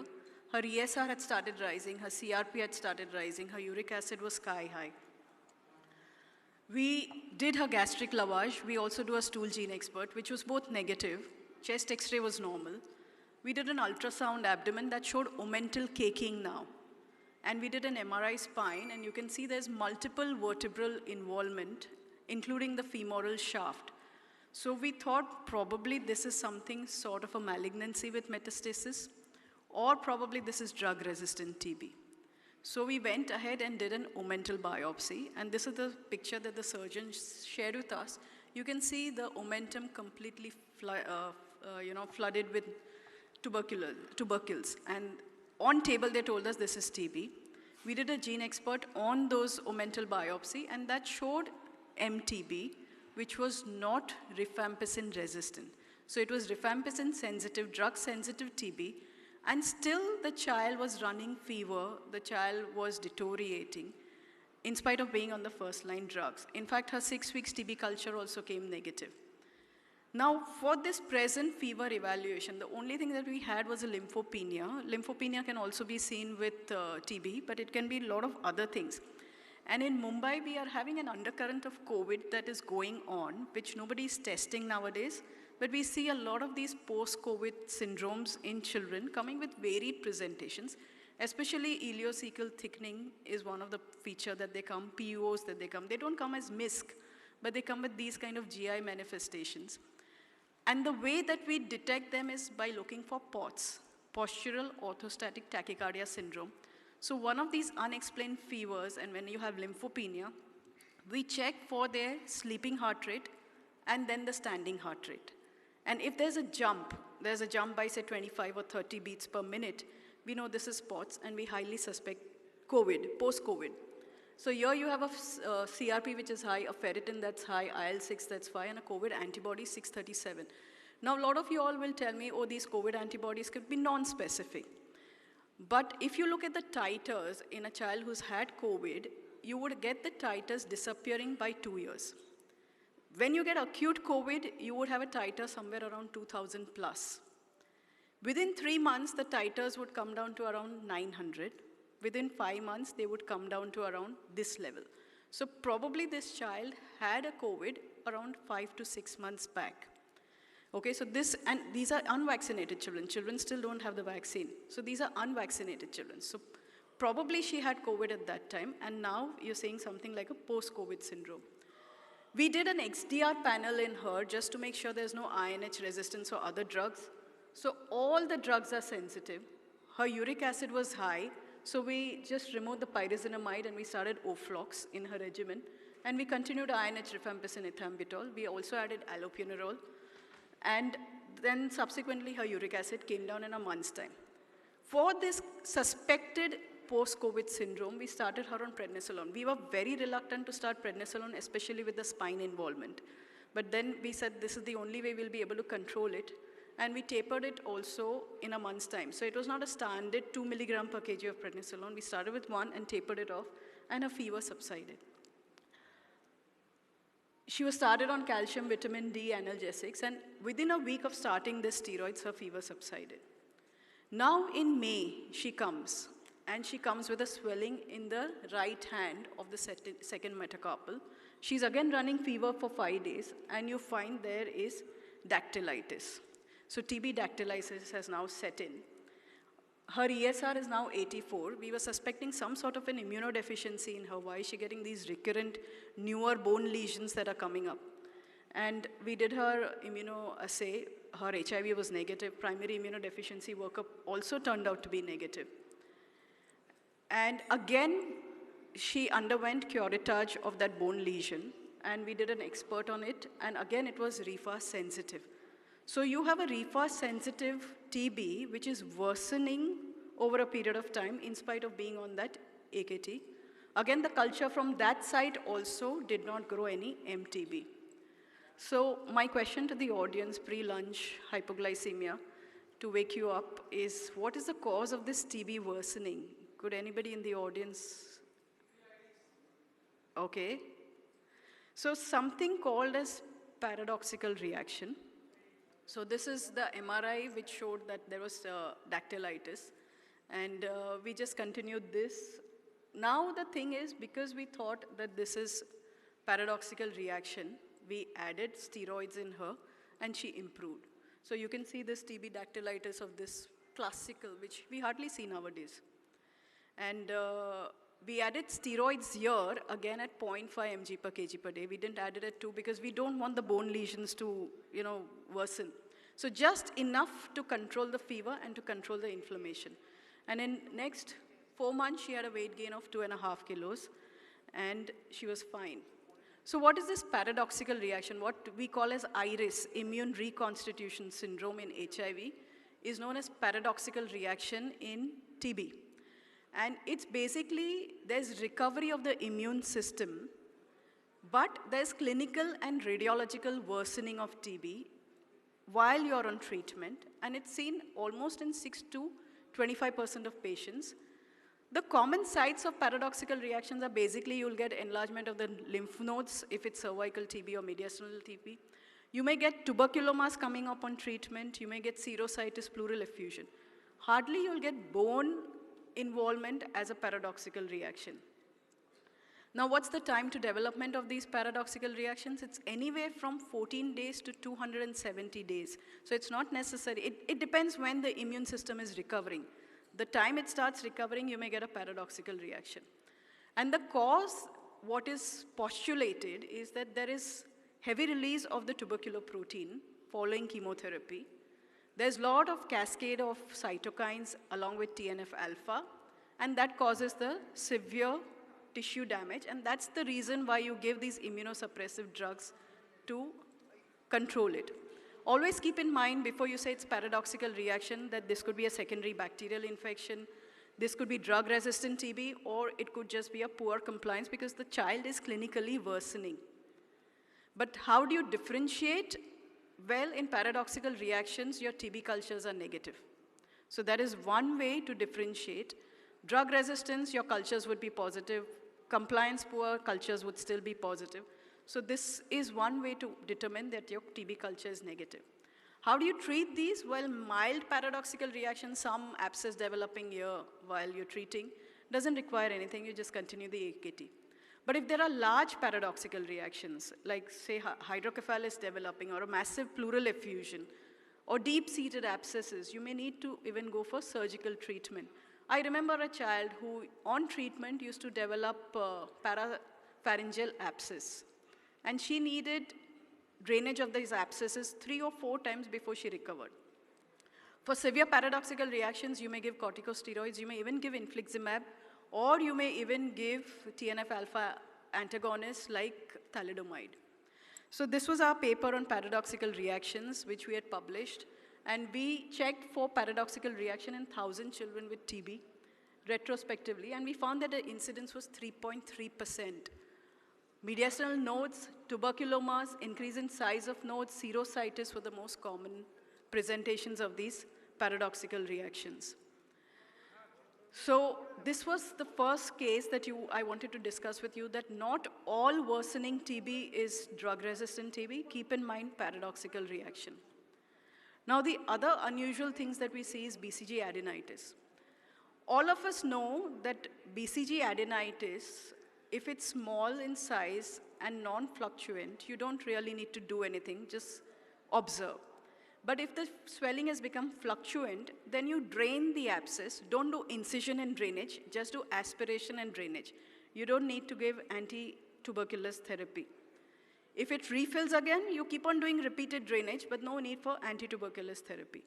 So when would you give ATT in these patients? Where you've done excision, and in spite of that, the gland has remained behind or pus has refilled again, that's the time you will consider ATT in these patients. Again, BCG adenitis, remember, BCG is resistant to pyrazinamide. So when you give treatment for BCG adenitis, you don't add pyrazinamide in the therapy. Now you have BCG adenitis can come up to even 2 years, 3 years post BCG. So it's not necessary it's going to develop immediately. Now this you have a 7-month-old female child. She has swelling over the left axilla for a month. Pediatric surgeon has done aspiration and drainage twice, but the swelling recurred. And then she's referred to us. She has a BCG scar on the left upper arm, and there is a 5 by 5 centimeter swelling with pus pointing. Again, drainage of the pus is done. This time we send an expert, and MTB detected. We didn't start AKT. The child's lesions improved. The culture after 3 weeks grew MTB complex. So this is the DST pattern. You see sensitivity to all the drugs, including pyrazinamide. Now, as I told you earlier, BCG is resistant to pyrazinamide. So the question here is this BCG or is this MTB infection? Anyone from the audience?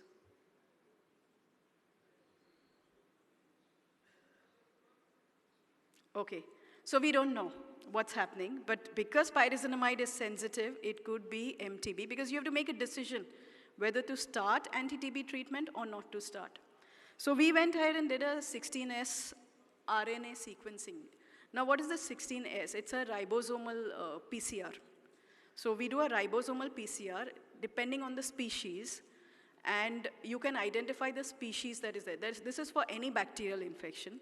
Most of these 16S RNA PCRs are available in research labs. So if you can get your research lab to do it, they'll do it. And here we found an MTB L1 strain, which was suggestive that this is MTB and not BCG. And then this child was started on 4-drug AKT, and then it was stopped. So there was this paper which has found that in Oman, this is an Oman strain, and this is the commonest strain in the Middle East also. Now the question is, does expert MTB pick up BCG? Yes. So don't forget that BCG may be picked up by your expert. So a lot of times you do BCG adenitis drainage, expert comes positive, you start treatment. Don't. Because it will pick up all these MTB complex, which also includes your Mycobacterium bovis and your BCG. So that is one thing that you remember. So the conclusion here is not all left armpit swellings are BCG. Expert can also detect BCG and M. bovis, and treatment will depend on the strain of Mycobacterium that you're isolating. So I think that was a pretty confusing case, and let's go to even more confusing one. So we have a patient with different resistance pattern in the same patient. So you have a 12-year-old female, she has nephrotic syndrome for a year, vomiting for 5 days, right upper limb monoparesis for 1 day, difficulty in speech for 1 day. So some sort of a hemiplegia that she's come with. You do an MRI brain, she's got infarcts, but she also has this tuberculoma sitting there. A CSF is done, which is almost bang normal. So CSF has not picked up anything. So there's a vasculitis and there's tuberculoma. And CSF gene expert ultra also did not pick up MTB. Now in HRCT, because she had a pulmonary TB simultaneously, and it shows a lot of consolidation with mediastinal nodes, a BAL is done, and that shows RIF-sensitive MTB. Now she started on first-line anti-TB treatment. 6 weeks later, the CSF culture grew MTB, and a line probe assay on the CSF shows a pre-XDR.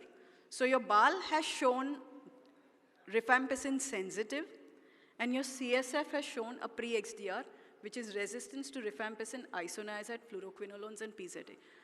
The question is, how do you treat this patient? Do you continue first line, or do you start second line, stop the first line? So how do you treat this patient? Anybody in the audience? You will see this very often now, because we've been seeing this quite often, and this is something known as a mixed TB infection. So it's not that the reports are wrong. The same patient will be harboring 2 strains of MTB. And this is very common in areas that are hyperendemic for TB. Say, for example, Mumbai is the hotbed of TB. So that's a hyperendemic area. And it's because either you're exposed to multiple strains or the bacillus mutates. And this is known as heteroresistance. And the incidence is almost from 2.8% to 21.1%. That's why a lot of times you have a RIF-sensitive TB, you've started first line, and then you find, oh, it's not responding. Why is the culture still coming positive? Maybe it's a heteroresistant strain that you have. How do you treat this? What happens is, if you treat with first line, the MDR strains will worsen. If you treat with second line, the drug-susceptible strains will still be there. So your second line doesn't work very well for the drug-sensitive TB. So that is one thing that you need to remember, that you may have to actually give both. And that's what we'll end up doing for our patients. We'll end up treating as per the sensitivity report, and we treat both. So you may stop the first line in say 6 months, but you will continue the second line for 18 months. So you treat both the infections. You treat this as 2 infections and treat the patient. So here we continued first line isoniazid rifampicin. We added second lines consisting of PAS, clofazimine, bedaquiline, and delaminate. So we gave a combination therapy here. So I would like to end this talk by saying that TB diagnosis and treatment is evolving. It's not so simple any longer that you just give 6 months therapy and that's the end of the story. And disease progression is quite variable on treatment, so you need to keep a close watch. We are heading towards TB elimination. The government of India has kept 2025 as the target, which is very difficult to achieve. WHO wants to eliminate TB by the year 2030, and we are still far, far away. So just keep all these clinical scenarios in mind, which may help you in your clinical practice. Thank you very much.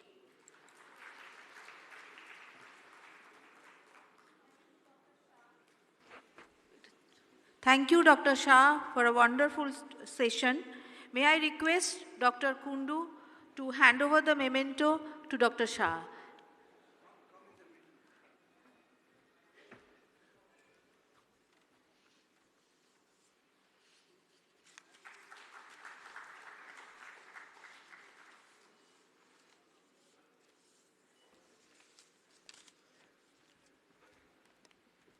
We are pleased to have the warm presence of Dr. Bichitra Bhanu Sarkar, Pediatric Intensivist, Dishan Hospital, and Dr. Amitabh Chattopadhyay, HOD Pediatric Cardiology, Narayana Hospital with us, along with Mrs. Oishwarya Rajya Lakshmi with us. May I request Dr. Choudhury and Dr. Kundu to come on the dais and felicitate them, and I also request the guests to come on the stage.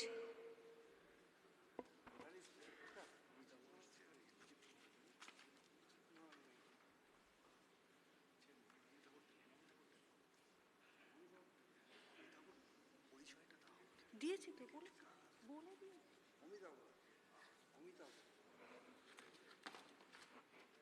Sir আমাকে তো বলা হলো এসছে তাই জন্য আমি নামটা বললাম বলছি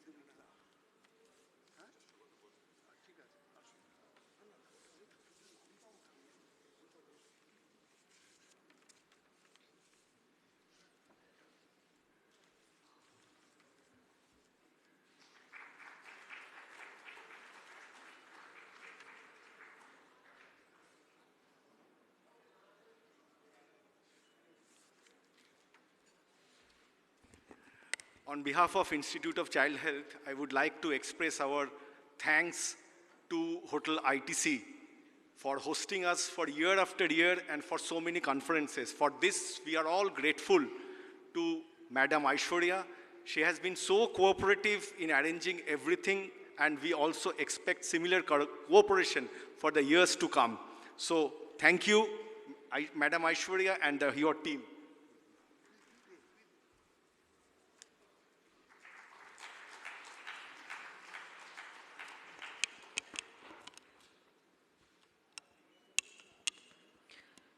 We are pleased to have the warm presence on behalf of Mr. Abhishek Jalan, Mr. Mahendra Sharma, CFO Carbon Resources Private Limited, and Mr. Anand Agarwal, VP Carbon Resources Private Limited. I request Dr. Sugata Bose to come on the dais and felicitate them. I also invite the guests to come on the dais.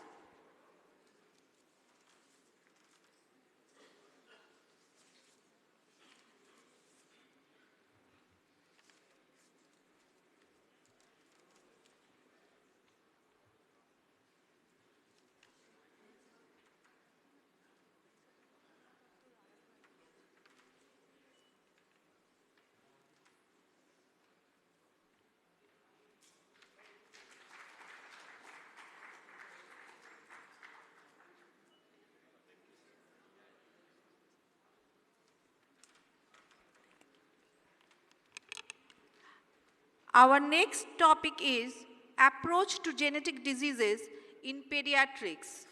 And our speaker is Lieutenant Colonel Dr. Aradhana Dwivedi, May I request Dr. Dipanjana Datto to come on the dais and introduce our speaker. I also request our guests to come on the dais. It gives me great pleasure to introduce Lieutenant Colonel Dr. Aradhana Dwivedi to our ICH program today. She's the first medical geneticist from Indian Armed Forces Medical Services who set up an entire lab. And that lab is functioning to give services to the armed forces. Currently, she is at Command Hospital, Southern Command, Pune, and she is an alumnus of the prestigious Armed Force Medical College, Pune. She has numerous publications to her name, and she has been part of numerous projects, including cystic kidney diseases and tubulopathies. I welcome Dr. Aradhana Dwivedi to the dais, and her topic would be approach to genetic diseases.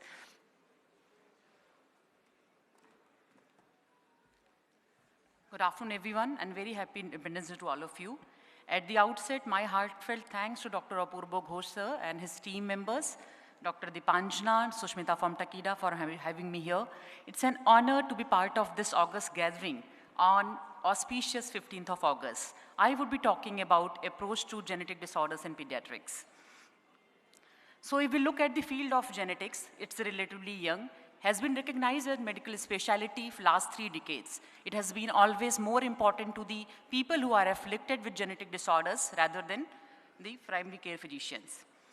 If we look at the important landmarks from the discovery of cell to the identification of chromosomes to the introduction of Sanger sequencing, then completion of Human Genome Project in 2003, and latest introduction of next generation sequencing in the armamentarium has been great game changer in the field of clinical genetics.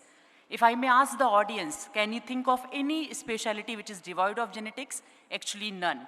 In today's practice, because of increasing awareness is leading to better understanding, the diagnosis is there at your doorstep that is leading to intervention and ultimately prevention. Today we can see the gene therapy for SMA or for that matter, exon skipping therapy for DMD is all because of the understanding the pathways and further therapeutics development. If we try to understand what our non-genetic clinicians, pediatricians think about the genetic disorders, we found in the survey that mostly they are aware of the genetic disorders, but there is some handicap in understanding and ordering the test and further interpretation of these tests. So why it is important to know about genetic disorders? People say it's a very rare disorder and we are treated as a rare disease specialist. Individually rare, but currently there are 7,500 pediatric genetic disorders which account for 15% of the hospitalization.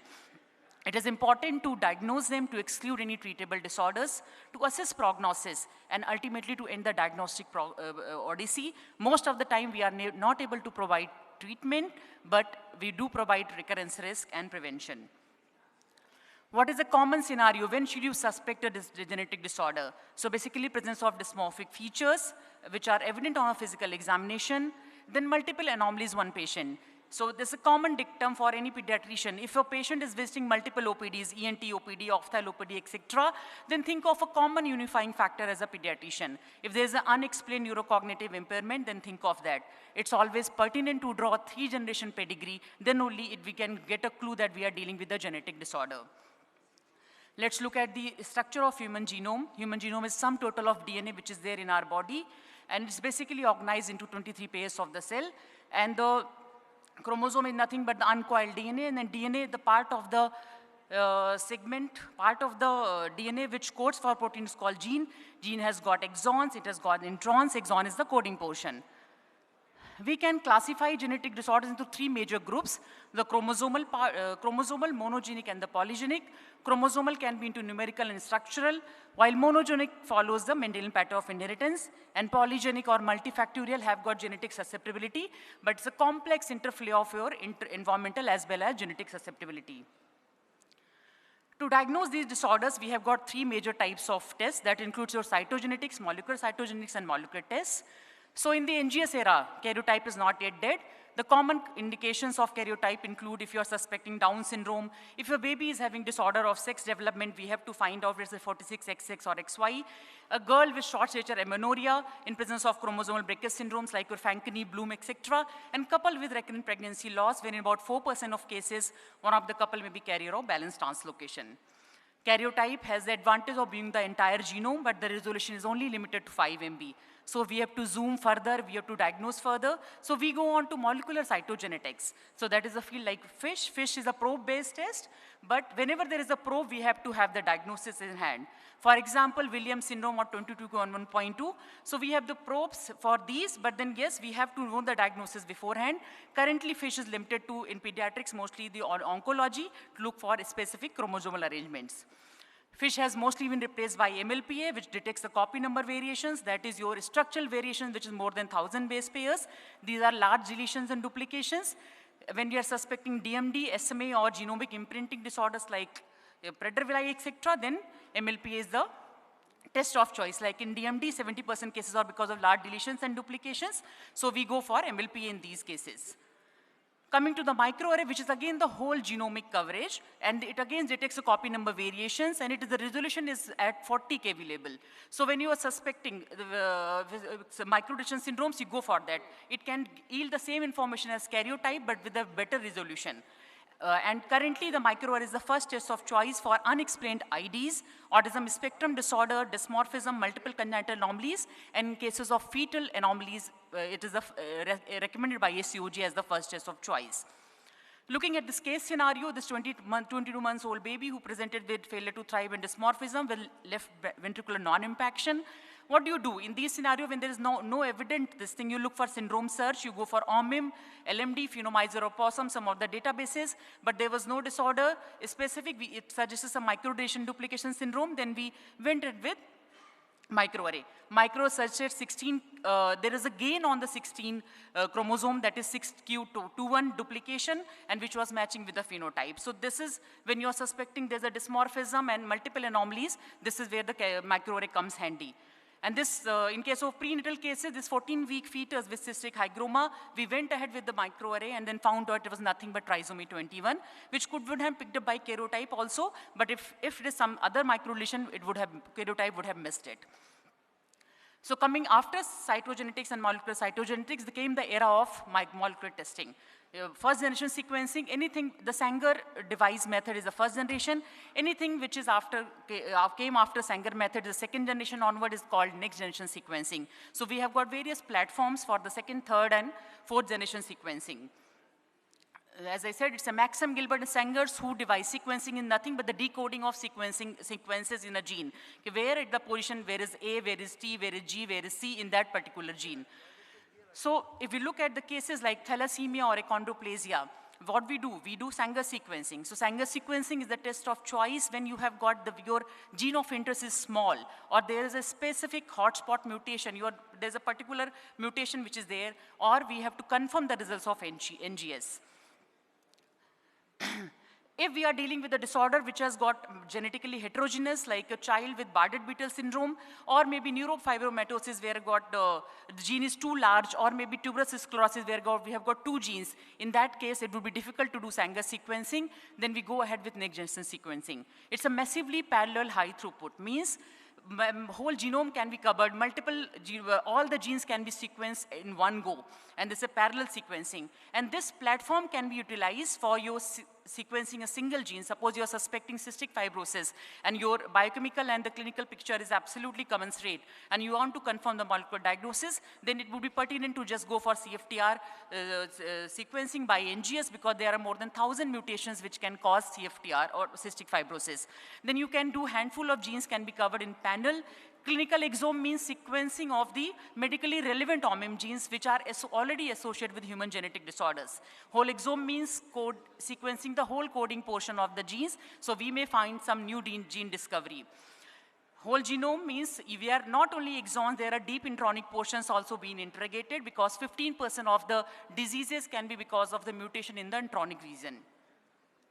We use standards and guidelines which are proposed by ACMG and AMP.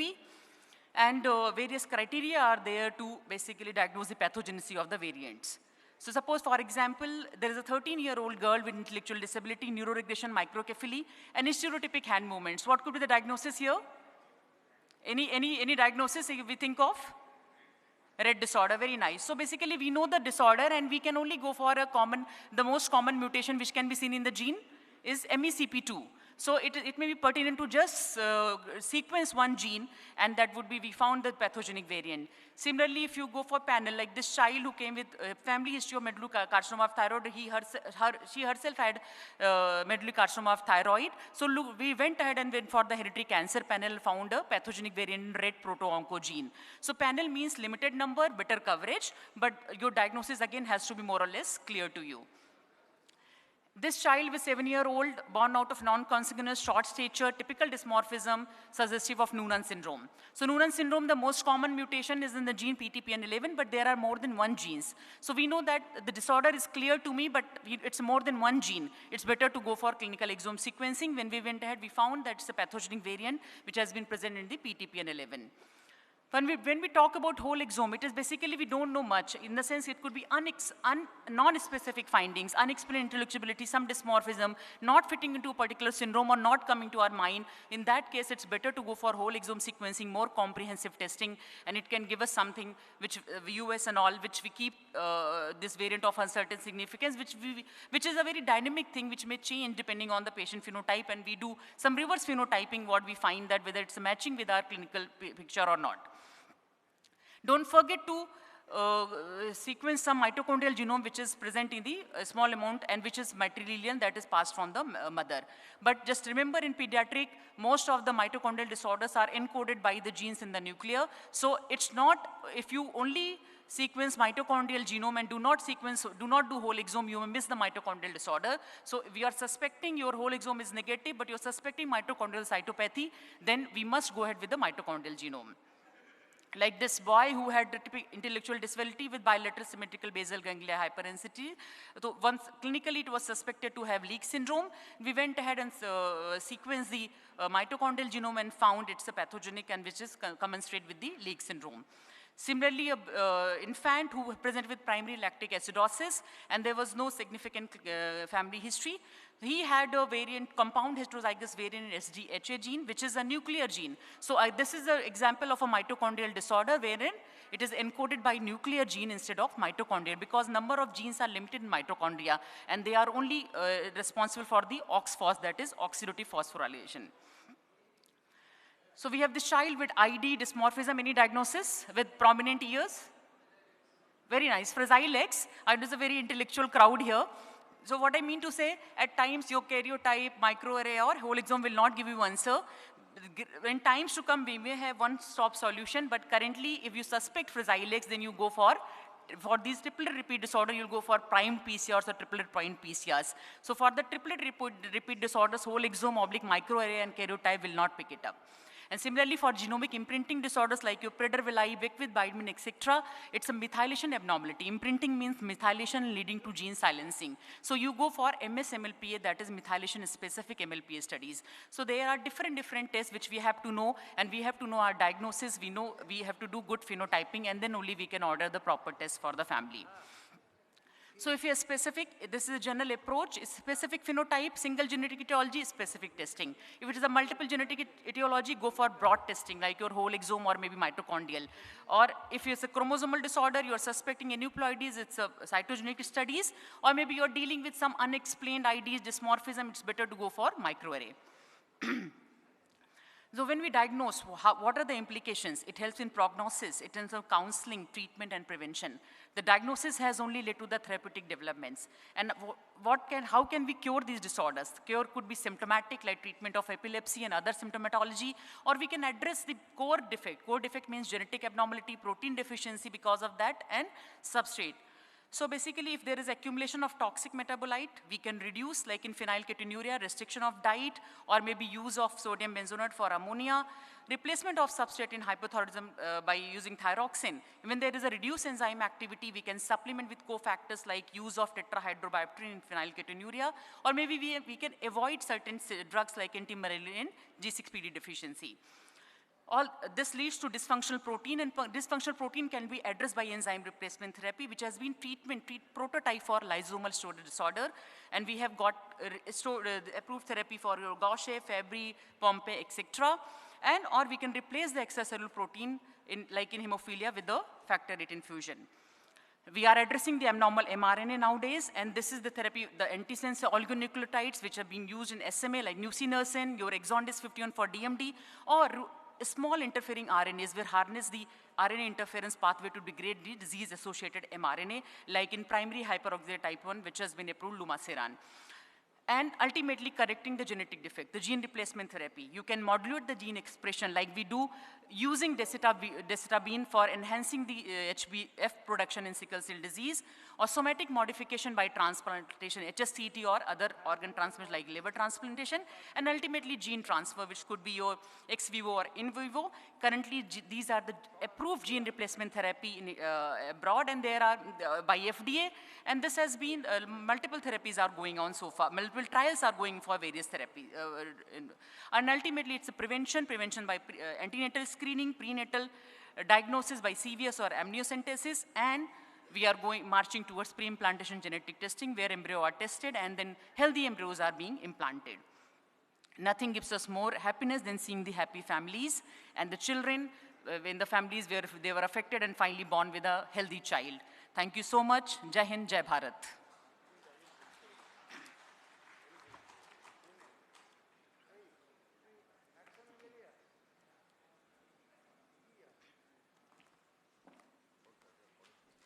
Thank you, Dr. Dwivedi, for a wonderful session.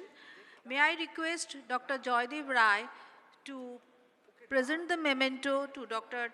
Deepanjana Datta and Dr. Aradhana Dwivedi.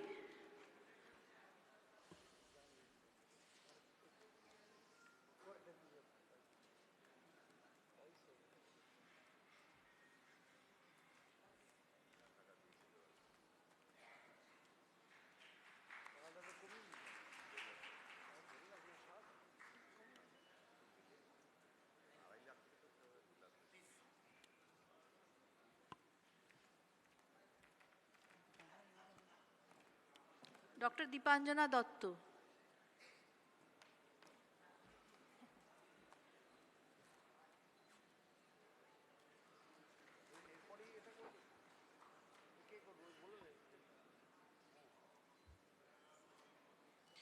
We are now pleased to have the warm presence of Mr. Manish Khanna, Chief Financial Office, Deepak Industries Limited. May I request him to come to the dais, and may I request Dr. Apurva Ghosh to felicitate him.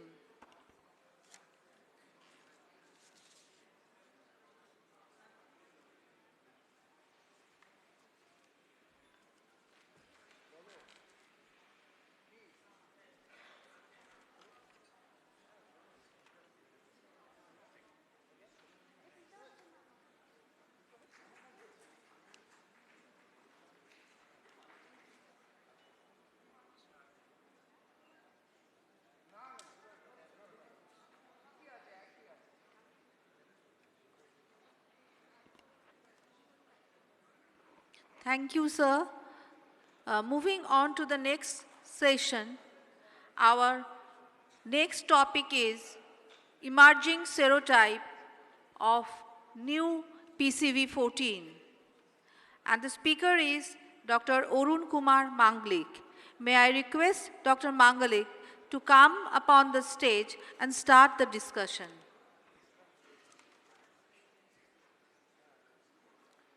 Well, thank you very much. And the previous speaker's last slide said it all. The Independence Day, we are celebrating with a real heavy heart. So we'll go to the topic because I've got just 10 minutes and I'm standing between you and lunch. Emerging serotypes of the new PCV14. Well, this is a disclaimer. This is a sponsored session by Biological Events who are manufacturing PCV14 in our country. Well, this is a preamble to the pneumococcal disease, the incidence, etc., what we have in our country. You might be surprised in seeing that we have around 20% of the under 5 deaths, but that should not be a surprise because we do have almost 20% of the population of the global population also So going by that way, we are not all that bad, despite everybody talking that we are the capital of diabetes, we are the capital of this disease, we are harboring so much of that disease. We should not be feel sorry for it. We are doing well. These are the vaccines we are having, and I'll highlight, I'll go on this for a few moments. And you can see that there are probably 8 of them, of which this one is no longer available anywhere globally. These are the ones which are available. These 2 are available in the West. This was the one which was first came up in probably in the 1980s or 90s. And now we are having in India these 4 options. Okay, and I'll try to discuss a bit of these only. You can see what are the components of the vaccines, and there's nothing new because all of this data is very much there everywhere. So I'll be talking of a little bit about these strains, these serotypes which are jumbled up. Some vaccines contain some do not contain the other. So I'll be talking basically about these, and not all of them because I've just got about 10 minutes or 8 minutes from now. So let's look into what is available what is prevalent in our country. This is a study, and mind you, we have been having pneumococcal vaccine for almost 2 decades in our country, but in a big way it has started only in 2017 when pneumococcal P13 was started off in the government sector as a pilot project. And universal vaccination with pneumococcal vaccines in the government sector, which provides around 85 to 90% of the coverage in our country. The private sector just contributes to around 10 to 12%. So whatever is data we are having is mostly pre-vaccine data, and this is what we are having. And you can see those few, 6A was about 2.2%, 23 and 33F together was 1.5, and 4 and 18C was 4.6. Another important thing, this is not present in any of the vaccines available except in P23. So this was also as high as 4%. And another study, this ASIP study, we have these, it was again a pan-India, and all these data is pre-vaccine. When pneumococcal vaccine was not available in a big way, it was only there in the private sector. And you can see 6A was around 4%, 23 and 3% and all that. So it's not a huge amount, but still they do contribute. Another study around 2013, and this is from CMC Vellore, they had around 250 isolates. And again, you can see that 4 and 18C were contributing 3.7%, 6A 2.9, and these 2 together were around 5 cases out of 254. More pre-vaccine data, and this study analyzed by Jaiswal, they analyzed the non-vaccine serotypes because the concern was that once you start giving vaccines in a big way, particularly in the West, what they are seeing is the non-vaccine serotypes coming up, replacing the vaccine serotypes. And they looked up the non-vaccine serotypes, and they, out of a total of about 1,215, 267 were non-vaccine serotypes. And of the 267, around 11 of them, top 11 were contributing around 147. And 22F and 33F together were 20 of them. The 20 out of 267 of the non-vaccine serotypes means almost 9%. This is again a retrospective lab data from CMC Vellore where they looked up 10-year data and what the cultures they were getting. They found 170 isolates, and the non-vaccine serotypes were around 44 of them which were not covered by P13. And at that point of time, since only the older P10 was available, 54 of them were not covered by that vaccine. Another interesting data, once PCV7 was introduced in the USA in 2000, what did they get? Did 6A come down? And you can see what happened. 6A before the introduction of PCV7 was 59, and it's come down to 12 after introduction of PCV7. So there is an inkling or a silver lining that probably 6B, which was a component of the 7-valent vaccine, it works. Imagine this, the replacement 22F, which was 7 to 20, almost more than double. So we are going to have maybe more and more of 22F and 33F. Imagine this again in a graph form, what you get, there were around 5 cases, number of cases per 1 lakh population of 6A prior to the introduction of PCV7, which came down after 5 to 6 years to as low as from 1 in 20 to from 1 in 4 lakhs to 1 in 20,000. So there was a significant reduction in 6A incidence without having been specifically vaccinating against 6A. So this was what the WHO had to say, that nasopharyngeal carriage has been significantly reduced by PCV7. But the debate exists, and debate will continue till we get a definite answer. And this is a busy slide. You can see the red crosses, and you can find out that a lot of 22F and 23F. Okay. So these are the emerging serotypes. Overall, 22F and 23F. And as of now, what we are having, only one vaccine, PCV14, has got these 2 serotypes. And what's happened in the US? Around 22F and 23F is after the introduction of PCV13 in a big way.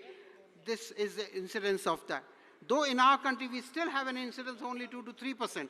But are we going to see a jump? And are we prepared for that? And 23F is responsible, or 22F and 33F are responsible for all this. Imagine this. In the US, they were using P13 for almost 1.5 decades. They have shifted over to P15 and P20 now. Okay, so they are increasing the serotypes, and the CDC is now recommending they have stopped using PCV13 over there. The trials, I will not go much into this because you have all the data by the company over there. They had studied, and what they did a study versus PCV13, which was the brand which is available and which is standardized. And this was the data of the efficacy. Almost all the strains we had very similar efficacies. Similarly, the side effects were comparable for both. And these were the side effects which were mostly very minor. And this is important. PCV10 was being used in our country by the government from around 2020, I believe, when they first started off. And now the government is shifting over to PCV14. And this shifting is being done in a fairly good way. And they are, at the same time, it may so happen a child gets PCV10 because they give 3 doses, 6, 14 weeks, and 9 months. You may get only 1 dose of PCV10, and by the time you go for the next dose, they give you PCV14. The government, as a letter from the ministry, has advised that you can do the change, and gradually, definitely PCV14 is coming up in the government sector. And mind you, the government provides, the public sector provides 85% plus coverage. So our population, despite whatever we may say, will probably be getting overall PCV14 only as a vaccine. And this is an estimate of how the coverages would occur, looking into the various serotypes or the various studies, how the various vaccines fare. Finally, how science has progressed. Imagine 1983, we had the 23-valent vaccine, and which is still going strong. The only problem with that is we can't give it to less than 2 years. And in India, we had in 2020, P10 was launched by the health minister then, and around a year and a half ago, we had the P14 approved by the DGCI and is being given in the government sector in a large scale. The PCV is now there in the national level, universally being given at all states as far as I know. So this is a slide taken from Dr. Joydeep, and is there a confusion? Well, no. Is there a solution? Yes. And I would like the solution to be something like this, and definitely not like this. I believe you could understand what I mean by saying that definitely like that. Money matters may happen. You may buy a Mercedes, you may buy a Maruti or whatever, depending on what you can afford, or you can buy only a bicycle. And if it is, you are doing it in the government sector, money is not an issue. So finally, I just ask one question to the audience. Can you recognize this man? Oh, that's great. I thought I'll give you this hint, but yes, the answer is there. Thank you so much for listening to me before all of you are having hunger pants. Thank you, sir, for the wonderful session. May I request Dr. Kundu to hand over the memento to Dr. Manglik.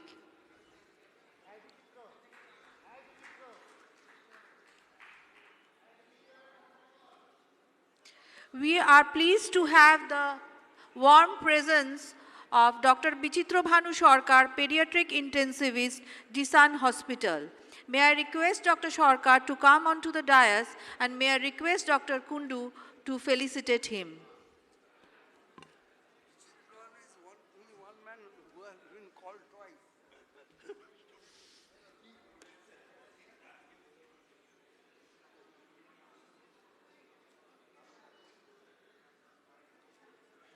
Thank you, sirs.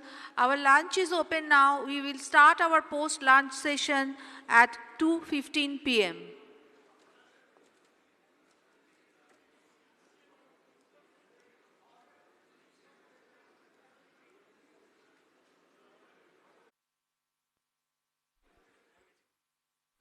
Oh, এবার বোধহয় এই লাল হয়েছে দেখুন তো এইটাই তো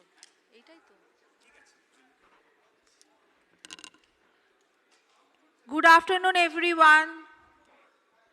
We invite you to join for the post-lunch session.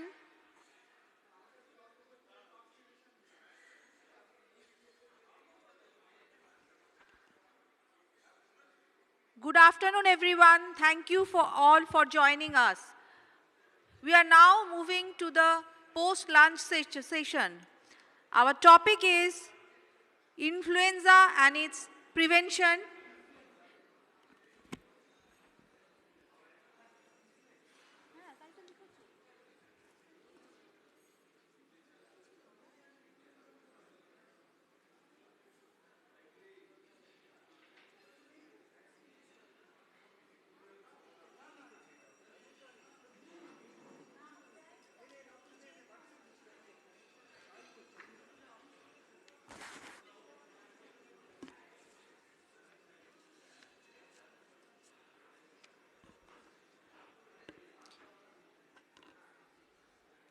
We are moving on to the very relevant topic, vaccine booster. May I request Dr. Joydeep Choudhury to come onto the dais, and I request Speaker Dr. S.G. Kasi to come onto the dais. Thank you. Good I afternoon. request Dr. Choudhury to come to the dais to moderate the session. Good afternoon. So we will start the post-lunch session with Dr. S.G. Kasi. So sir, let us move up. So probably you are attending the 500th or 600th vaccine panel. Last count. Yeah, and Dr. Kasi must be expert in 999th or 1000th vaccine panel, but still you need a booster. Sir, please. So you always need a vaccine booster because the immunity wanes, that we all know, and periodic booster is always welcome. So on this day, let us start with a topic of vaccinology that's always very relevant to our day-to-day practice. So what I did was I circulated a message in our WhatsApp group, and fortunately I got a huge response from many of the members for the suggested topics to be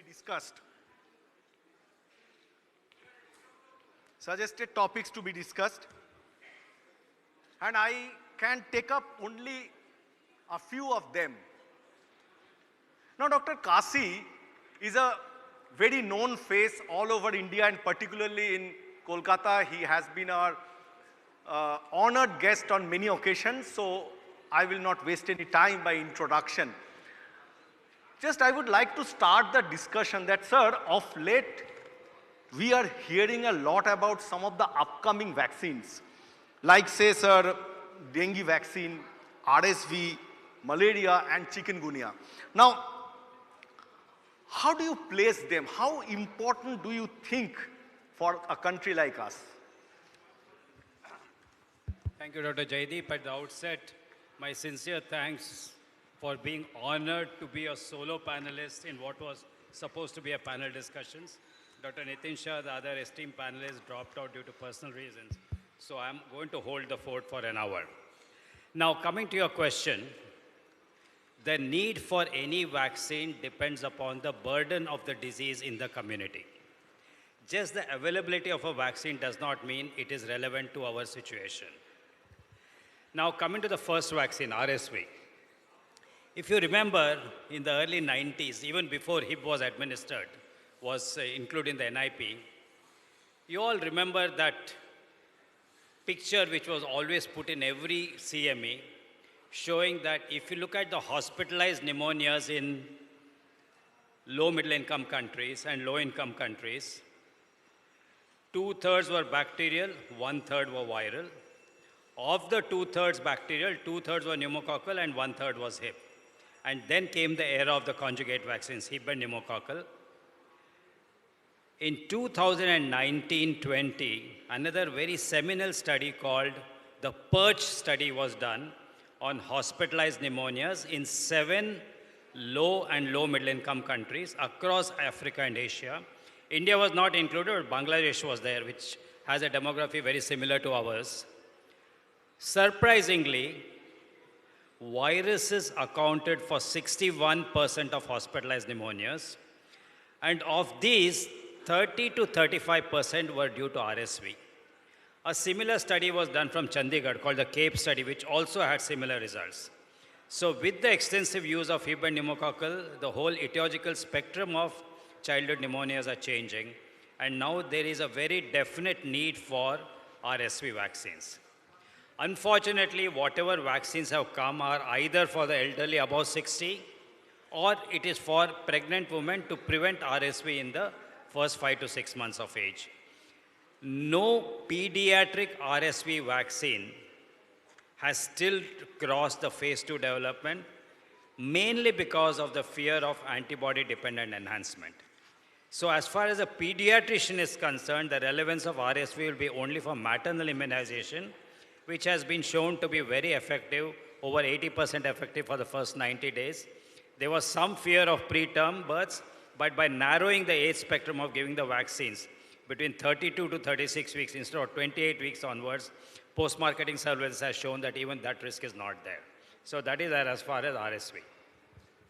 Coming to dengue, the first dengue vaccine was Dengvaxia. You're all aware it had a lot of shortcomings and has fallen into disrepute. Of course, it's still being used elsewhere. A second vaccine is now licensed in over 30 countries. That is called the Qdenga, or what is known as TAK-003. That's by the Takeda Pharmaceuticals of Japan. Extensive studies from 6 years to 16 years across almost covering the entire spectrum, entire continent, endemic, non-endemic countries. It has shown very good protective efficacy in the seropositives. In the seronegatives, type 3 immunity wanes very fast. And in the areas where this vaccine was studied, there was practically no dengue 4 at all. So we do not know whether it is going to work on a dengue 4. So as of now, this particular vaccine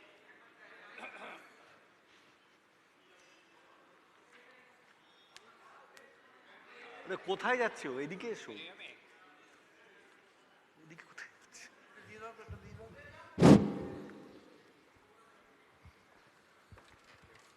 So as of now, this particular vaccine will probably be introduced in our country by mid-2025.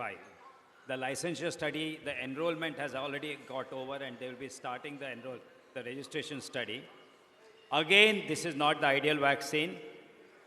It's not as good in seropositives, seronegatives as it is in seropositives.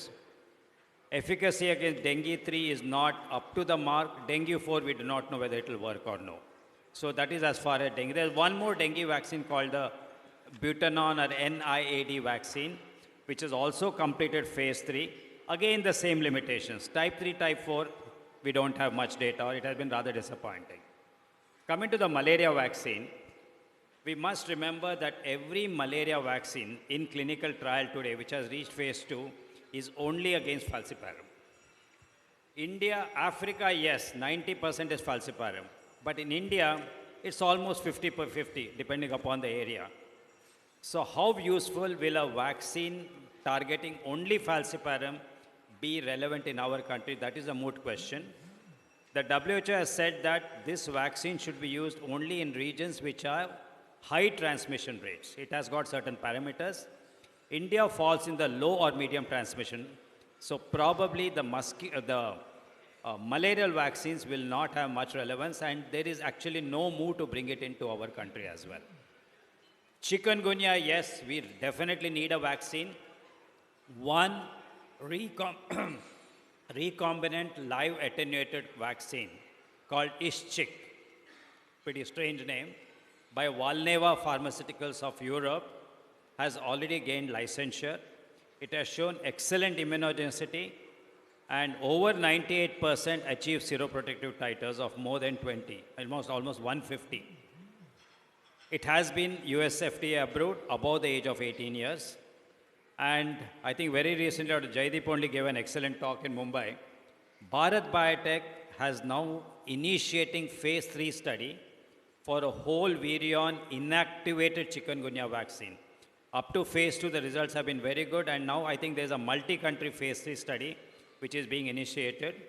So I think we are going to have some good news about chikungunya vaccines as well.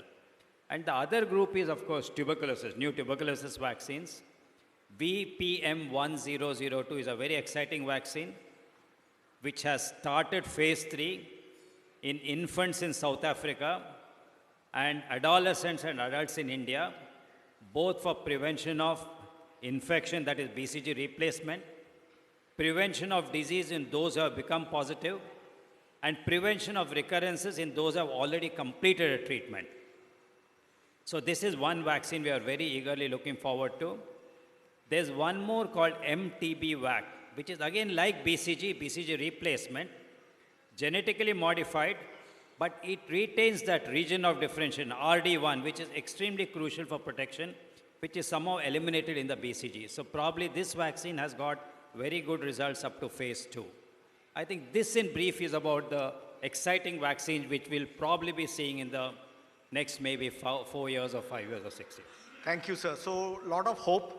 Now, we have a national immunization program, some vaccines included, and we have some other licensed vaccine also. And if all these vaccines that you are discussing right now are licensed, and if you are given a free hand, which 1 or 2 vaccines you would like to include in the national program? I think first will be definitely RSV vaccine. There's a very definite need. Of course, as I said, for maternal immunization, pediatric we don't have. The second is the BCG, VPM1002. See, the problem with BCG is a very variable efficacy, and you cannot use it in the immunocompromised. VPM1002 does not have those drawbacks. And in the phase 3 studies, if it compares to BCG, either on an equal basis or shows any superiority, I think that will probably replace BCG. I think these 2 vaccines, chikungunya, yes, it will have a restricted use, may not be used as extensively. Now, even dengue, remember, we are always under the feeling that we have a very high burden of dengue. But if you really quantify it, whatever studies we have in our country, shows on an average about 56% seroprevalence in our country, which according to the WHO standard is not really very high. But in clusters, for example, South India has over 70%. Your Northeast has very low incidence. So maybe a sub-national rollout may occur with the dengue vaccines. Fine, sir.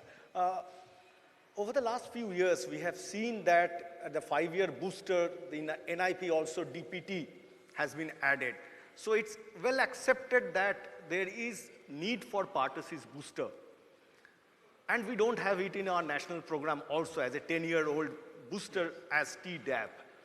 Now in India, Tdap is licensed as a single dose vaccine, but in many other countries it's given repeatedly. Even in India, in the pregnancy, we are giving multiple doses. So do you think it's time that we should also go for Tdap boosters?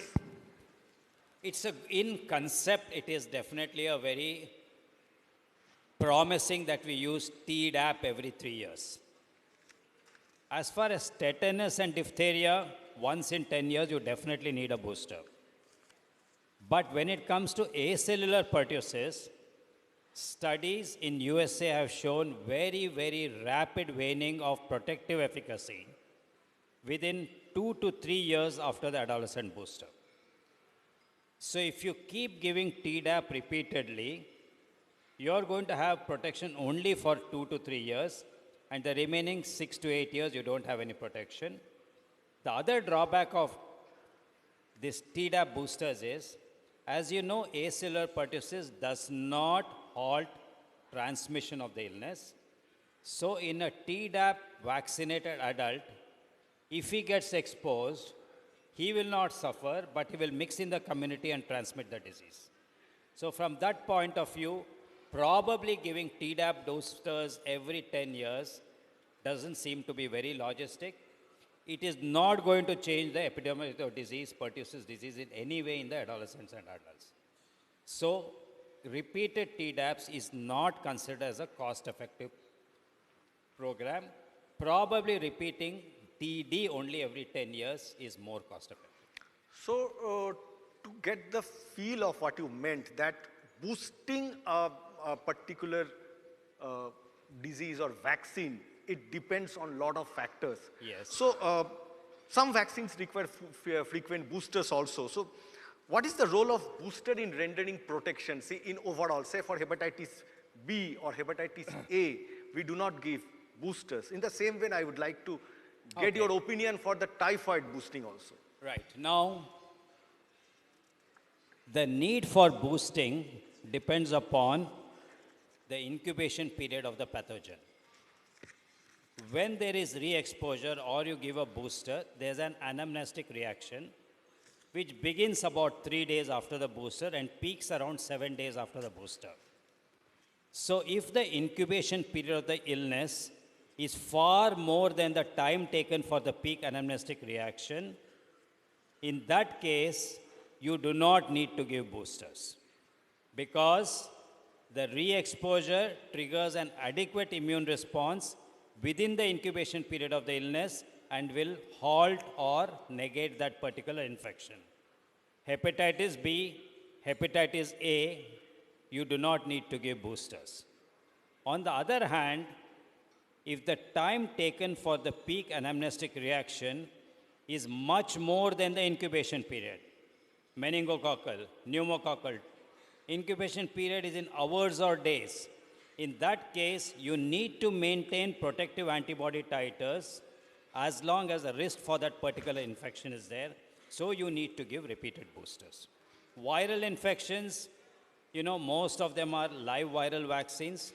Some amount of it persists within the reticuloendothelial system, constantly stimulating the immune response. So you have protective titers lasting almost lifelong. So MMR, chickenpox, you don't have to give boosters. So basically, this is the principle of boosting. So between live and killed vaccine, the boosting requirement is also different. Yes. See, immunologically, which is better, live or killed vaccine? There is no doubt that live vaccines are better in all aspects compared to inactivated vaccines.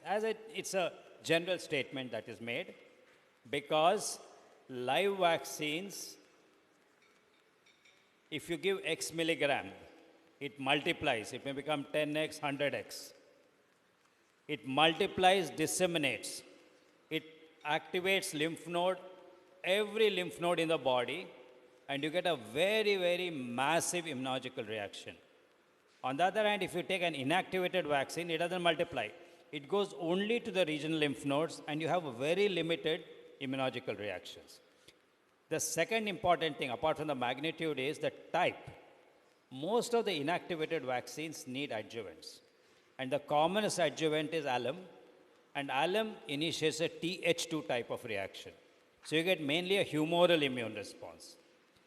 Live vaccines enter the cytoplasm, MHC class 1, so you get a very good cell-mediated immune response. So for intracellular organisms like viruses, live vaccines are any day better. Extracellular, predominantly extracellular, like tetanus, diphtheria, we are doing very well with inactivated vaccines. I don't think we'll ever need live vaccines for those particular pathogens. Thank you, sir. Now, we would like to come to very practical oriented few of the queries that I have been getting. A very common situation we all are encountering is the shift from national immunization schedule to the private clinic. Many children, they take some vaccines in the national immunization, then come to us. So how to shift from NIP to private practice for DPT, Rota? Firstly, you tell, then I will ask the other. I think DPT, there is no difference between the NIP and UIP. 3 doses, 6, 10, 14, 3 doses, 6, 10, 14. Wholesale to acellular. Now, I think you're opening up Pandora's box again. No, briefly, sir. Okay. No, actually, I'll just like to clarify why people come to a private clinic for the DPT, because some people, they consider that acellular is good. I won't say better, but it's less reactogenic. Yes. So is it okay to shift from wholesale DPT to acellular if somebody wants? There are no interchangeability studies done between WP and AP, but theoretically there is no reason why you should not change over. But there are no studies, and in fact, when the changeover from acellular to wholesale to acellular occurred in USA, there were children who got 1 dose of wholesale and 2 doses of acellular, or 2 doses of wholesale and 1 dose of acellular. When they compared the protective efficacy against pertussis, as long as they received 3 doses of any DPT vaccine, wholesale or acellular, any combination, the protective efficacy was more than 95% in all. Fine, this is the message. So, yeah. Protection against clinical pertussis over a short period of time, there is no difference between WP and AP. But as I said, there's a qualification for this statement. Quite a good number of studies have looked at the type of immunological response. There was one study done where they took 2 cohorts, adolescents and adults, one who had received all priming WP and another cohort who had received all priming AP. 15 to 23 years later, they gave them a booster of Tdap, and they looked at the memory B cell response. And they found that all aspects of memory B cell response was superior in those who were primed with WP. So the advantage of WP is it gives a much better priming immunological response, and that difference persists for many, many decades and probably lifelong. So it would be a good idea to prime with WP. Later on, whichever vaccine you give does not make much of a difference. So if the parents want to shift to acellular, we can? Certainly. Certainly. Now, children get rotavirus vaccine in the National Immunization Program, and then they come to us. Now, we don't know which brand they got. Most of the times, we are not sure. So what can we do about rotavirus? Okay. If they are taken in the NIP, it has to be either the Biotech or the Serum Institute. There are published studies which show that these vaccines are interchangeable. So you can very confidently interchange the Indian-made rotaviral vaccines. You can also interchange Rotarix and Rotatech. Studies are there. But the imported vaccines and Indian vaccines interchangeability, there is no data. Theoretically, there is no reason why you shouldn't interchange, but general principle for all interchangeability is, as far as possible, do not interchange. But if you do not know what was the previous brand, or it is out of stock or something, like happened with Cervarix, then you can interchange. Now, going to PCV, I am not asking any comparison of the available, but children got 2 doses of PCV in the national immunization in 6 and 14 weeks, then has come to us. What to do? Give a booster at 9 months or 15 months? Now first, if the child has received 6 and 14 weeks vaccine, PCV, and they come to you at 6 months, say for the influenza, then there is a role for giving an additional dose of PCV in your office practice, because when they have compared 2 priming versus 3 priming doses, the antibody titers in the first year of life are definitely higher with 3 doses compared to 2 doses. And remember, in our country, PCV has been introduced not for IPD, but for prevention of pneumonia, which is a mucosal infection. And for prevention of mucosal infections, we require higher antibody titers. On the other hand, if they have taken the 6 and 14, and they come to you at 9 months, in that case, you should always give the booster at 9 months and not postpone it to 12 to 15 months, because the antibody titers generated, as I said, with 6 and 14 is lower, they wane faster, and by the end of first year, many of them will remain unprotected, so 9 months you should give the booster. Fine. And if somebody has taken 2+1, then and has come That's at the 18 end of it. You don't have to give any more pneumococcal vaccines in our practice, in our private practice. Thank you. Now, from the NIP to private, AMR vaccine. A child has taken 2 doses of AMR vaccine. How to deal with the situation? Now, I think there is a felt need for prevention of mumps, especially in view of the outbreaks that we have had in recent times. So if a child has taken 2 doses of MR in the NIP, and he comes to you and wants protection against mumps, or you suggest protection against mumps, you can definitely offer an MMR at least 8 weeks after the last MR dose. Okay? Mumps has a primary failure rate of 5%, around 5%. So definitely there's a need for the second dose. So it would be advisable to give a second dose, preferably after 8 weeks.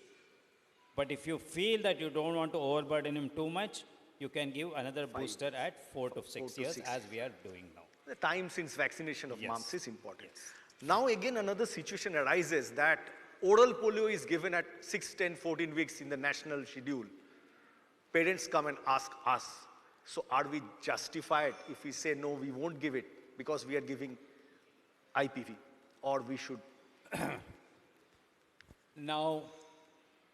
Now you mean to be in NIP, they have already taken the polio? They have taken the first dose at 6 weeks. 10 weeks they have come to me. I am giving them as per the private practice. Yes. Should we, parents are asking that he got OPV. Okay, fine. Now one thing we should remember is that oral polio vaccine should go as soon as possible. I mean, there is just no doubt about this statement. It's just a question of when. How logistically can we do it? How feasible is it? That is the question. But the fact that it should go, no one doubts about it. Now, IPV certainly gives much higher seroprotective levels versus OPV in developing countries for various reasons. So in this case, if the patient has changed over NIP to IAP schedule, I say 10 weeks after taking only 1 dose of intradermal IPV plus 1 OPV, you can definitely go ahead and give 2 more doses of IPV at 8 weeks intervals and complete it off. Fine. You don't have to give 3 more priming doses. 2 doses are sufficient. Absolutely. Sometimes it happens that a newborn, say 4 to 5 weeks old, he was not given BCG, OPV, hepatitis B birth dose, has come at 5 weeks. Right. Should we give now or No, start I at think 6 weeks? the recommendation is you should give these vaccines at the first exposure to the healthcare personnel if What it has about not the been given in the 6 neonatal period. What about the 6 week? In that case, what is going to happen? BCG you are going to give, OPV you are going to give. Should I give hepatitis B? If you see our country's data, hepatitis B can get transmitted to the baby either vertically from the mother or horizontally through contacts in the community. 40% of new acquisition of hepatitis B in the first 5 years of life in India, almost 40% is because of horizontal. Horizontal transmission. Horizontal is who? The nurses, the ayahs, the caregivers, the lady who comes to give a bath to the child. So it is very essential that early protection is necessary. So I feel you should give the 5 weeks dose. Then what are you going to do? You can't give then a hexavalent or pentavalent without hepatitis. Repeat again. This can be considered as an invalid dose, but even that 1 week protection may make a difference. Maybe a little hair splitting, but if you feel you do not want to give an additional dose and the gap is only about a week, you might as well shift it to 6 weeks. I think here it's a question of individual choice. Fine. What happened that my neighboring pediatrician, he gave PCV10 in the primary series. Then the Google savvy parent, they came to know there is a PCV13. So the patient came to me and asked for PCV13 as the booster dose. Is it okay? Again, as I said, there are 2 studies from Czechoslovakia. where they have looked at interchangeability of PCV 10 and 13. If you shift from a lower valency to a higher valency, everything is fine. But if you shift from a higher valency to a lower valency, you are on a little shaky grounds. So a child who has received PCV 10 as the first dose, you can give 2 more doses of PCV 13. Now, will only 2 doses of PCV 13 be adequate for the 5 additional serotypes? The 3 additional serotypes? Generally, at least in 90%, it will be adequate. What will happen if somebody has given PCV 14? Then can I give PCV 13 as a continuum? But why should you do it? It's much less expensive than PCV. 1.5 years, there is no PCV 14 is not allowed. Right, see, okay. Now, PCV 14 has also got a toddler study where they're given 2 doses in the second year of life, 8 weeks apart, and it has shown good immunogenicity and safety. It is just that it has not received licensure. Secondly, PCV 14 booster study is almost completed. We will be getting the data very soon. So by the time the cohort whom you have vaccinated with PCV 14 for the primary, they reach that age, this data will be out. And then licensure of PCV 14. But till that date, we can give PCV 13 because the child is already You can definitely. 15 months. If you don't have licensure, either by the DCGI or by IAP or by WHO, in that case, you can't use the vaccine. See, PCV 10, Serum Institute, when it came, the DCGI said only 6, 10, 14 weeks. But very robust data. Last study from Gambia, booster study, good response. So the IAP took the bold decision of saying, no, we will recommend it for the booster also. So, I mean, as per the discussion that we were having, see, 2 PCVs have 6A and 2 PCVs, they don't have 6A. So, is it just a controversy created or it's really that important? 6B gives very good cross-protection against 6A. When PCV but 7... IAP says that the cross-protection is definitely not as good as a direct Between 6B and 6A, the molecular differences is very minimal. It's not like 19F and 19A. You require very low levels of anti-6B antibodies to neutralize 6A. When Prevenar 7 was introduced, which does not contain 6A, and they looked at its efficacy against vaccine-related serotypes, main which was 6A, the efficacy was 76%, and it also had a very good herd effect. So 6B is good enough against 6A. But this 6A is expanding, that table of 6 is expanding. We have a 6C. 6C is cross-protected by 6A, but not by 6B. Wherever there has been extensive use of PC 7, 10 or 13, okay, 6C has risen. 6C has a very high incidence of penicillin non-susceptibility. So we cannot brush aside 6C. Okay, so it is good to have protection against 6C. From that point of view, having 6A is good in any vaccine in our country, because in our country, we don't have much data about what is the incidence of 6C. If you look at that 15 years follow-up of Josna Singh's article, I mean that 6C is pushed along with 10 other serotypes somewhere in one corner. We do not know much about it.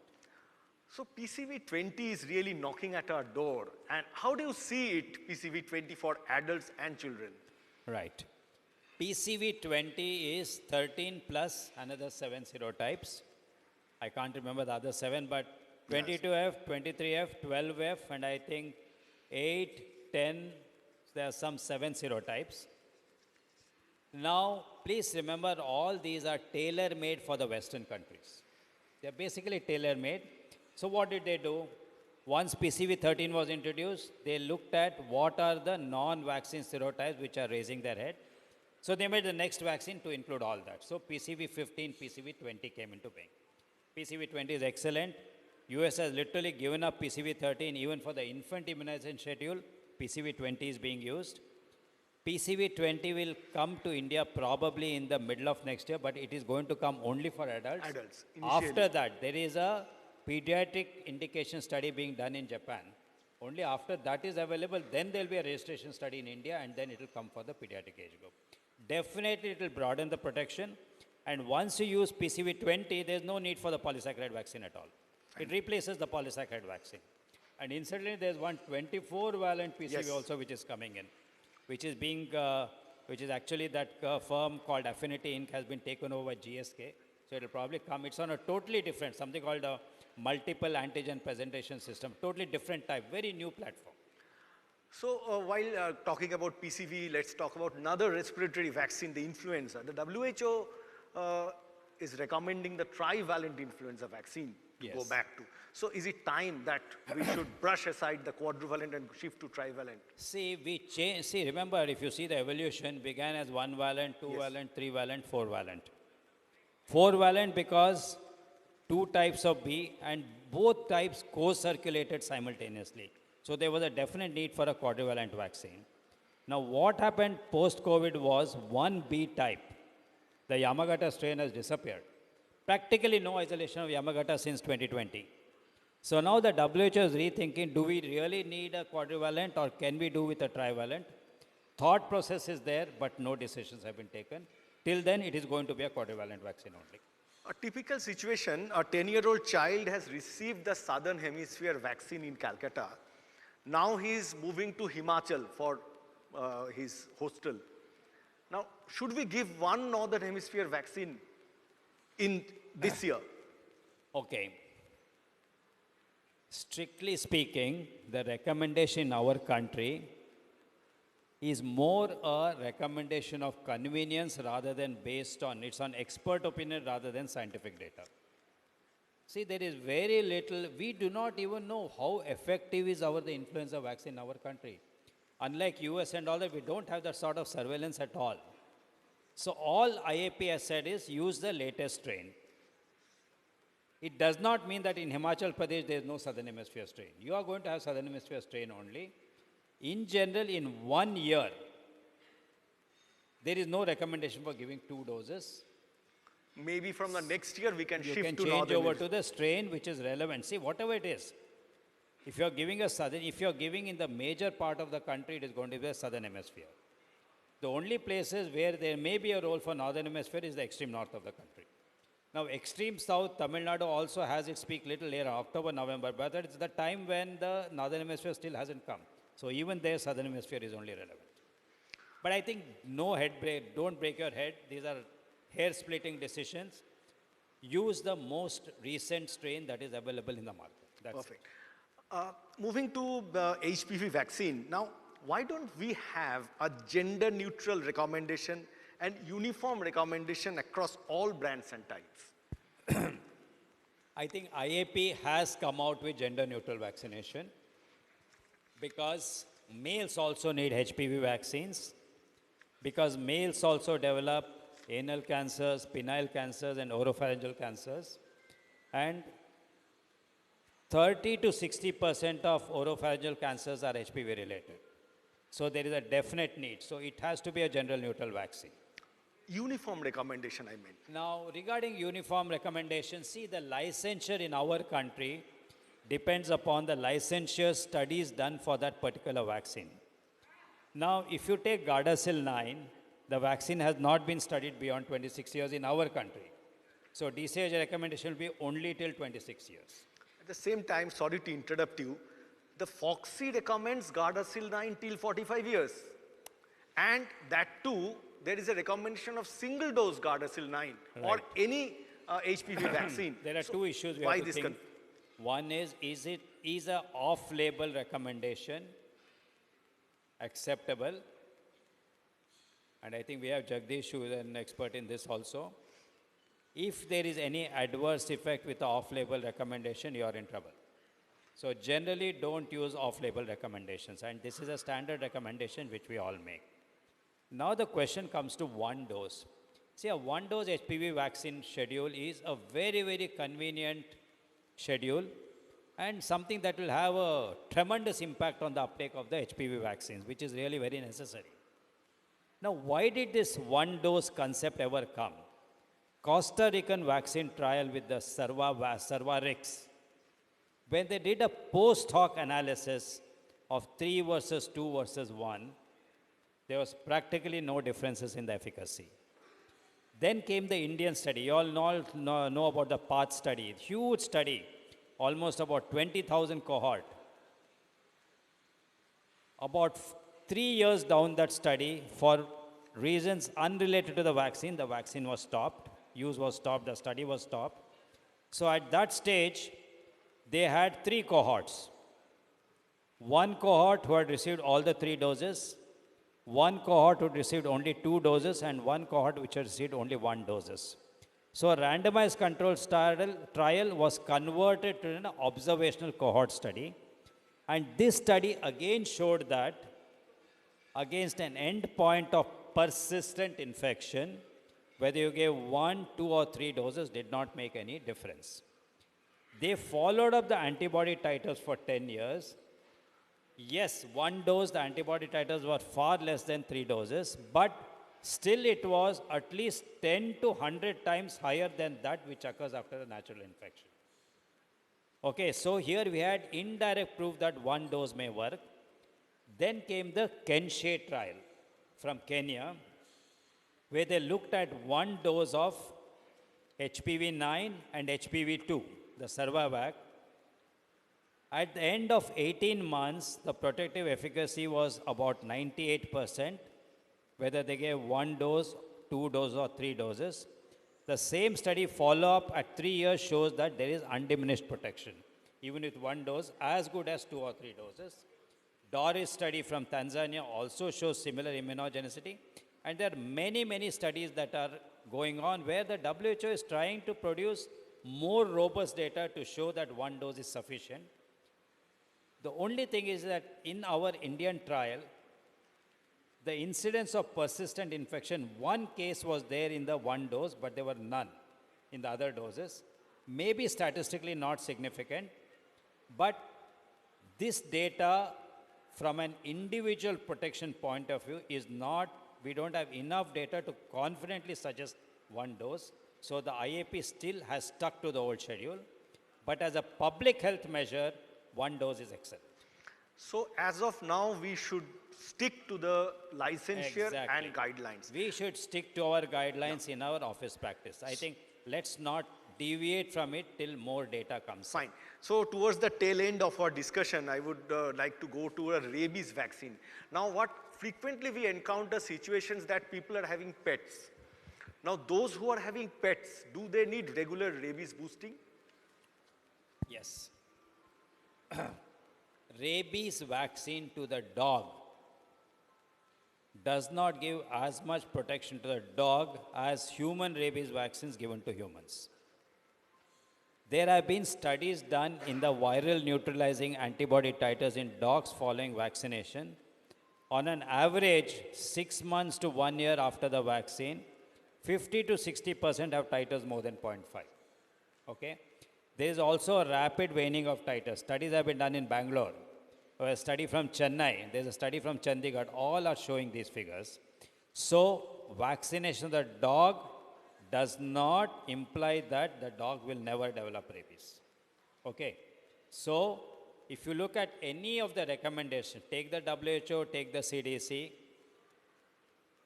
the immunization status of the biting animal just doesn't enter the picture at all. So, from that point of view, even if it is a domestic pet bite by a dog who is vaccinated, you have to go according to the category of the bite rather than the immunization status of the biting animal. No, I am telling about regular boosting because right, I got it. Yeah. Now, if you have a pet at home, invariably some category 2 exposures occur quite frequently. Theoretically, yes, after every exposure, 0 and 3 should be given. But if the animal, the pet, is completely under supervision, never in contact with stray animals, regularly immunized, healthy, then probably you can forego repeated boosters. Every 5 years? Really no recommendations for that. No recommendations. No recommendation for so that. Nothing clear cut. This repeated boosters is for higher risk individuals. Like people who are working in laboratories with rabies virus, vaccine manufacturing units. For them, every 6 months you do a titer, and if it's less than 0.5, you give a booster.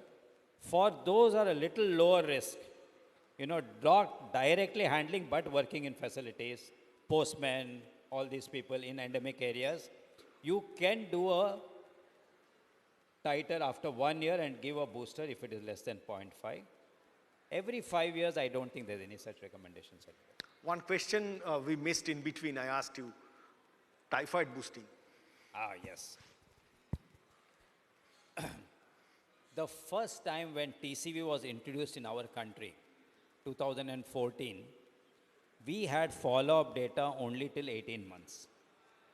At that time, at 18 months, there was a significant reduction in the seroconversion rates, especially in those who received the vaccine between 6 and 23 months. And I remember at that time, Dr. Vipin was the convener. So a recommendation for 2 doses came. Then came the 2018 WHO recommendation for the use of TCV, where there was a 5-year follow-up. And the 5-year follow-up showed persistence of antibody titers, and hence the WHO recommended a single dose of typhoid without any boosters. And the IAP at that time also in the 2018 recommendations made it clear that 1 dose is sufficient.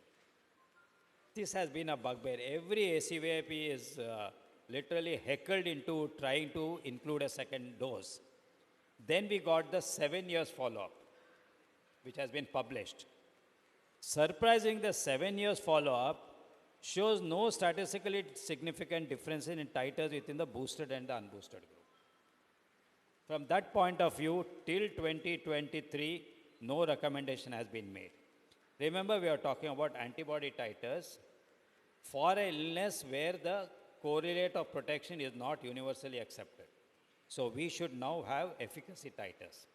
Malawi study, a huge study, over 23,000 cohort, 4-year follow-up, 87% efficacy year 1, no statistically significant reduction in efficacy till 4 years, but in the youngest cohort, the fall in protective efficacy is much more than in the higher age groups. But even in them, it does not assume statistical significance. If this is followed up another 1 year or 2 years, then we will have statistically significant differences in the protective efficacy between the younger and the older age groups. Then we will have some, strong ground for making a second dose. See, what is the argument for 2 doses? Better avidity of the antibodies. You're also saying that how can 1 dose given at 6 or 9 months give long-term protection? But these are all ifs and buts. They are not based on facts. The only fact available is the antibody titer, and that shows that there is no need. So as of now, according to available data, there is no need for a second dose. But if you personally feel that no, a second dose may be necessary for honest reasons, go ahead and take it. So thank you so much, sir. Ye dil mange more, but a time comes when we have to end the discussion. But we promise that come next year, we will have summer CME, we will have 15th August, and then many more sessions on vaccinology. So Dr. Kasi, I just can't express on behalf of Institute of Child Health our gratitude for again and repeatedly coming to our CME, and it's a pleasure always to be with you. So thank you, sir. Thank you so much. Thank you, sir. Thank you, Dr. Choudhury. I request Dr. Kundu to hand over the memento to Dr. Joydeep Choudhury. Sir, memento ta niye gelen na? Thank you, sir. Thank you, sir. Thank you, sir. Sir, please. I'll take it. Pleasure, sir. Thank you.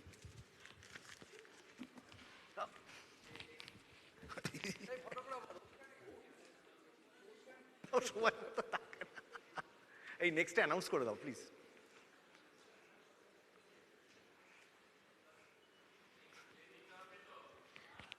Now we are going to announce the results of case presentation by postgraduate trainees. I would request Dr. Apurbo Ghosh to hand over the prize money and the certificate. Second runners up, Dr. Oishik Mukherjee.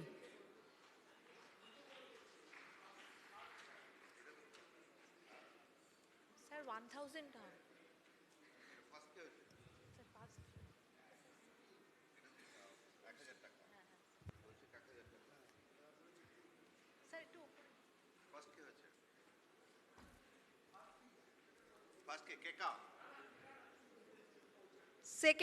Second runners up, Dr. Oishik Mukherjee. Third, sir, oitai.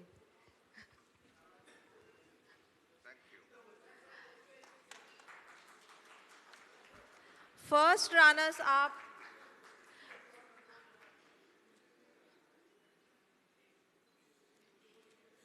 runners up, Dr. Ritodip Nondi.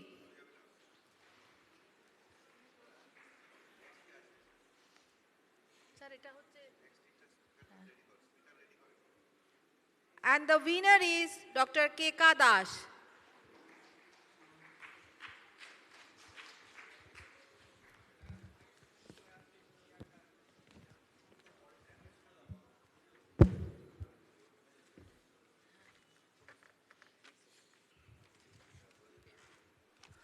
We are now moving on to the next session, Mythbusters, Decoding PCV Realities in Indian Healthcare. May I request Dr. Pallab Chatterjee to come to the dais and start the session.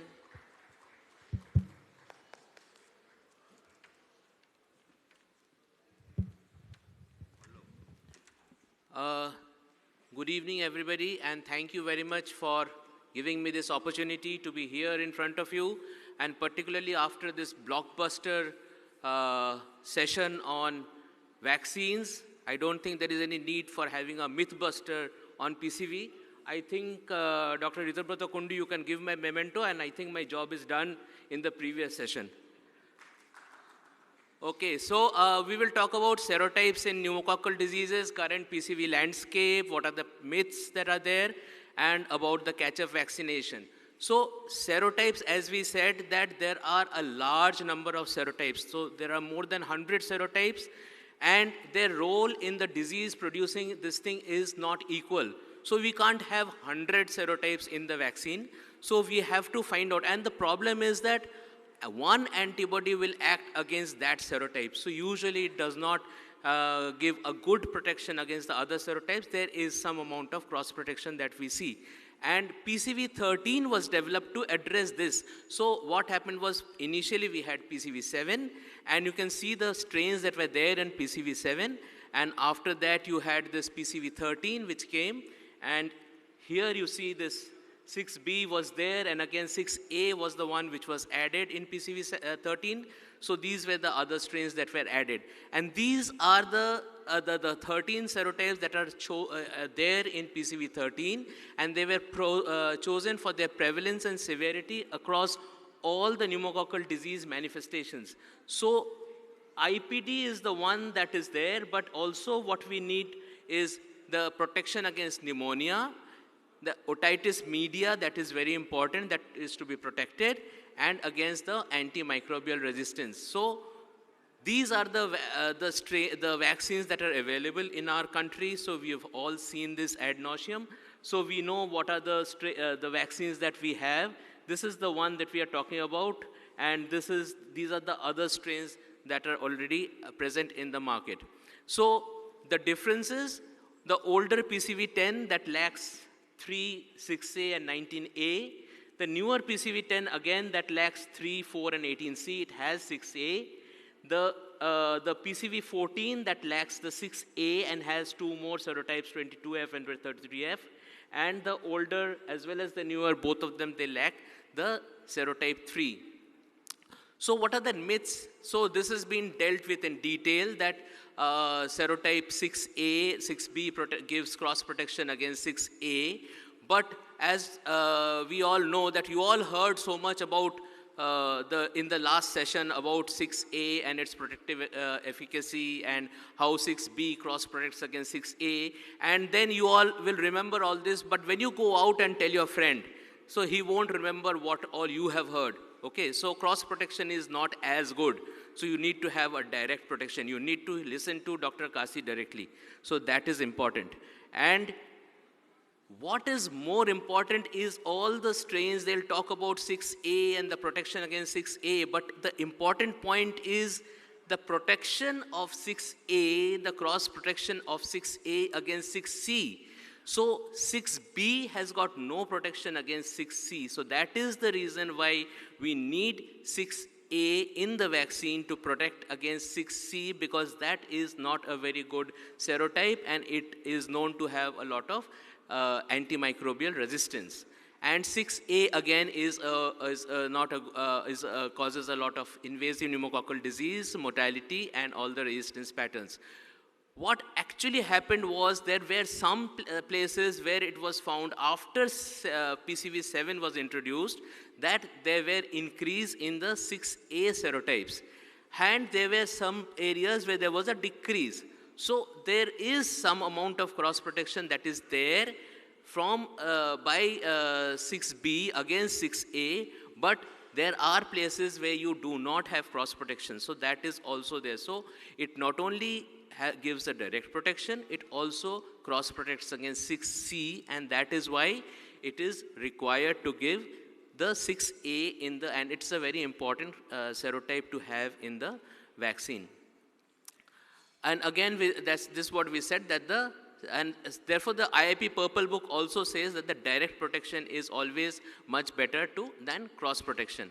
Now again, we have the newer strains that are there, 22F, 33F. Are they important? Yes, they are. They are going to be important in the near future, but at the present moment, 22F and 33F are not very significant at least in our country. So the incidence is much less. So rather than wanting to have these serotypes, we cannot be dropping the important serotypes that are already required and they were already prevalent in our country. So we cannot drop 6A and have serotypes which are going to be prominent in the near future. So we all, when we look at, compare the two important PCVs that are there now in the market, and now this is what is going to be the two important PCV conjugated vaccines that will be there for the coming few years, the PCV14 and the PCV13. Both of them give very close protective efficacy when you compare the entire strains and across all the studies. Not much of a difference between the two, but the protection against 6A is better because it is there in PCV13. It also protects against 6C, and whatever said and done, there is some marginal better coverage of serotypes by PCV13. Now, many companies will say that serotype 3 is not important. It's an atypical serotype, and none of the PCVs can give good protection because of their capsule and all these things. But the proof of the pudding is in eating it. So we all know that various studies have been done, and when you compare the effectiveness versus the non-effectiveness of the PCV3, of the serotype 3 in the PCV13, the diamond is much towards the effectiveness side. So there is definite protection that is offered by PCV13 against the serotype 3. And there was a definite decrease in the number of diseases that was caused by serotype 3. So definitely PCV3, it does give, the PCV13 gives a lot of protection against serotype 3, and that is an important serotype that we need to keep in mind. So we need protection against serotype 3. Again, some vaccines do not have the serotype 4 and the serotypes 18C, and it is said that they are clinically not significant.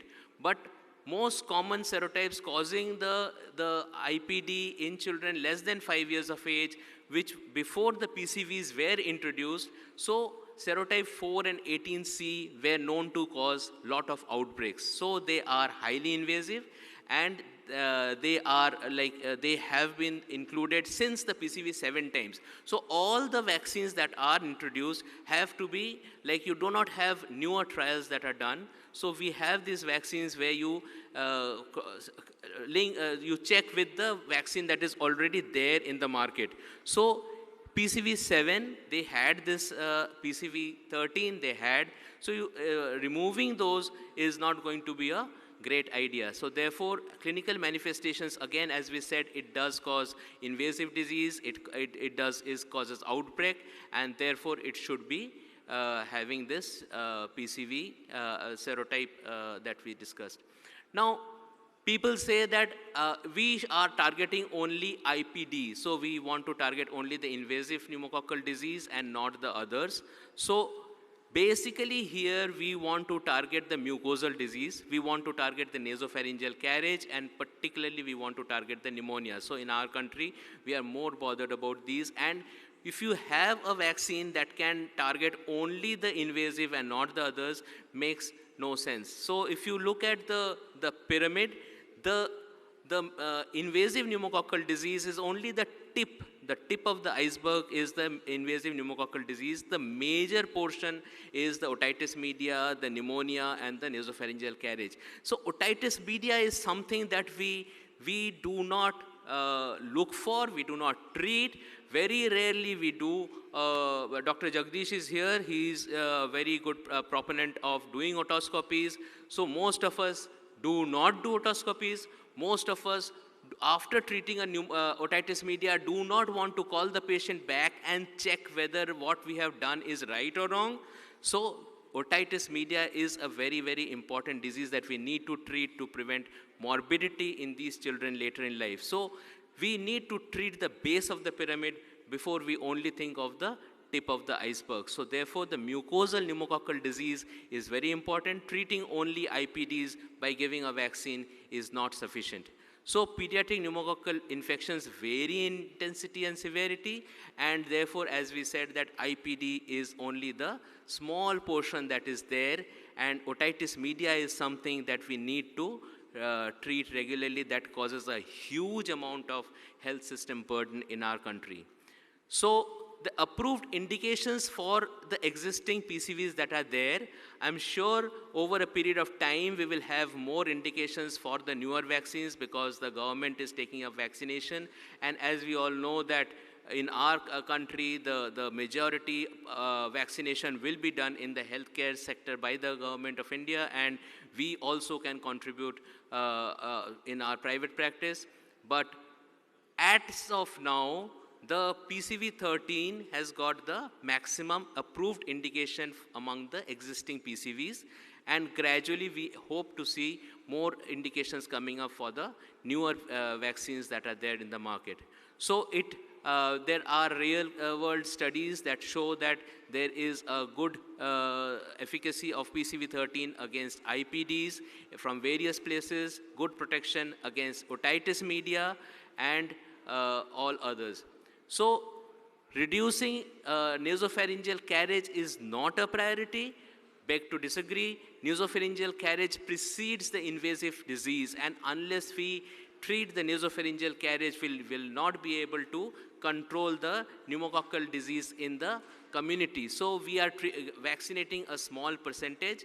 Unless we vaccinate around 75 to 80%, we are not going to get that amount of herd immunity. And to do that, we need a vaccine that targets nasopharyngeal carriage.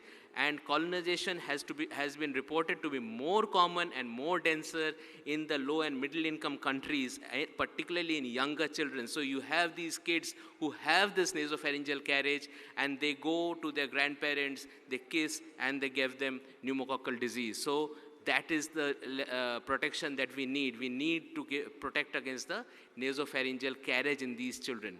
So PCVs, we need these circulating submucosal antibodies as well as the circulating antibodies to treat the nasopharyngeal carriage, the submucosal disease, as well as the invasive disease. And we need the vaccine impact when we have a good amount of vaccination done to improve the herd immunity. and pneumococcal carriage and distribution in acute otitis media patients before and after the PCV vaccine introduction was found that there is a definite reduction in the pneumococcal carriage. So, friends, the takeaways that we have to say is, number one, serotype 6A is important. It causes around 13% of the overall pneumococcal burden in the Indian population, and it is a direct protection is definitely superior to a cross protection. Existing evidence suggests that the proportion of invasive pneumococcal disease attributed to the newer strains at the present moment in our country is very low, and combined it's around less than 1.5%, and probably as and when we go on vaccinating more and more with PCV13, we might get a rise in those serotypes, but at the current moment the incidence is quite low. Serotype 3 infection again is associated with a severe clinical manifestations, and PCV13 is known to give good protection against serotypes 3. Serotype 4 and 18C are outbreak serotypes, and they were in the PCVs since PCV 7 times, and therefore it is wise to have them in the vaccine that we use.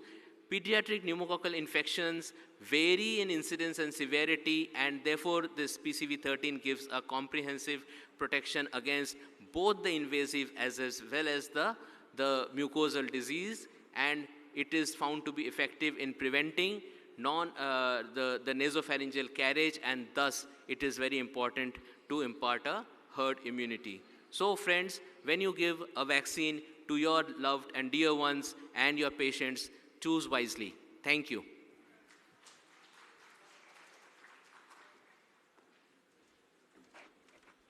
Thank you, sir, for a wonderful discussion.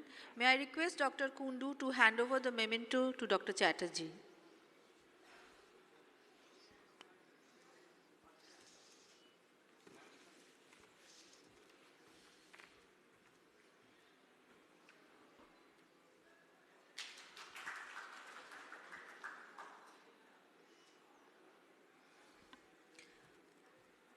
This session's topic is Imaging in Pediatric Nephrology, and the speaker is Dr. Abhijit Saha.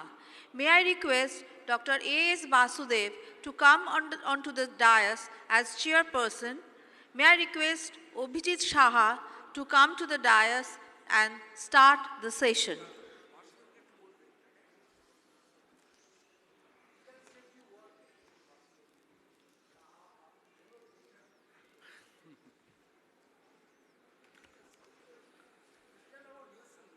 Okay, fine. Thank you very much. Initially, just thanking the ICH and all the organizers for giving me a chance to interact with you all on a very important topic on imaging in pediatric nephrology, for which we have an eminent speaker, Dr. Abhijit Saha. And a brief introduction that I have been in the IIP for a very long time, more than 30 years, and has been very active in nephrology modules, textbook of IIP nephrology, and other nephrology chapters. Apart from that, I have also learnt about the office nuances of working in the IIP. And this year, my humble request to all is that I am coming for the national presidential elections, so I look forward to your kind support for that. May I invite Dr. Abhijit Saha for his talk. Thank you very much. Thank you, sir. At the outset, I thank Apurva sir for inviting me for this talk on imaging in pediatric nephrology. I keep on coming to the ICH, the pediatric nephrology unit, very often for interaction and academics, and let me acknowledge that as Secretary of Indian Society of Pediatric Nephrology, I'm extremely happy with the academic activities which are being led by ICH, and as such the East zone of ISPN, and it is led by primarily the pediatric nephrologist of Kolkata, so extremely proud. So in next 10-15 minutes, I would just briefly touch upon the important imaging aspects in pediatric nephrology, All imaging modalities are used for diagnosing and managing children with kidney diseases. But I would, in this short time, I would like to focus on urinary tract infection and maybe, if time permits, on antenatally detected hydronephrosis.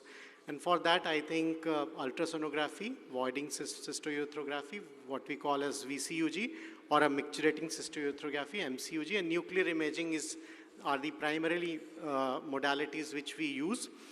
And if time permits, just one or two slides on point-of-care ultrasonography, which is exceedingly now being used by pediatric nephrologists, especially in the intensive care setting. So the pediatric urinary tract dilatation can be because of various reasons, the common ones being the transient or the physiological, which most of the time gets improved with time and postnatally would disappear. But the pathological ones are problematic at times and can also lead to kidney failure if not diagnosed and managed properly. And these are the vesico-ureteric reflux, the uretropelvic junction obstruction, and the notorious post-urethral valve. Now, just to tell you that the Indian Society of Pediatric Nephrology has recently updated the UTI guidelines, which has been published in both in pediatric nephrology and also in the February month of Indian pediatrics. And you should go over it, and there are new definitions, and there are new imaging strategies also, which briefly I'll discuss. Now, if we suspect urinary tract infection and we look at these signs, all these signs would require some or other form of imaging to ultimately prove the abnormalities, whether it is palpable kidneys, which suggests of obstructive uropathy, you would require ultrasound and other imaging modalities, costovertebral angle tenderness, palpable bladder, palpable fecolates, sacral dimples, tuft of hair, lipoma, abnormal neurological examination. All of these would require some or other forms of imaging. Just a word about also bowel bladder dysfunction, which you would find a prominent mention in the recent guidelines. And why it is? Because we have realized that approximately 40% of the patients with UTI would have bowel bladder dysfunction, and at least 50% of the patients with vesico-ureteric reflux would have underlying bowel bladder dysfunction. And if we do not diagnose bowel bladder dysfunction and do not manage it properly, whatever management would do, it won't lead to salvaging the kidney. So that is why it is extremely important to realize that every case of suspected UTI, you should ask certain questions to know that whether there is associated bowel and bladder dysfunction is there or not. And also you need imaging modalities like ultrasonography to begin with, and if required, other forms of imaging strategies. So on ultrasound, if you find a bladder thickness of more than 2 to 3 millimeters in an empty bladder, and in a full bladder, if the bladder wall thickness is more than 5 millimeter, and in children between the age of 4 to 6 years, if the post-void residue is more than 20 ml, or more than 10% of the bladder capacity, and between 7 to 12 years, if it is more than 10 ml or more than 6% of the bladder capacity, then you should suspect bowel bladder dysfunction. And you can look at the tune. Almost 40% of the UTI would have underlying bowel bladder dysfunction. So that speaks the volumes of the importance. Again, just to tell you, go through the newer guidelines of UTI, and you will find new definitions and screening strategies of diagnosing urinary tract infection. Coming to the the imaging modalities, which is the focus. Now, ultrasonographic scan of the urinary tract should be performed after an episode of UTI in children, all children with UTI, and USG is suggested between 4 to 6 weeks after the episode of UTI. Now, these guidelines are evidence-based guidelines, and you will find two types of terms. One is the clinical practice guidelines. Other is the recommendations. Wherever there are randomized controlled trials and good systemic meta-analysis where there we have given recommendations, and where these are lacking, we have given clinical practice guidelines. Now, if during treatment, anytime clinical improvement is not seen within 48 hours, then during the treatment only, you should do an ultrasonography to diagnose any complications of urinary tract infection. And you can see here the raised echogenicity on ultrasonography in the images. Coming to micturating cystourethropy, so in the current guidelines, we recommend micturating cystourethropy in any of the below 3. UTI which is caused by non-E. coli uropathogen in less than 2 years of age, any abnormal ultrasound, or any history of recurrent UTI. And remember, recurrent UTI is any second episode of diagnosed UTI is defined as recurrent UTI. Now, VUR is approximately present again in 1/3 patients of urinary tract infection, and that is why diagnosing VUR is extremely important in any case of UTI. And while performing the micturating cystourethropy, the appropriate protocols must be used. Just to, for the postgraduates and all, just a couple of images of first to identify a normal MCUG, and then obviously you would be able to identify the abnormalities in the MCUG. So in a male, the urethra, you can see here a well-distended bladder in the AP view, and in the lateral view and the oblique view, you can see that the anterior and the posterior urethra. So the prostatic and the membranous part comprise the posterior urethra, and the bulbar and the penile part over here, they comprise the anterior urethra. And in case of post-urethral valve, the posterior urethra is dilated. Similarly, in females, the urethrovaginal reflux is a normal phenomena in females, and doesn't carry any significance. And otherwise, you can see a well-distended bladder with a smooth outline. Coming to the DMSA, we do not recommend performing DMSA in acute phase in patients with febrile UTI unless you have a PUO and you want to diagnose pyelonephritis. Otherwise, in acute phase, the DMSA is highly specific of diagnosing acute pyelonephritis. Now, DMSA scan does not increase the yield of MCU in detecting high-grade VUR. That is why we do not recommend doing an acute phase DMSA. Rather, DMSA, a late phase is recommended because it's a gold standard for diagnosing scarring, for which we are interested. And how late? After 4 to 6 months of the UTI episode. And the severity of the scarring can be divided depending upon the segments and all.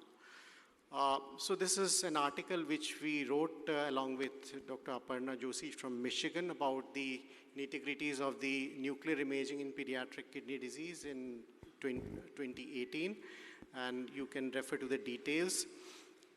So this is a scan where in the image you can see that the one kidney is not visible. So it is so much damaged that there is only single left side kidney is totally vanished, and the right side kidney also shows scarring.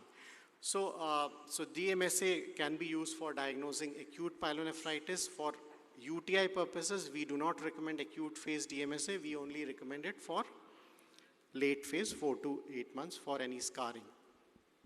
Now, this is the recent recommendation of ISPN, the imaging strategies for children with urinary tract infection.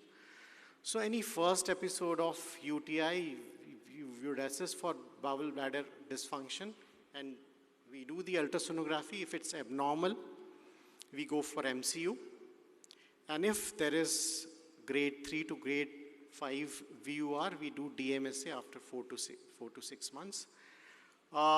In recurrent UTI or non-E. coli UTI less than 2 years of age, you would have definitely do ultrasound, as I told. Here, straight away, you do an MCU.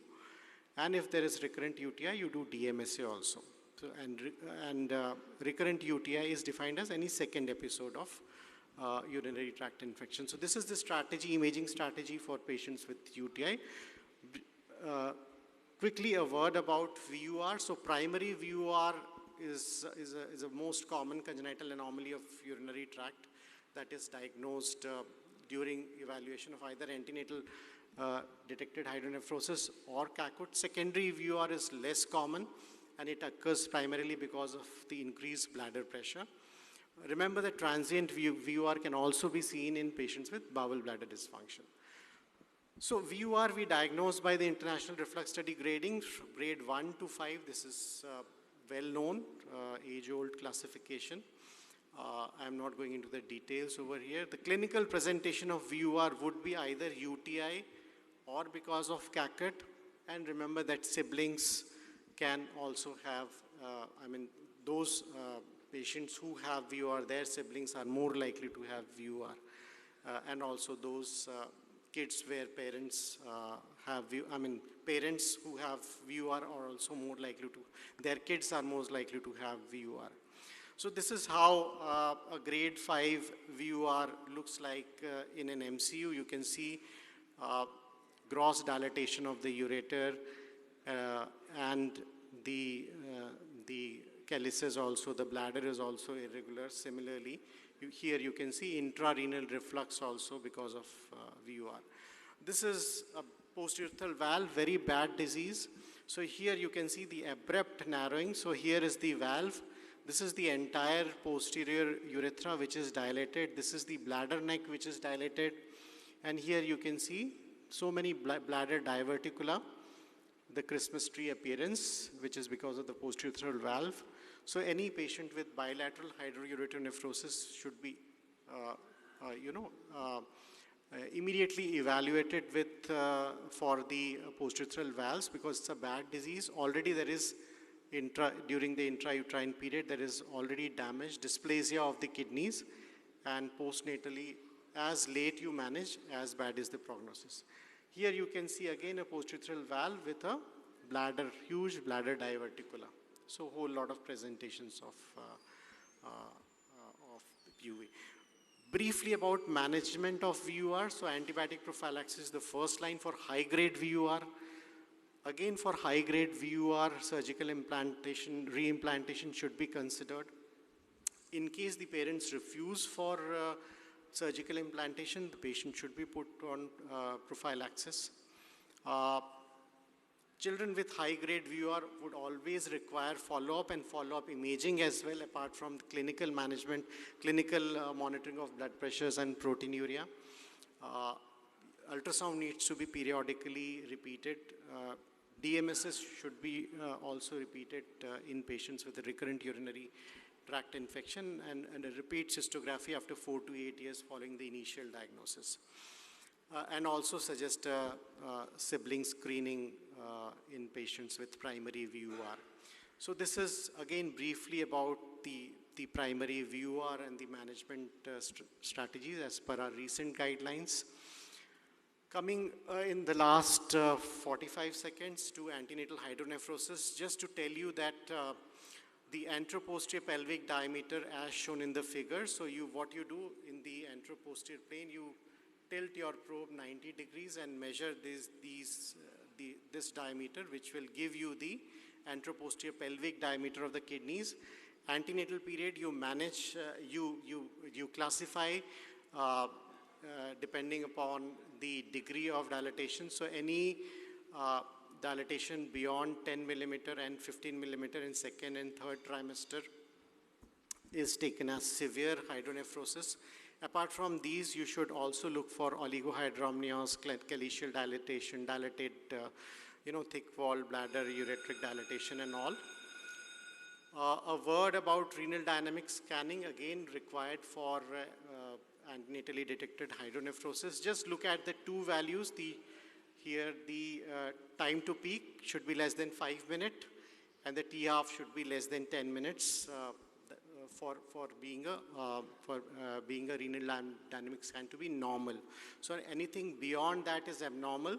So a T-half of less than 10 minutes, usually absence of obstruction, whereas a T half of greater than 20 minutes usually points towards an obstruction, and this is a DTPA scan of a PUJO, and you can see here the T half of the left side is 10 minutes, and here the right side is 2.6 minutes, okay?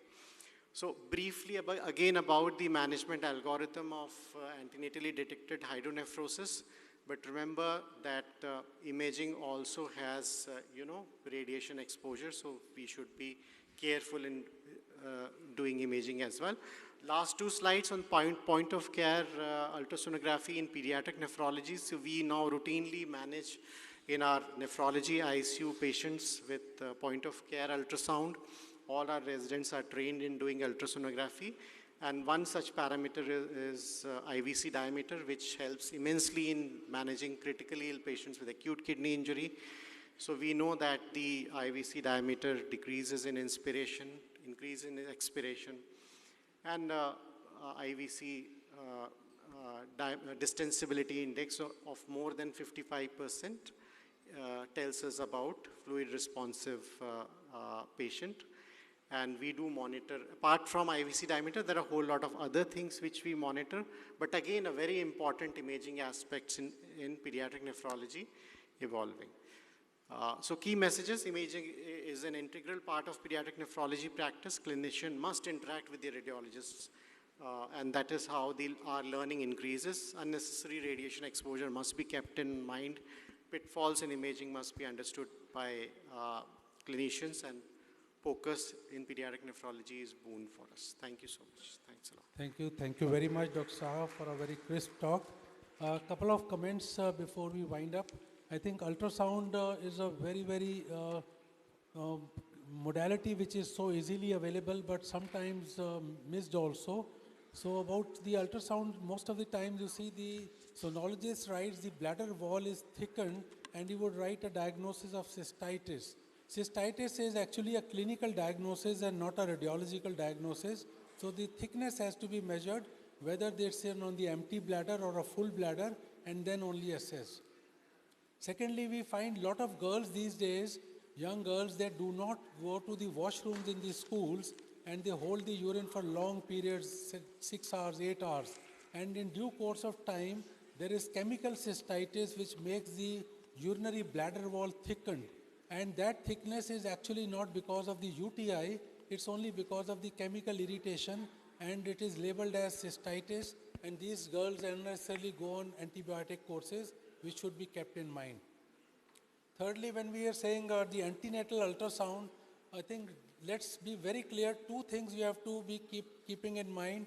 In second trimester, if the ultrasound shows an APD diameter of the pelvis more than 4 millimeter, and in third trimester more than 7 millimeter, it is significant.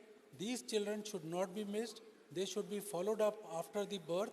At 4 days, we should do the first ultrasound. At 4 weeks, we should do the second ultrasound. So very clear, 4 millimeter, 7 millimeter antenatally, 4 days and 4 weeks postnatally. Thank you very much. And I think we can wind up the session if there's any more comments or...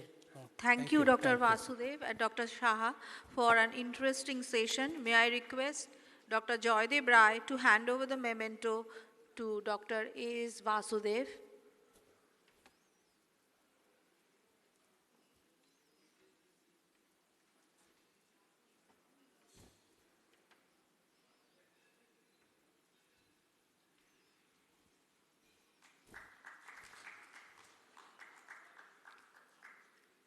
And to Dr. Abhijit Saha.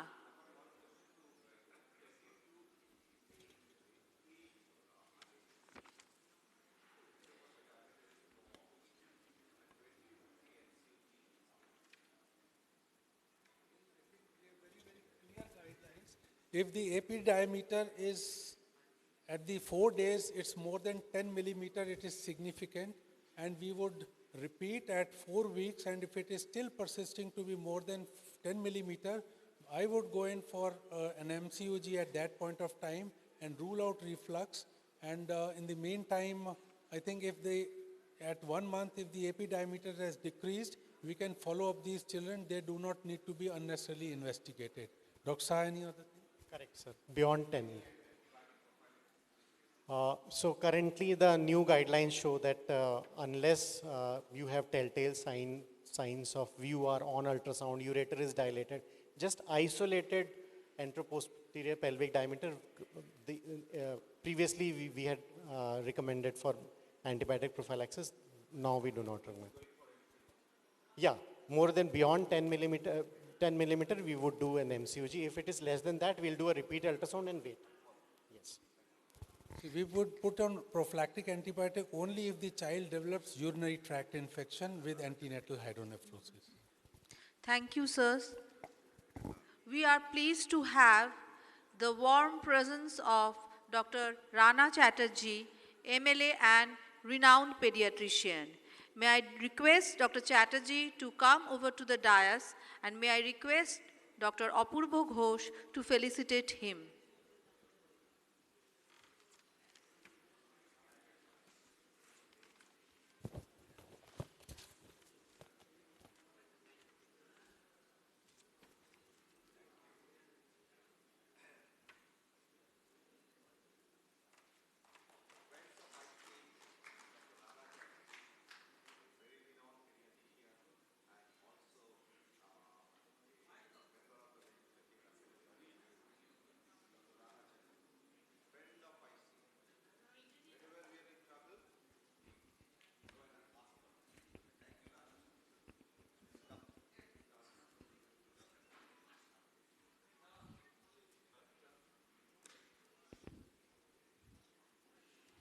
BMT in children? Thank you, sirs. Our next topic of discussion is role of BMT in children and its role in thalassemia in the current era. May I request Dr. Stalin Ram Prakash to start the session. His area of expertise is pediatric hematology, pediatric oncology, and bone marrow transplantation. Good evening. Thank you very much for the opportunity. I thank the organizers for giving the opportunity so that I can come and talk to you here today on this Independence Day. I'll just go quickly through the slides. The first human bone marrow transplant happened in 1956. This is between two twins. One of the twin had leukemia, and hence the bone marrow from the other twin was used to cure the disease. And this is like almost 14 years before the first time man landed on moon. And so Dr. Don Thomas, who did this, got the Nobel Prize. And then 1963, two twin sisters, one of the sisters developed aplastic anemia. Then the bone marrow was introduced from the other sister to give the successfully done, and both of them are cured. The sister was cured. But then there was a lot of interest in the bone marrow transplants, and multiple people were trying to do it. But then you can look at the bottom right column, the success rate was 0. So in spite of 200, 300 transplants, everybody died. So the real first allogenic transplants happened in 1968 when a baby with SCID was transfused from the matched sister, and then he was completely cured.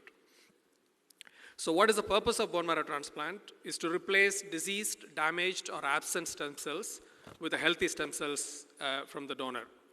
So we normally talk about autologous transplant and allogenic transplant. Autologous transplant is just a method of giving high-dose chemotherapy, because whenever you give a high-dose chemotherapy, one of the limiting side effects is the bone marrow gets wiped out. So you collect the patient's own stem cells, give the high-dose chemotherapy, and then sort of infuse the cells. So thereby you are able to give a very high dose. So that is mostly used in cancer treatment. And most of the genetic diseases and leukemias, we use allogenic transplant, where the donor is a different person. So in terms of doing the transplant, first we need to have an indication for the transplant. As a pediatricians, we should be aware of what are the indications for transplant, because this is a fast developing field. And then we have to do the HLA typing, select the donor, and prepare the patient. So American Society of Blood and Bone Marrow Transplantation categorizes the indications as standard of care, and standard of care with clinical evidence available, standard of care for rare diseases, and developmental, which is kind of experimental or in studies, and where it is not indicated. So malignant conditions, most of the malignant conditions, whether it's a relapsed ALL or high-risk AML, relapsed AML, all those things are probably going to be under the care of hematologist, oncologist already. So most of the time when they need transplant, they will proceed for transplant. The other main indications, especially in our country, is hemoglobinopathies and especially thalassemia, which I will come to it later, and sickle cell anemia, and any kind of bone marrow failure syndrome, whether it is inherited or acquired aplastic anemias, or indications for bone marrow transplant. These are definite indications for transplant. And then today morning you heard about Dr. Sagar speaking about all the primary immunodeficiencies. Many of those conditions are curable with transplants. To keep it very simply, if it is an antibody-mediated problem, then you just give antibodies. Any cellular-mediated problem, especially either it is a phagocytic defect or severe T-cell defect that cannot be cured with just prophylactic antibiotics alone, and you will need transplant. And HLH, especially if it is genetic, is one of the important causes of transplant. There are other rare indications, especially these metabolic disorders. Most of the diseases are deadly otherwise. So Hurler's disease, severe osteopetrosis, metachromatic leukodystrophy, cerebral form of X-linked adrenoleukodystrophy, and globoid cell leukodystrophy. These are the conditions. If you make a diagnosis early and make a referral, these patients can be cured with bone marrow transplant.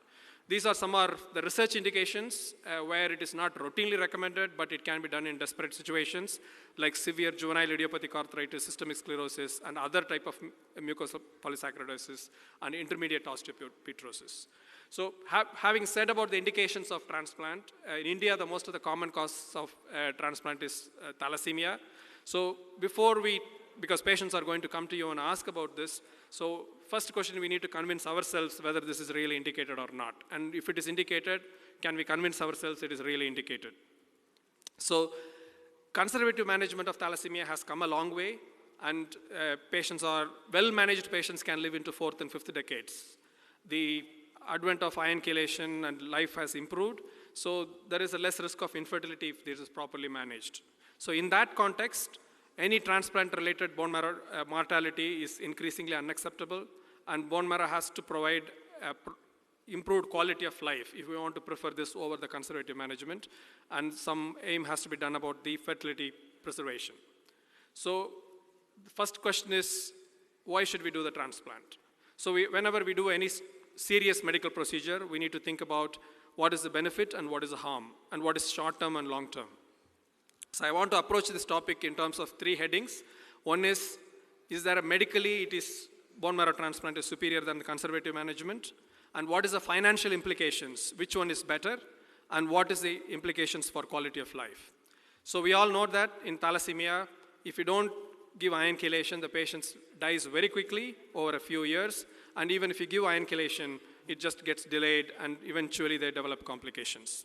So this is thalassemia survival in the Western country, with sort of the survival curves improving every decade or every 5-10 years.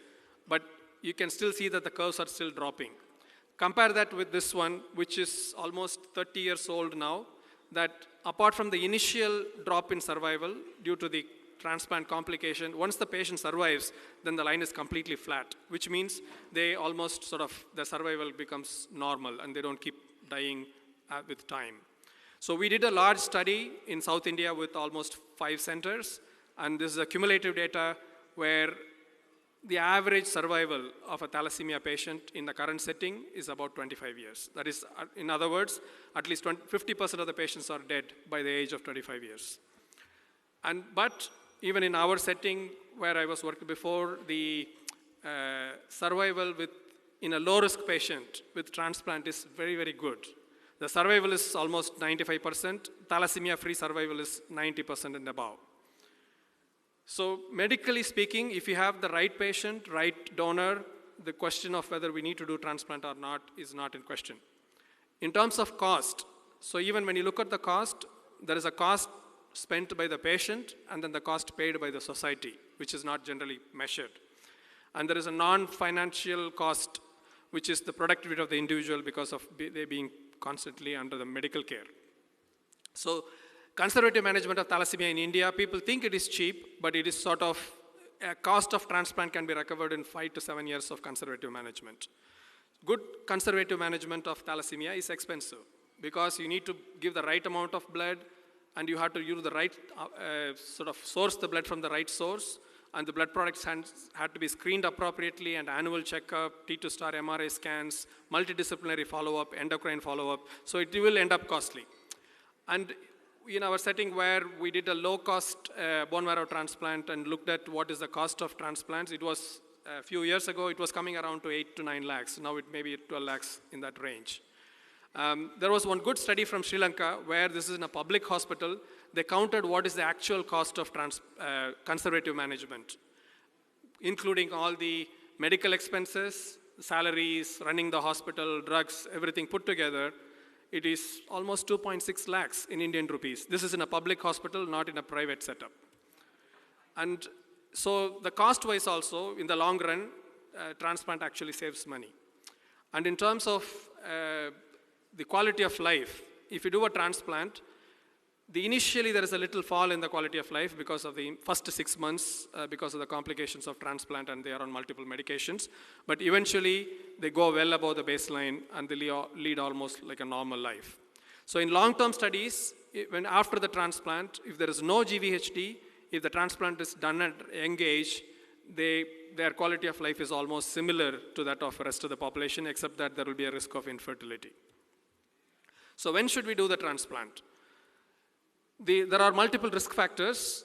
One is the most important one is the age, big liver, big spleen, excessive iron overload. These are all negative factors which influence the transplant outcomes. And younger the patient, it is better. We don't normally tend to advise transplant less than 2.5 years, but about 2.5 years till 5 years is probably the ideal age. And sort of after that, up to 18 years, younger the better. And the iron overload, even long time ago, a Pizarro classification where they divided the patient into the amount of iron overload. Even in those days, if the patient is young and less iron overloaded, they did very, very well. So the factors which were included are enlarged liver, adequacy of the iron chelation, and liver fibrosis. But any patient where the liver is more than 5 centimeter and severely iron overload, they did very, very badly. This is a paper published from CMC Vellore. And also if there is a large spleen, the risk of rejection increases. So these are all the factors which we need to consider. So if you manage the patients well, then the risk of transplant comes down. So we sort of tried to bring the liver and spleen size down by aggressive iron chelation and hypertransfusion and hydroxyurea. And then we proved that if the liver size and spleen size are brought back to the normal size, that those patients, there was no difference between those presented without hepatosplenomegaly and whose liver and spleen size were reduced to normal. So the basic question is how to prepare the patient best for transplant. Actually, there is no special way of preparing the patient. The best way to prepare the patient is to give the best conservative management that is possible to all thalassemia patients. So how do we do the transplant? I'm not going to go into the more technical details, but basically we need to prepare the patient well. Thalassemia transplants are not an emergency transplants, so we don't need to do urgently. It is not like a leukemia. So we need to prepare the patients very well, which means reducing the liver and spleen size and controlling the iron overload. Sometimes it takes 6 months, 1 year, 1.5 years. You have to be patient and get the patient in the right shape and use the right conditioning regimen. And then after that, we infuse the patient donor stem cells and manage the post-transplant complications and weaning the immunosuppression. So in terms of if a patient asks you about the transplant, what advice we should give? The first thing would be to see whether there is a suitable donor. Previously, HLA matched sibling is the only suitable donor. Now the transplant techniques have improved. Now we can even do a half-match transplant, but correct patient selection is important. So downstaging the patient will take some time depending on what state. If the patient is in a well condition, 3 months they may be ready for a transplant. If the patient is in a very horrible state, it may take even 2 years to get the patient ready for transplant.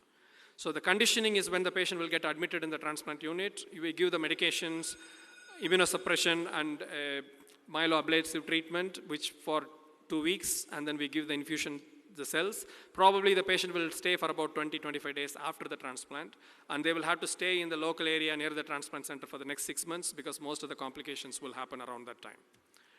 So in terms of success rate, the matched sibling, almost more than 90-95% success rate. There is a 5% risk to mortality.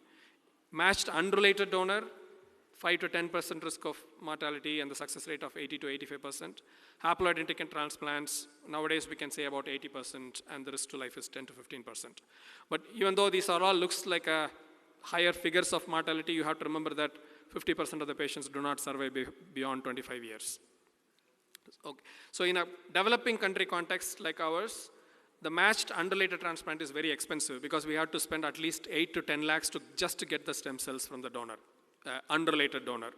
Whereas haploidentical transplant, we use the family members, they are half matched. Now the results are almost approaching each matched unrelated transplant. So just as a take-home messages, so why should we do the transplant? Because medically it is superior, cost-wise it is superior in the long run, quality of life is better. So if you have a better donor, then better to go for the transplant as early as possible. If the transplant is done before the risk factors develop, you get the best outcome. And thorough counseling in terms of short-term and long-term risks, and use of effective but low-cost protocols.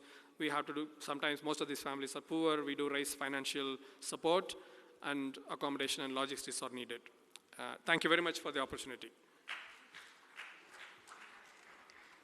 Thank you, Dr. Ramprakash. May I request Dr. Kundu to hand over the memento to Dr. Ramprakash.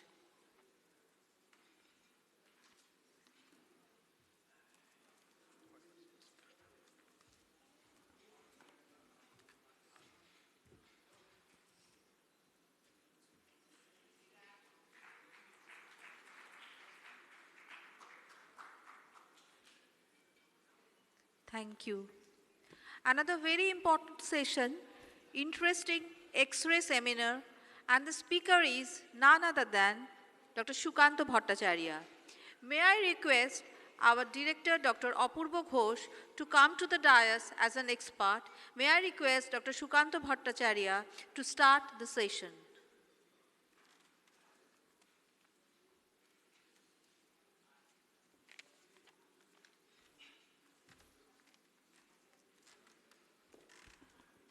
That's the funniest part. Sukanto is the expert in pediatric radiology, and she's asking me as an expert. Anyway, I'll be working as a chairperson here.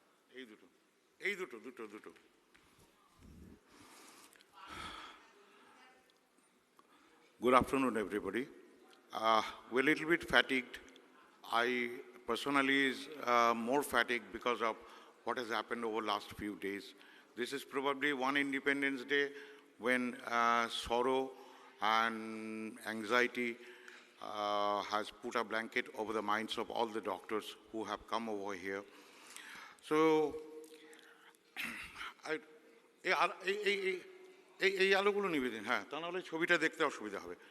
anyway, every year we try to present few X-rays in this session. Just to emphasize two things. Firstly, whatever be the new modalities of investigation, the old investigation still stands quite significant and cost-effective and often gives us lots of clue. I've tried to choose few X-rays from several aspects of pediatrics. Dr. Ghosh, who is also a teacher of me, he has taught me several things, not only on X-rays, but on several other things, is here to put comments over here. Now, first we'll start with PIE. Now, pulmonary interstitial emphysema. Now, pulmonary interstitial emphysema was a rare occurrence before we had the opportunity of doing ventilation to very low birth weight babies and very preterm babies. And PIA has become more important in current scenario because of introduction of surfactant. Because there are a lot of controversies when to give surfactant. Should we give surfactant to very low birth weight baby and extremely premature babies before they have got significant respiratory distress? Now, on several occasions, it has been found that those newborn babies, those extremely premature and LBW babies, who were given surfactant before they were actually symptomatic, so far as respiratory system is concerned, they have less chance of having PIE. Now, PIE is often overlooked. Now, if you look carefully to this particular X-ray, the obvious one is present over there. There is a big pneumothorax on the left side. On the right side, you see that the entire pulmonary parenchyma is been overshadowed by small areas of radiolucency scattered throughout. There are two types of PIE usually described. One is intrapulmonary, which is present over here, and the second time is subpleural. The subpleural PIE often ruptures to produce pneumothorax or the complications of pneumomediastinum. Remember one thing, that once a baby goes to PIE, particularly low birth weight babies, though PIE can occur even in a term baby of normal weight, and PIE is prognostically very, very bad. Now sometimes PIE, here also you see this baby had PIE several days after ventilation and was given surfactant. There was PIE changes on the right side with development of large pneumocele, and later all the bigger pneumoceles coalesce together to produce a huge lung cyst.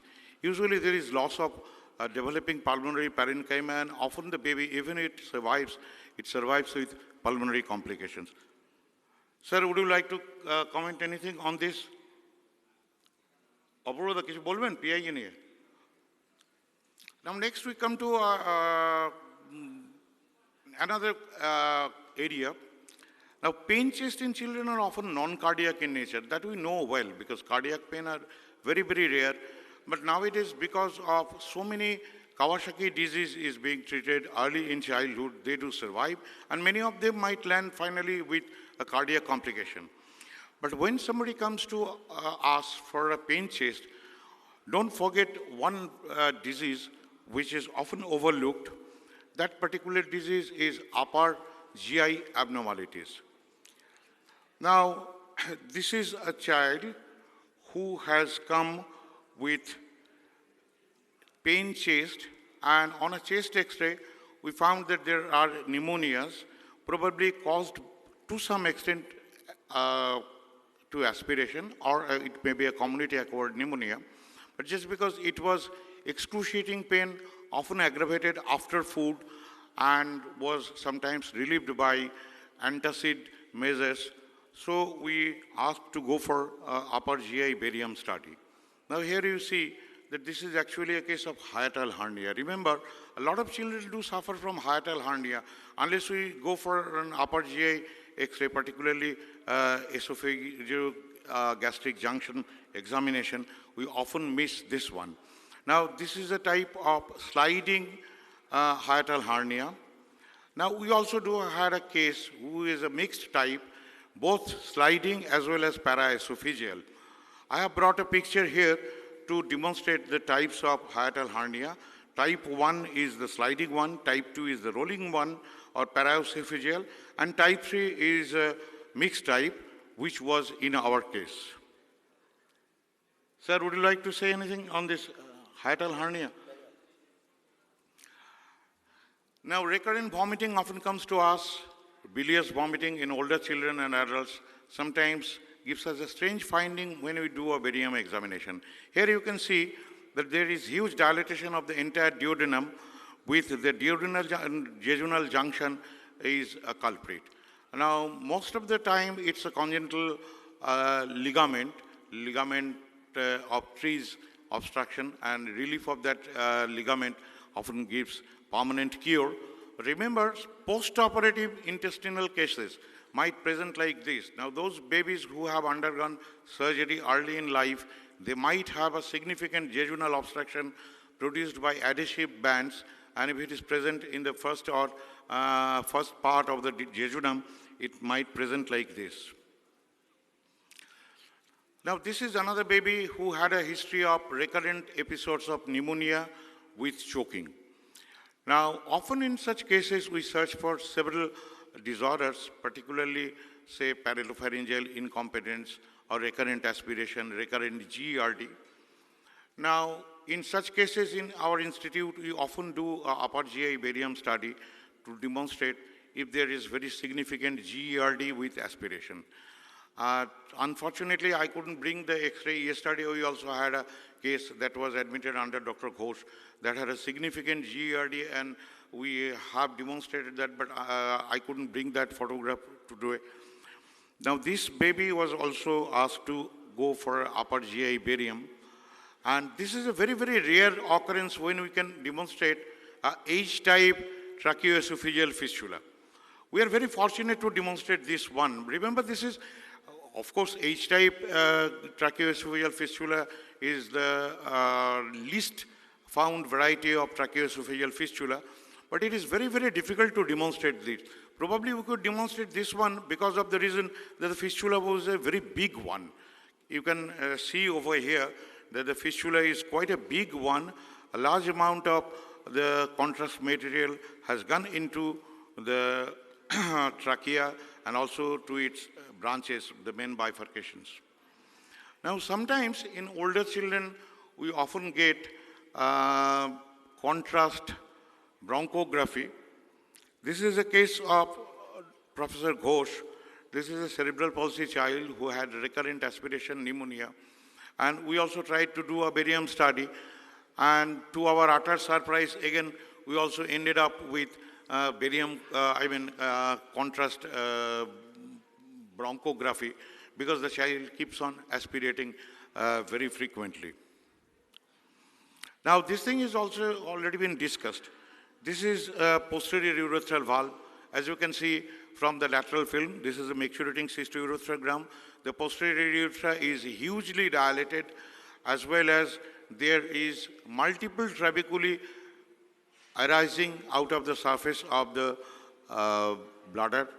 If you see in the PA view film, the bladder looks very peculiar one, and the muscle tone, as has been seen from the lateral film, is quite low. So probably this might fit to some extent to the syndromic constituents of prune belly syndrome. They usually present with hugely dilated bladder and posterior urethral valve. Last week, we had a just 1 month baby who presented with severe urinary tract infection and sepsis. Now, as a part of the routine investigation, we have done a maculating cystourethrogram. And here we see that the bladder is hugely distended. There is no evidence of any posterior urethral valve, but the ureters are dilated and also the pelvic calyceal system. So this is a congenital ureter megacalyceal megacalyx, congenital megaureter and megacalyx. This is the same baby. Should I continue? Just end up in this X-ray. Huh? Just end it here from after this. Key. If you say I can continue. Now this is a spot diagnosis for you. You have the baby. Now this baby came 14 years back to my OPD with a peculiar symptom that my baby's head is very soft. I palpated it and I made the diagnosis, fortunately, but sometimes I would have also missed the diagnosis. This is a very soft head. As you can see, the baby has been kept in this position, and the diagnosis is quite evident once you do all those X-rays and you have a look at it. What is the diagnosis? Cleidocranial dystrophy, because you see there the clavicles are missing. Remember one thing, that cleidocranial dysplasia can present with very soft skull. This is the child still in ICH follow-up. You see the chest X-ray now, and the shoulders are opposed together because of this one. Now I'll finish up with only 2-3 X-rays. Now, when the chondrodysplasias do come to us, most of the time it is the prototype of the childhood chondrodysplasia is achondroplasia. Now, remember one thing, these X-rays I have brought just to show you that achondroplasia phenotype may simulate many other chondrodysplasias. Now, often we are so confident in case of such phenotype that we declare them as achondroplasia. We don't go for X-rays or other investigation, not for the genetic studies. Now, this is a child who has come with achondroplastic phenotypes. You see the rhizomelia, you can see the multiple folds over there. But again, the diagnosis is quite evident from over here. This is a case of chondrodysplasia punctata. Now, there are several types of chondrodysplasia punctata. The commonest one is Conradi-Hunanman type, but there is a more severe type known as rhizomelic type. In rhizomelic variety, there is often an associated cataract, and usually those rhizomelic varieties don't have a good prognosis, in contrast to the Conradi-Hunnerman type, who often have reversal of the bone changes as they grow up. This is another case. This child is also have some similarities phenotypically with achondroplasia, but remember, achondroplastics usually do come with a large head, anteroposteriorly enlarged head, not always associated with hydrocephalus. This is a case of pseudoachondroplasia. Now remember, pseudoachondroplasia has got no relation with achondroplasia. It is a disease far, far away from achondroplasia. It is rather a variety of spondylometaphyseal dysplasia. If you look at the spines, you see the spines are having significant flattening with projected anterior ends. If you look at the metaphyses, all the metaphyses are deformed, and the metaphyseal secondary centers are not also present over there. Now, this will be the last X-ray.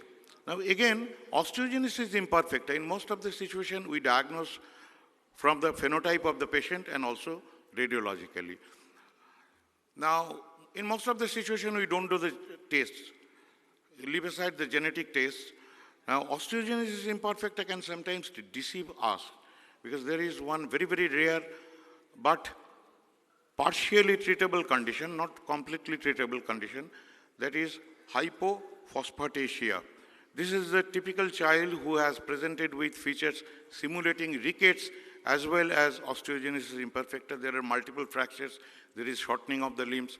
So when osteogenesis imperfecta do come to us, where the X-ray also simulates rickets, a combination of osteogenesis imperfecta and rickets, always do test for alkaline phosphatase. The non-specific alkaline phosphatase level will be very, very low in case of hypophosphatasia, but they are partially treatable because enzyme replacement is now possible in those cases. So with this, I finish up. Thank you very much. Thank you, sir, for a wonderful session. May I request Dr. Ritobroto Kundu to present the memento to Dr. Bhattacharya I request and to Dr. Ghosh to say Sir, anything. I've got nothing to say, only thing that I will request the postgraduates to go through the types of osteogenesis imperfecta. When I started my career, there were only 4 types, then it went to 6, then it went to 8, then it went to 18. Now in latest up to date, it has gone up to 22 types of osteogenesis imperfecta based on the genetic diagnosis and the clinical diagnosis. So you need to know a lot about osteogenesis imperfecta, especially if you are interested. But thank you, Shukanto, for an excellent presentation.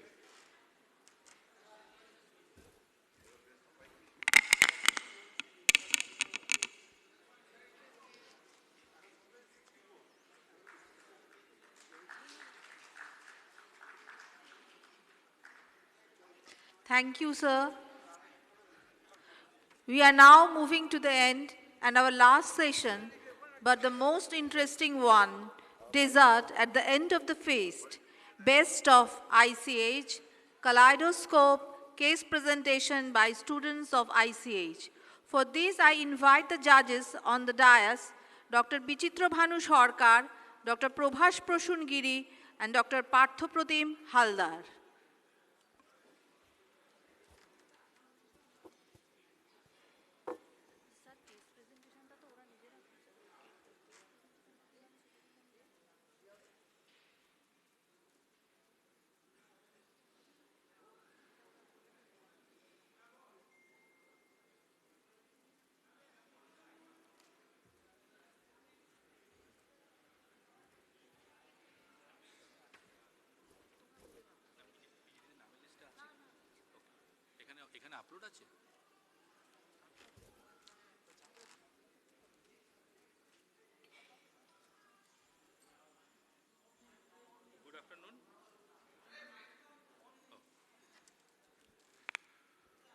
So, good afternoon. So, this is our last session. Our PGTs will show some of the interesting cases. Now, as all of us are going through turbulent times, I think all of them, though physically there, they mentally, they are a little bit upset, and we had a discussion whether some of them even were not very much willing to present this case in this scenario, but they have prepared it. So I'll request all those who are present to encourage them. These are all recent, very interesting cases. So without wasting time, I would invite Dr. Shantanu. Please come to the dais. Give a big hand. So this is our first case. We will show 6 cases, very short cases, and we can have a small 1 or 2 minute time for discussion after every case. You start. Should we start? Good afternoon, everyone. I am Dr. Shantanu, Junior Resident from Institute of Child Health, Kolkata.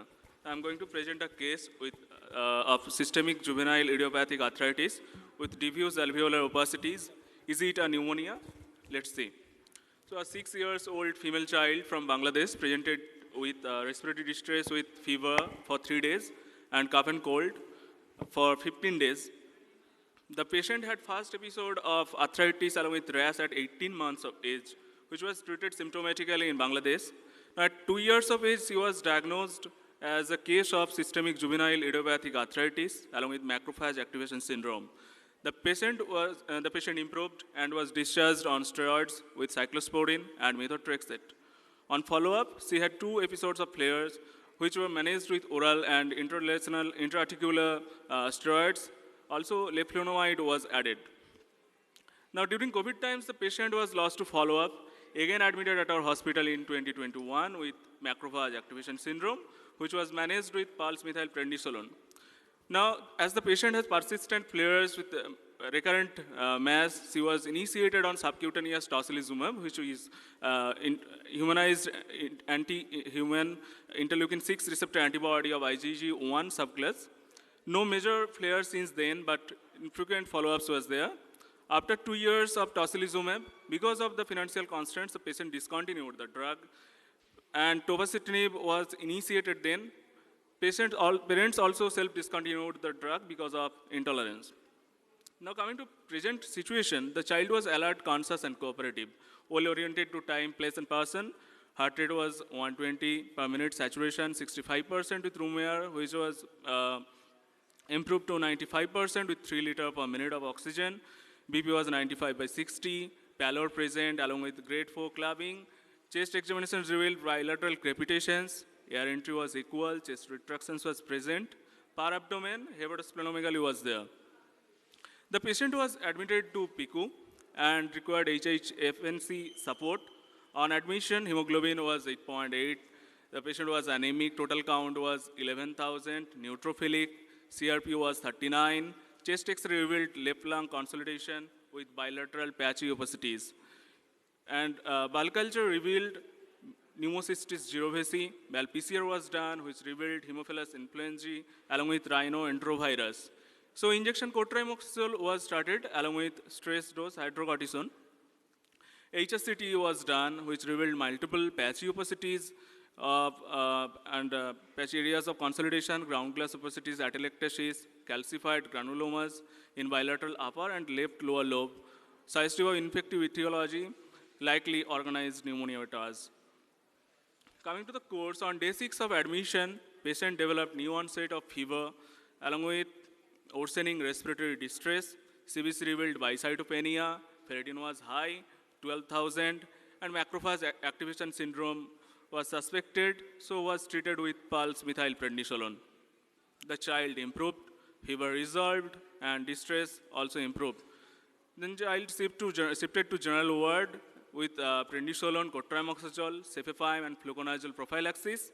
But the child continued to have about 85 to 90% saturation with room air, which occasionally dipped to 80%.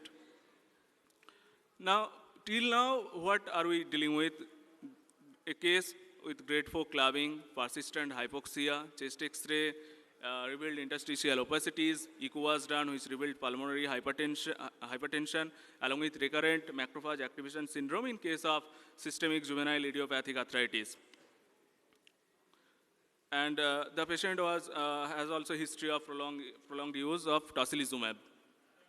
There is 2 case studies here by Duolingo et al. And Grant S. Schullard et al., which showed that before 2013, lung involvement in systemic juvenile idiopathic arthritis with recurrent mass was rare. It is it is increasing along with the advent and use of biologicals. There is no established therapy for interstitial lung disease in systemic juvenile idiopathic arthritis. In a recent experience, most frequently used therapies were IVIG, mycophenolate mofetil, and tofacitinib. JAK inhibitors in particular have gained increasing interest for the management of these complications of systemic juvenile idiopathic arthritis. Some reports suggest empalumab, that is interferon gamma blocking antibody, or the dual blocker of interleukin-1 beta and interleukin-18, but these medications are not available in India. So tofacitinib was started. Around 10 days after shifting to the ward, the child again started to having new onset fever. This time, ferritin rise to greater than 1 lakh. Again, treated with pulse methyl prednisolone. 5 days later, tachypnea worsened, saturation fell down to 65% with 7 liter per minute oxygen. So she was shifted again to PICU, not maintaining saturation on NIV, had to be intubated and ventilated, and eventually HFV was started. Unfortunately, we lost the patient within 24 hours of PICU admission. So pleuritis and pericardial effusions were considered the most common pulmonary manifestations of SJIA for decades. Recently, an increase in severe and potentially life-threatening chronic lung disorders in children with SJIA was reported. These manifestations include pulmonary alveolar proteinosis, interstitial lung disorders, and pulmonary hypertension. In the literature, most favored hypothesis is that increase in SJIA LD cases can probably be attributed to recurrent macrophage activation syndrome and the use of interleukin-6 by interleukin-1 blockers.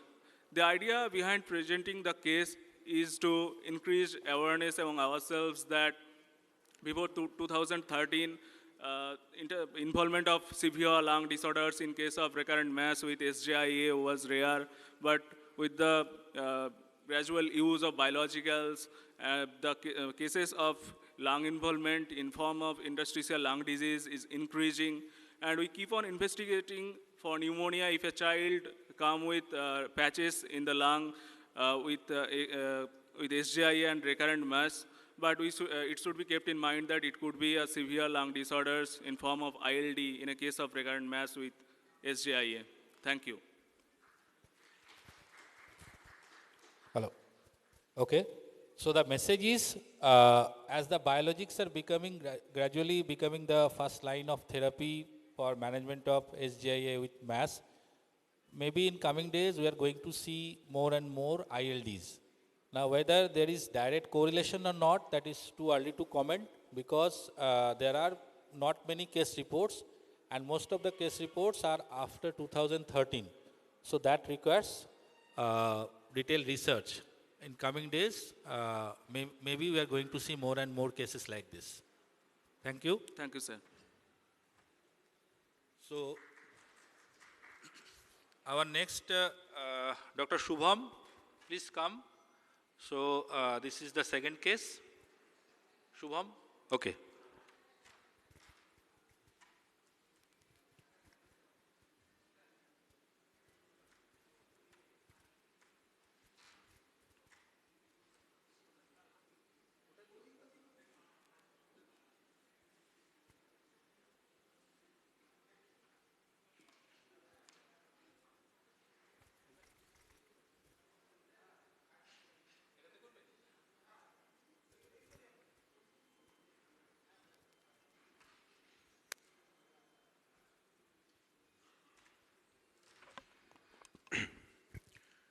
A very good afternoon to everyone present here.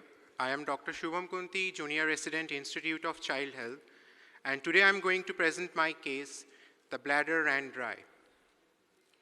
So a 5-month-old male child, born out of non-consanguineous marriage, presented to us with chief complaints of anuria for the past 1 day, and there was decreased urine output for the past 2 days. The anuric episodes were preceded by 4 episodes of vomiting. There was history of fever 3 days back. No history of bowel dysfunction or over-the-counter drug intake was present. The child was initially evaluated at an outside hospital and then referred to our center in view of anticipated requirement of RRT. In past history, there is no history of similar illness. The birth history was uneventful. In antenatal history, there is no maternal history of oligo or polyhydramnios present. Family history is insignificant except for history of renal stone in paternal uncle. The anthropometric evaluation revealed height for age and weight for age to be age appropriate. So on general examination, the child was not sick looking. Heart rate was 168 per minute with a good pulse volume. There were no signs of dehydration. The blood pressure was above 90th centile. There was no edema. Systemic examination were more or less normal. The parabdominal examination revealed that the urinary bladder is non-palpable. There were no features of encephalopathy.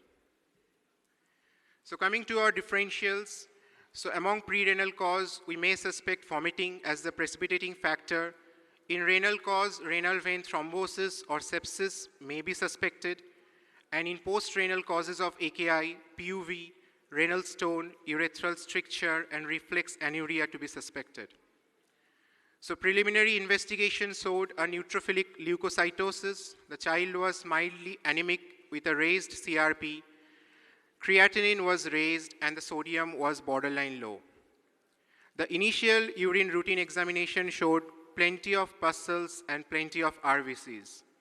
The fractional excretion and sodium and urea was done, which was 1.5 and 45 respectively. The serum C3, C4, and ASO titer were normal. So coming to the management part. Initially, the patient was given 2 successive NS bolus along with a Lasix challenge test, but there was no improvement in urinary output. He was catheterized, routine cultures, and penile swab cultures were sent. As the initial sepsis screen was positive, he was started empirically on IV ceftriaxone. In view of fluid overload and worsening AKI, patient was shifted to PICU and started on peritoneal dialysis. So our impression was here it may be a case of sepsis-induced AKI. Now the urine output started increasing 48 hours from initiation of PD, and the AKI parameters were gradually improving. So you can see the repeat renal parameters, drastically improvement, and an early morning urinary calcium creatinine ratio of 0.8, which was elevated. So now coming to the few of the differentials. So in favor of RVT, there was hypertension and sudden anuria, but there was no hematuria or pain. For a sepsis-induced AKI, there were a positive sepsis screening and pyuria, but however, the blood and urine culture came as negative. In pre-renal causes, there was history of vomiting, but there were no signs of dehydration and the child was not lethargic. In posterior urethral valve, there was sudden anuria, but there was no history of maternal oligohydramnios. Reflex anuria can be a possible DD, but the renal stones are unlikely at this age. Now further investigation. USG KUB showed 2 calculi in the right kidney, one in upper calyx, 2 millimeter, and one in the lower calyx, 2.5 millimeter. A helical NCCT was done, which confirmed the presence of renal calculi. Subsequently, the blood and urine culture came as negative. The repeat urine RE showed persistent microscopic hematuria, and the peripheral blood smear was done, which revealed no evidence of any cystocytes, which ruled out HUS. So this is the urinary microscopic examination of the patient showing a polygonal crystal. Now, our diagnosis at this point was this may be a case of AKI, which is attributable to reflex anuria, secondary to urinary tract obstruction on one side due to impacted stone. So we started working off of the renal stone. The serum calcium, phosphate, and alkaline phosphatase were normal. The urinary calcium creatinine ratio was elevated, and serum vitamin D3 levels were on the lower side. The parathormone levels were normal. And in VBG, there was no metabolic alkalosis or acidosis. So on day 5 of the hospital stay, the patient passed 2 calculi via urine. We sent the stone samples for infrared spectroscopy, and it showed the composition to be calcium oxalate monohydrate crystals. So the child developed hypertension, so was started on oral antihypertensives. Sequential monitoring showed a resolving AKI. Antibiotics were stopped after 7 days as CRP was on a decreasing trend, and we have sent a detailed urinary analysis. The 24-hour urinary analysis revealed hypocitraturia and hypercalciuria. Oxalate excretion was normal. So our final diagnosis is a post-renal AKI due to reflux anuria secondary to nephrolithiasis. Management, the child was started on potassium citrate syrup, oral hydrochlorothiazide was added, oral amlodipine continued, and we have planned for a whole exome sequencing. These are the few case reports which shows reflex anuria to be a rare cause of AKI, and most cases have been reported in adults. So key highlights of my cases are nephrolithiasis in children accounts for 1% of the entire global burden. It's unusual for an infant to pass stone during urination. Reflex anuria is a very rare cause of anuria and AKI, and only few cases have been reported worldwide, but mostly in adults. Thank you very much. So, thank you. So the learning point, itself is a very rare case, reflex anuria, and the child passed the stone. That is very unusual. And as he has mentioned, the reflex anuria is not very much widely reported in pediatric population. Thank you. Thank you, sir. And case, the patient presented like sepsis-induced AKI. So moving on to our third case, Dr. Tarun. Tarun, oh, okay, you start.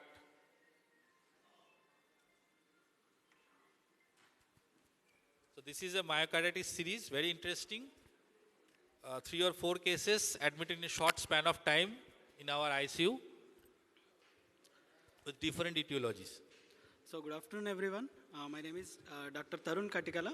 Now I'm going to present the myocarditis series we came across in our PICU.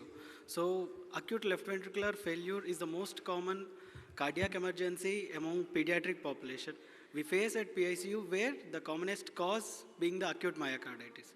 Recently, in a span of 6 weeks, we got 4 kids with acute heart failure due to acute myocarditis and myocarditis mimics. So going into those cases, first case was a 3-month-old male child presented with cough and cold for 10 days, fever for 3 days, respiratory distress for 1 day, and poor oral intake and decreased urine output for 1 day, and multiple episodes of overnight crying for 2 months. On examination, heart rate was 182 beats per minute, and CVS and auscultation systolic murmur was appreciated. And blood counts was shown above, and chest X-ray revealed to be cardiomegaly. On echocardiography, suggestive of myocarditis. So, proceeding to the treatment, we directly admitted the patient to PICU and managed accordingly, and we gave a short bolus NS, and patient was put on HFNC. So we provisionally diagnosed as myocarditis, and we started to give furosemide and planned to give IVIG. So this is the X-ray of that patient, and each ECG we have deep Q waves, and repeat echo showed anomalous origin of left coronary artery from pulmonary artery, Al kappa. So this is a case of anomalous origin of left coronary artery from pulmonary artery, which mimicked as acute myocarditis. So next case, a 3-month-old male child presented with cough and cold for 3 days and respiratory distress for 2 days. So on examination, heart rate was 204 beats per minute, and on auscultation, there was a gallop rhythm present. So VBG showed mixed acidosis, and CBG showed high glucose, and blood counts revealed high creatinine levels, and ferritin was very high.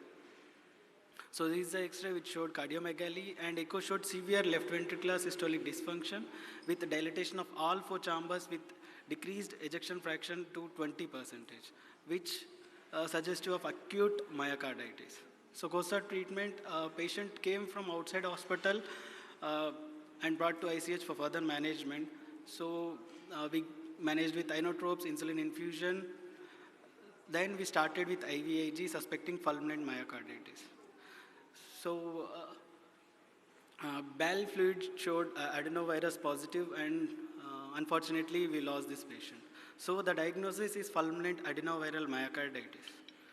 Coming to next case, a 1-year-old 2-month male child presented with fever for 2 days and convulsions on the day of admission. And he is a known case of cystic fibrosis with pseudobartus syndrome, and off the medications without any doctor's advice from past 1 month. On examination, heart rate was very high, and VBG showed severe acidosis, and blood routines showed dyselectrolemia.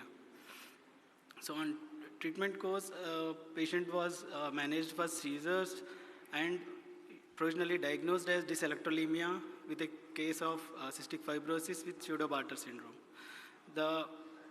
On echo showed echo was normal, and on ECG there were absent P waves. Cardiac markers are elevated. So on MRI brain, it showed diffuse bilateral cerebral edema, and the case was diagnosed as tachycardiomyopathy in a case of cystic fibrosis with pseudobartus syndrome. Coming to the last case, this is an 8-year-old, 8-month girl presented with fever for 4 days, loose stool for 4 days, and vomiting for 1 day. An examination was normal, and investigation showed increased count, and platelet was less, CRP was very high, and procalcitonin was very high. So the patient was managed accordingly and provisionally diagnosed as toxic shock syndrome. The cardiac markers were elevated, and X-ray showed cardiomegaly. And initially the echo showed severe LV dysfunction, which was improved later. So this is a case of multi-system inflammatory syndrome in children. So these are the 4 cases we came through in PICU in span of 6 weeks. So take-home points are acute left ventricular failure is the most common cardiac emergency among pediatric population. We face at PICU where the commonest cause being the acute myocarditis. Some of the conditions like coarctation of aorta, Al-Kappa, and some rhythm abnormalities may mimic as acute myocarditis. Thank you. Very nice, Tarun. The commonest cause of acute cardiac failure in pediatric intensive care unit is acute myocarditis. But there are few cases, those can mimic like acute myocarditis, but actually not myocarditis, and treatment protocols are different.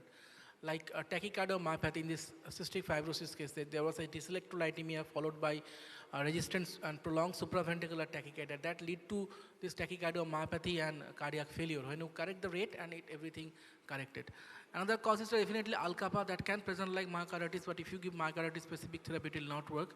You need the surgical corrections.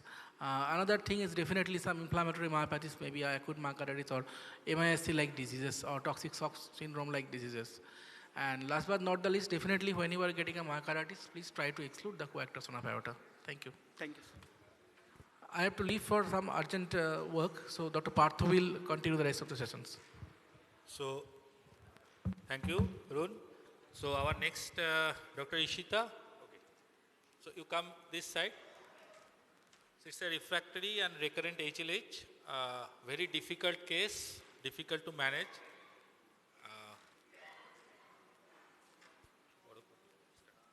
Start. Good evening, everyone. I am Dr. Ishita Maiti from Institute of Childhood. Today I am presenting a case of refractory and recurrent HLH. So my patient, 7 years old male of pre-BLL on maintenance phase as per BFM guidelines was well 3 days back. Now presenting with the complaint of fever which was high grades and 3 to 4 spikes per day for 3 days associated with cough and cold for 1 day. Patient was febrile, sick looking, vitals were stable, per abdomen was soft, non-tender, and liver was just palpable. Initial investigations showed hemoglobin 8.5, ANC 576 with dearranged SGPT and SGOT. Initial impression was a febrile neutropenia in a child on chemotherapy. Initial chest X-rays was normal. So we started on meropenem and teicoplanin, but the spikes were persisted, so caspofungin was added on the next day. Respiratory PCR showed growth of mycoplasma pneumonia, so oral azithromycin was added, but fever was still persisting, so azithromycin was upgraded to doxycycline. Fever was kept on persistent. HLA, secondary HLAs was suspected and ferritin was sent. Ferritin came very high, so we added injection DEXA on day 3. Fever spikes kept on persisting on day 6 to day 8. Counts started falling. Ferritin was increasing day by day. So injection etoposide was given with the dose of 120 mg per meter square on day 6, followed by DEXA which was switched to methylprednisolone. On day 9 to day 12, counts kept on falling to 50 and ferritin was increasing trend and rose to 31,000. So IVIG was given with the dose of 400 mg per meter square on day 10. Then cyclosporine was started on day 11 and methylprednisolone dose was hiked up. Platelets started falling to 83,000 to 82,000, so IV anakinra was given. Further on day 11, we repeated a chest X-ray, which showed bilateral infiltrates on the both sides. On day 13 to day 16, fever spikes kept on persisting. Counts started falling further to, platelets started falling further to 77,000. SGPT and SGOT was 400, but ferritin was more than 50,000. So anakinra and cyclosporine dose was further hiked up. Day 17 to day 27, methylprednisolone was gradually tapered to oral prednisolone. Cyclosporine was tapered down to 4 mg per kg per day and chemoprophylaxis was restarted. Child was then discharged on oral prednisolone and cyclosporine. But again, child came back after 1 week and readmitted with a complaint of fever for 1 day. Patient was again sick looking, vitals were stable, per abdomen soft, non-tender, just palpable hepatosplenomegaly. Child was on cyclosporine 4 mg per kg per day, Stamlo, Omnacotil with 6 MP and methotrexate. Initial investigations showed low ANC, normal SGOT and SGPT, but ferritin was on the higher side. CRP was negative, so initial impression was viral infection with febrile neutropenia. Again, meropenem was restarted. Cyclosporine and omnacotil was put on hold. Patient became afebrile, but again started having high-grade fever. CMV infection was suspected and blood for CMV PCR came positive with a viral load of 1 lakh.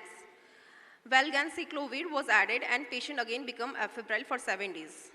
But after 7 days, patient started having high-grade fever again. So we suspected there might be a relapse of CMV infection, but blood CMV PCR showed a viral load of 3,600. So it was something else. Other investigations showed ANC count of 1,000 with deranged SGOT and PT. Ferritin was on the higher side, 9,000.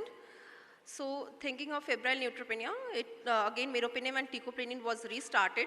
Secondary HLH was suspected and DEXA was given. After 3 days, child became afebrile and IV DEXA was switched to oral DEXA and gradually tapered off. So my final diagnosis is, it's a case of mycoplasma pneumonia and CMV-induced HLH with febrile neutropenia in a pre-BLL child. Take-home messages would be HLH can be associated with infections in any patient with altered immunity. For patient with increasing inflammations with worsening organ damage, despite high early immunomodulations, treatment escalation with higher dose of glucocorticoids and with alternate agents should be considered. Some empirical immunomodulatory drugs are glucocorticoids, including prednisolone, DEXA, high-dose methylprednisolone, intravenous immunoglobulin, and anakinra. Thank you. My sincere request to all whoever is being present in this room, that after this there will be a valedictory song by Dr. Indu Surana. Please don't leave the hall.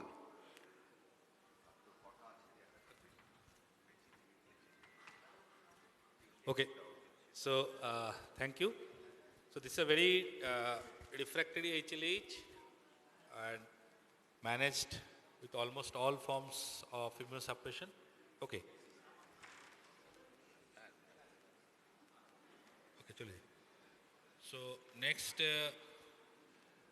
Dr. Mang. Okay.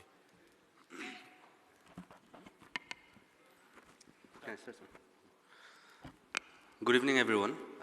Today I'm going to present a topic when trauma whispers and vessels roar. We have a 9-year-old girl who presented to us with complaint of intense throbbing pain in the interscapular region, which is more towards the right side and throbbing in nature, and it causes nighttime awakening. And this pain was not responsive to any analgesic or any pain medication. On further history taking, there was history of trivial trauma 1 month before, given by the mother. There was history of similar complaint. There was no history of similar complaint in the past. No history of fever, weight loss, bowel bladder dysfunction, neurological symptoms, or any spinal surgeries or interventions. On examination, the child was alert, conscious, and cooperative. Heart rate was 102 beats per minute. No radioradial or radiofemoral delay. BP on both upper and lower limbs were more or less the same, and saturation was within normal limits. On local examination, there was increased tenderness over the right scapula, and systemic examination were all within normal limits. So suspecting some muscular issue, we did a P-GALS. The gait, arms, and legs, there was no abnormality detected. But on spinal examination on the back side, there appears to be scoliosis, which also disappears on bending forward. So with the history and the examination, we came up with few differentials. Mainly, firstly, we came up with some musculoskeletal. It can be a strain or it can be some fracture. Some infectious cause like osteomyelitis, discitis, or any abscess. Any inflammatory cause like JIA, transverse myelitis, or some neoplastic cause, some congenital cause, or any vascular cause like AVM, AV fistula, or any spinal cord infarct. And we even suspected some conversion disorder. So we did a few investigations. All the blood counts except the vitamin D level were within normal limits. Chest X-ray was normal. HRCT thorax done outside was within normal limits. MRI of the right scapula and shoulder was done, which shows no issue. On the,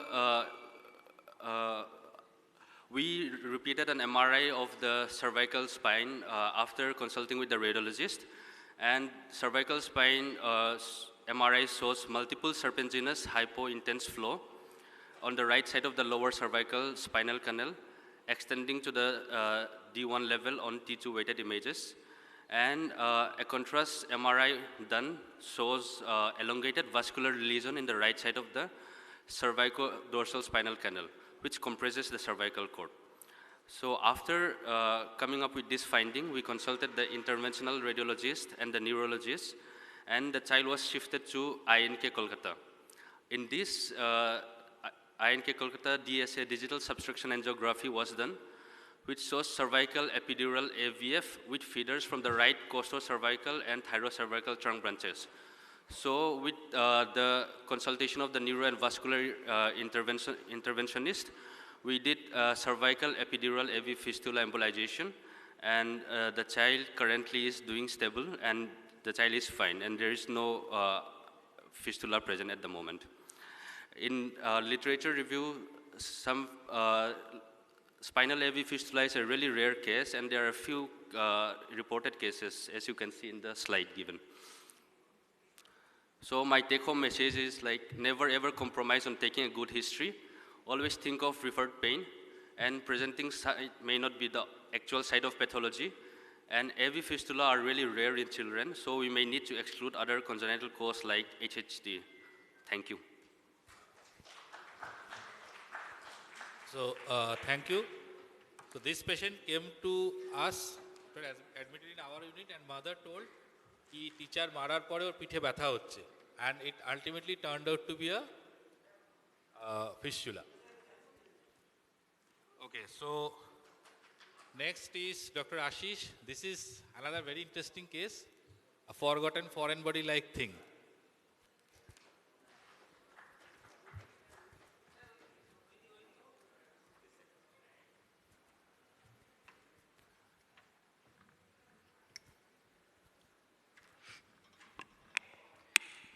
Good evening, delegates. Myself, Dr. Ashish Kumar Singh. I'm presenting a case on foreign body, a rare case scenario. A 4-year-old child presented to the Pediatric Gastroenterology OPD with the complaint of accidental ingestion of foreign body while playing about 8 months ago. The patient has a history of ingesting that foreign body about 8 months when he presented to the ER with no other signs and symptoms. During the presentation at the time of ingestion, we did a radiological examination and it was found to be lodged in right lower quadrant. So as the foreign body passed the upper GI constrictors, so it was expected to pass through within the next 72 hours with the stool. But the patient lost to follow up as we asked the patient to follow up after 72 hours. On follow-up, the patient revisited after 2 months of ingestion with various investigations. The investigations in the gastroenterology OPD, the patient was planned for diagnostic colonoscopy and proceed as the foreign body was still visualized on the X-ray at the right lower quadrant of the abdomen. On examination during that time of admission, the patient's vitals were stable. The skin was normal, no scar was seen, no tenderness elicited, and bowel sounds were present. The patient was, the colonoscopy was done, but the foreign body could not be visualized even after seeing up to the hepatic flexure as the colon preparation was poor. The patient was advised repeat colonoscopic removal, but the patient lost to follow up after that.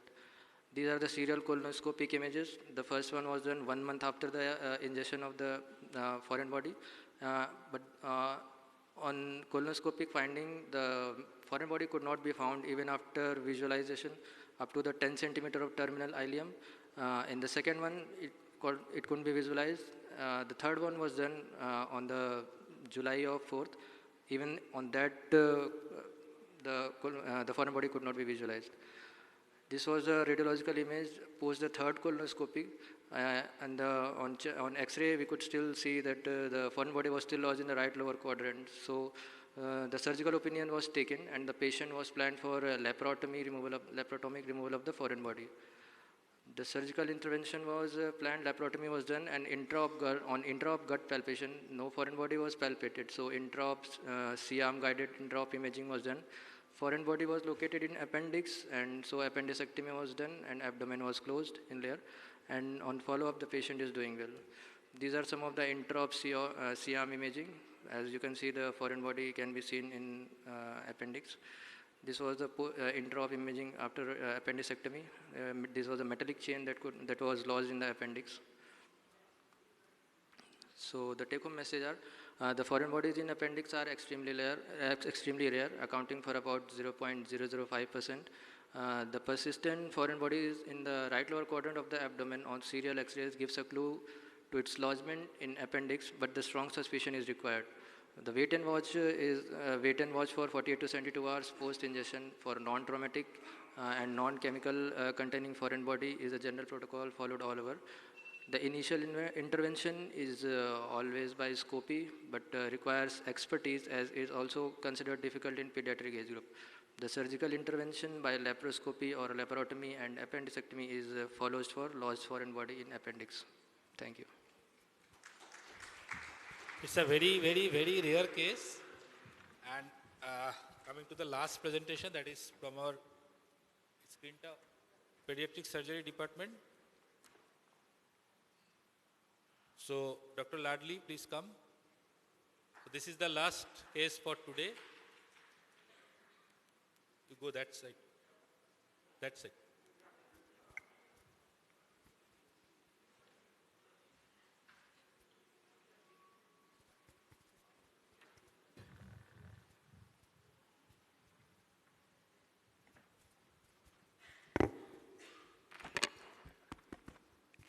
Good evening all. Today I'll be presenting two unusual pathologies in usual clinical cases. For the first case, we have a 2-year, 4-month-old baby boy who came to us with a complaint of multiple episodes of non-bilious vomit. And there was bleeding per rectum, which was red current in appearance since 4 days. General examination, patient was alert, conscious, and cooperative, vital, stable, and other systems were within normal limits. For localized examination, abdomen was slightly distended, a lump that we could appreciate at the center of right lower quadrant, and it measured about 5 centimeter in vertical dimension and 3 centimeter in horizontal. It was crossing the midline. On palpation, the temperature was normal, and the lump had a concavity towards umbilicus. The right iliac fossa was empty. On distal rectal examination, there was blood on glove finger. For blood investigation and erect abdomen X-ray, total counts were slightly raised, and in the X-ray we can appreciate a closed gut loop obstruction, and there was a paucity of gas shadow all over the abdomen. The patient underwent a whole abdomen USG where a long segment of ileocolic intussusception around 6.6 centimeter was reported. We tried USG guided reduction with the help of normal saline, and after 3 attempts, it was an incomplete reduction. As you can appreciate in the imaging in the screen, the donut appearance still persists. Patient was taken up for laparotomy, where after reduction, we could appreciate a mass indicated by the green arrow, which appeared like a polypoid growth on the external surface of the intestine. Specimen was sent for histopathology, where it was reported to be a 2.5 centimeter part of ileum, having a polypoid growth, measuring around 1.2 centimeter in length and 1 centimeter in breadth, invading the mucosa. And on histopathology, microscopically, there was a lobular ectopic pancreatic tissue having acini, ducts, and islets of Langerhans involving muscular layer. The points that to be highlighted for this case was Klopp was the first to describe the heterotopic pancreatic tissue elsewhere in 1859, and there were many theories postulated for the same, but the one which is accepted is the dorsal diverticulum that becomes the body and the tail, and the ventral portion that becomes the head of pancreas. One of these invagination remain within the wall of the bowel and then can be carried as longitudinal growth of the intestine. These are my references, and there are very few cases that have been reported as such in literature. For my second case, we had a 12-year-old female which presented to us with pain in right iliac fossa since 5 days. There was history of chronic constipation, and patient had similar complaints in past 2 years. General examination, patient had tachycardia and rest of the vitals were within normal limits. Per abdomen, there was tenderness elicited in right iliac fossa, and rest all examination were within normal limits. For blood investigation, counts were slightly raised with rise in CRP. USG whole abdomen reported to have a thickened appendix measuring 7 mm. We went ahead with laparoscopic appendectomy, where intra-op findings were mild adhesions in right iliac fossa, retrocecal appendix, and no Meckels found in terminal ileum. This is a short video demonstrating the elongated appendix. Specimen sent for histopathology came to shock all of us because it was reported to have monotonous cells having round nuclei and fine stipple chromatins which were arranged in nets and trabeculae. Diagnosed as neuroendocrine tumor of appendix grade 1, which was further confirmed on immunohistochemistry, which came positive for synaptophysin and chromogranin A. Ki67 was approx 1 to 2%. Again, a very rare case. So neuroendocrine tumor is mostly an incidental diagnosis post-appendectomy in approximately 0.5 to 1% of population. Staging is mainly based on tumor size, serosal and mesoappendix invasion, and vascular and lymphatic vessels involvement. These are my references. Both my patients are in follow-up and doing well. Thank you. So with this, we come towards the end of the presentation. Now, I am supposed to announce a winner, but we refrain from announcing any winner because I think all of them should be declared as winner because they are going through,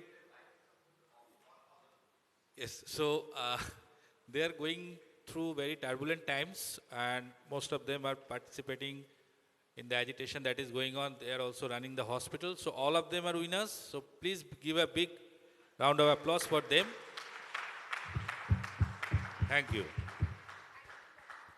Thank you, Dr. Partho Pratim Haldar.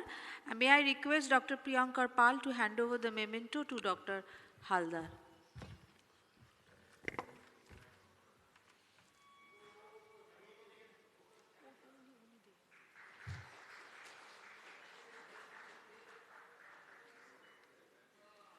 I hand over the podium to Dr. Priyankar Pal.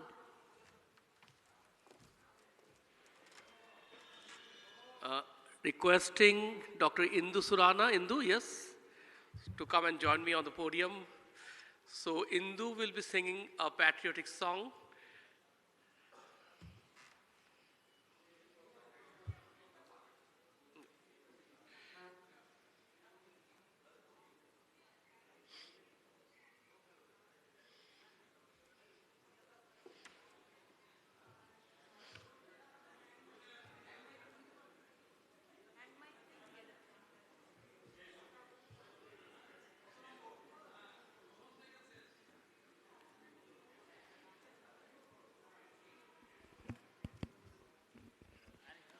So good evening, everyone. And first of all, I thank Dr. Apurva Ghosh for inviting me here. It's indeed a great privilege, and I'm really humbled to be here on this very special day for Institute of Child Health. And it is a very special day for all of us, the Indians, because we are celebrating the 78th Independence Day of India.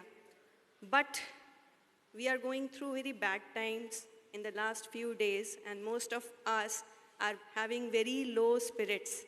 So, shurta ektu beshur hoteo pare, not in good spirits, but I'll try my best to sing a song by Lata ji, and this song is almost a national anthem when it comes to celebrate Independence Day. Without this, no celebration of Independence Day is complete.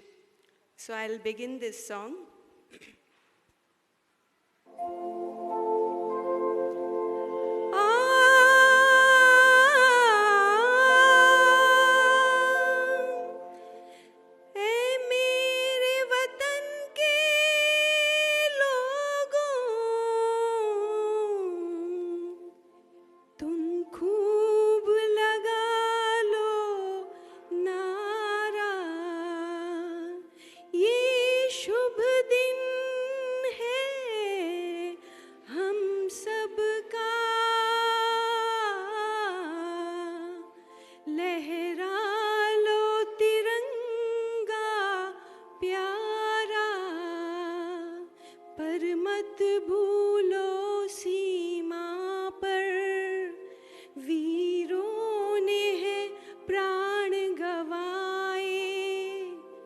कुछ याद उन्हें भी कर लो, कुछ याद उन्हें भी कर लो,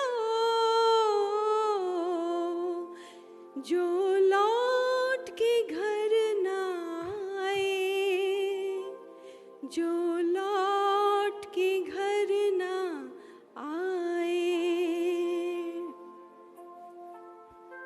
ऐ मेरे वतन के लोगों, जरा आँख में भर लो पानी, जो शहीद हुए हैं उनकी जरा याद करो कुर्बानी।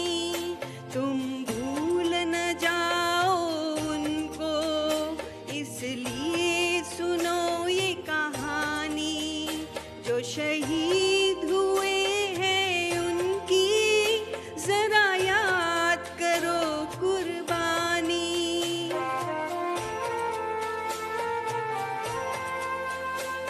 जब घायल हुआ हिमालय, खतरे में पड़ी आजादी, जब तक थी सांस लड़े वो, जब तक थी सांस लड़े वो, फिर अपनी लाश बिछा दी। संगीन पे धर कर माथा सो गए अमर बलिदानी जो शहीद हुए हैं उनकी जरा याद करो कुर्बानी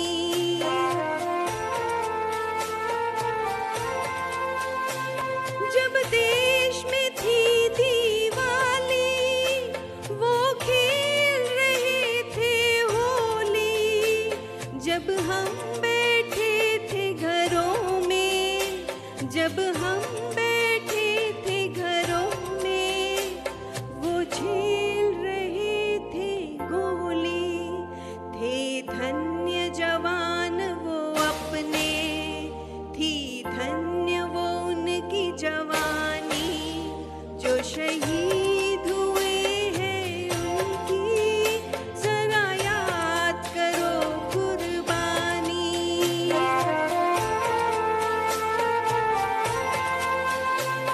कोई सिख कोई जाट मराठा कोई सिख कोई जाट मराठा कोई गुरखा कोई मद्रासी कोई गुरखा कोई मद्रासी सरहद पर मरने वाला सरहद पर मरने वाला हर वीर था भारतवासी जो खून गिरा पर्वत पर वो खून था हिंदुस्तानी जो शहीद हुए हैं उनकी जरा याद करो कुर्बानी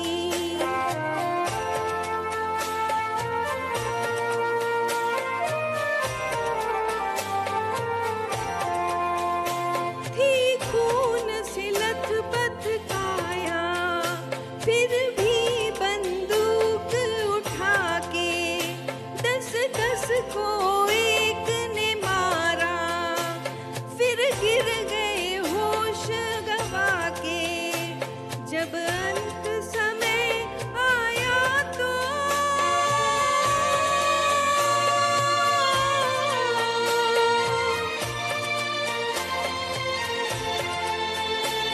जब अंत समय आया तो कह गए कि अब मरते हैं खुश रहना देश के प्यारों खुश रहना देश के प्यारों अब हम तो सफर करते हैं अब हम तो सफर करते हैं क्या लोग थे वो दीवाने क्या लोग थे वो अभिमानी जो शहीद हुए हैं उनकी जरा याद करो कुर्बानी तुम भूल न जाओ उनको इसलिए कही ये कहानी जो शहीद हुए हैं उनकी जरा याद करो कुर्बानी जय हिंद की सेना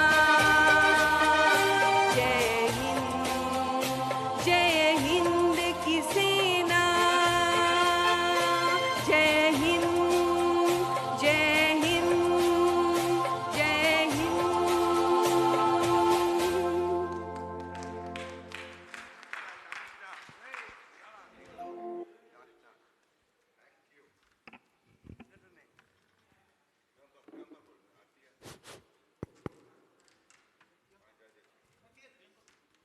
So, thank you, Indu, for a perfect rendition of the song. And I think that was almost a perfect closure to our triest with academics in this very difficult times.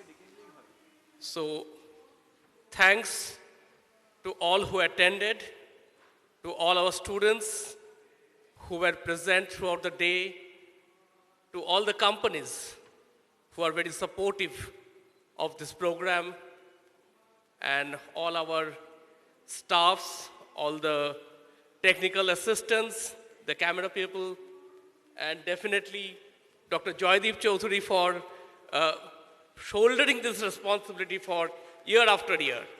Jai Hind.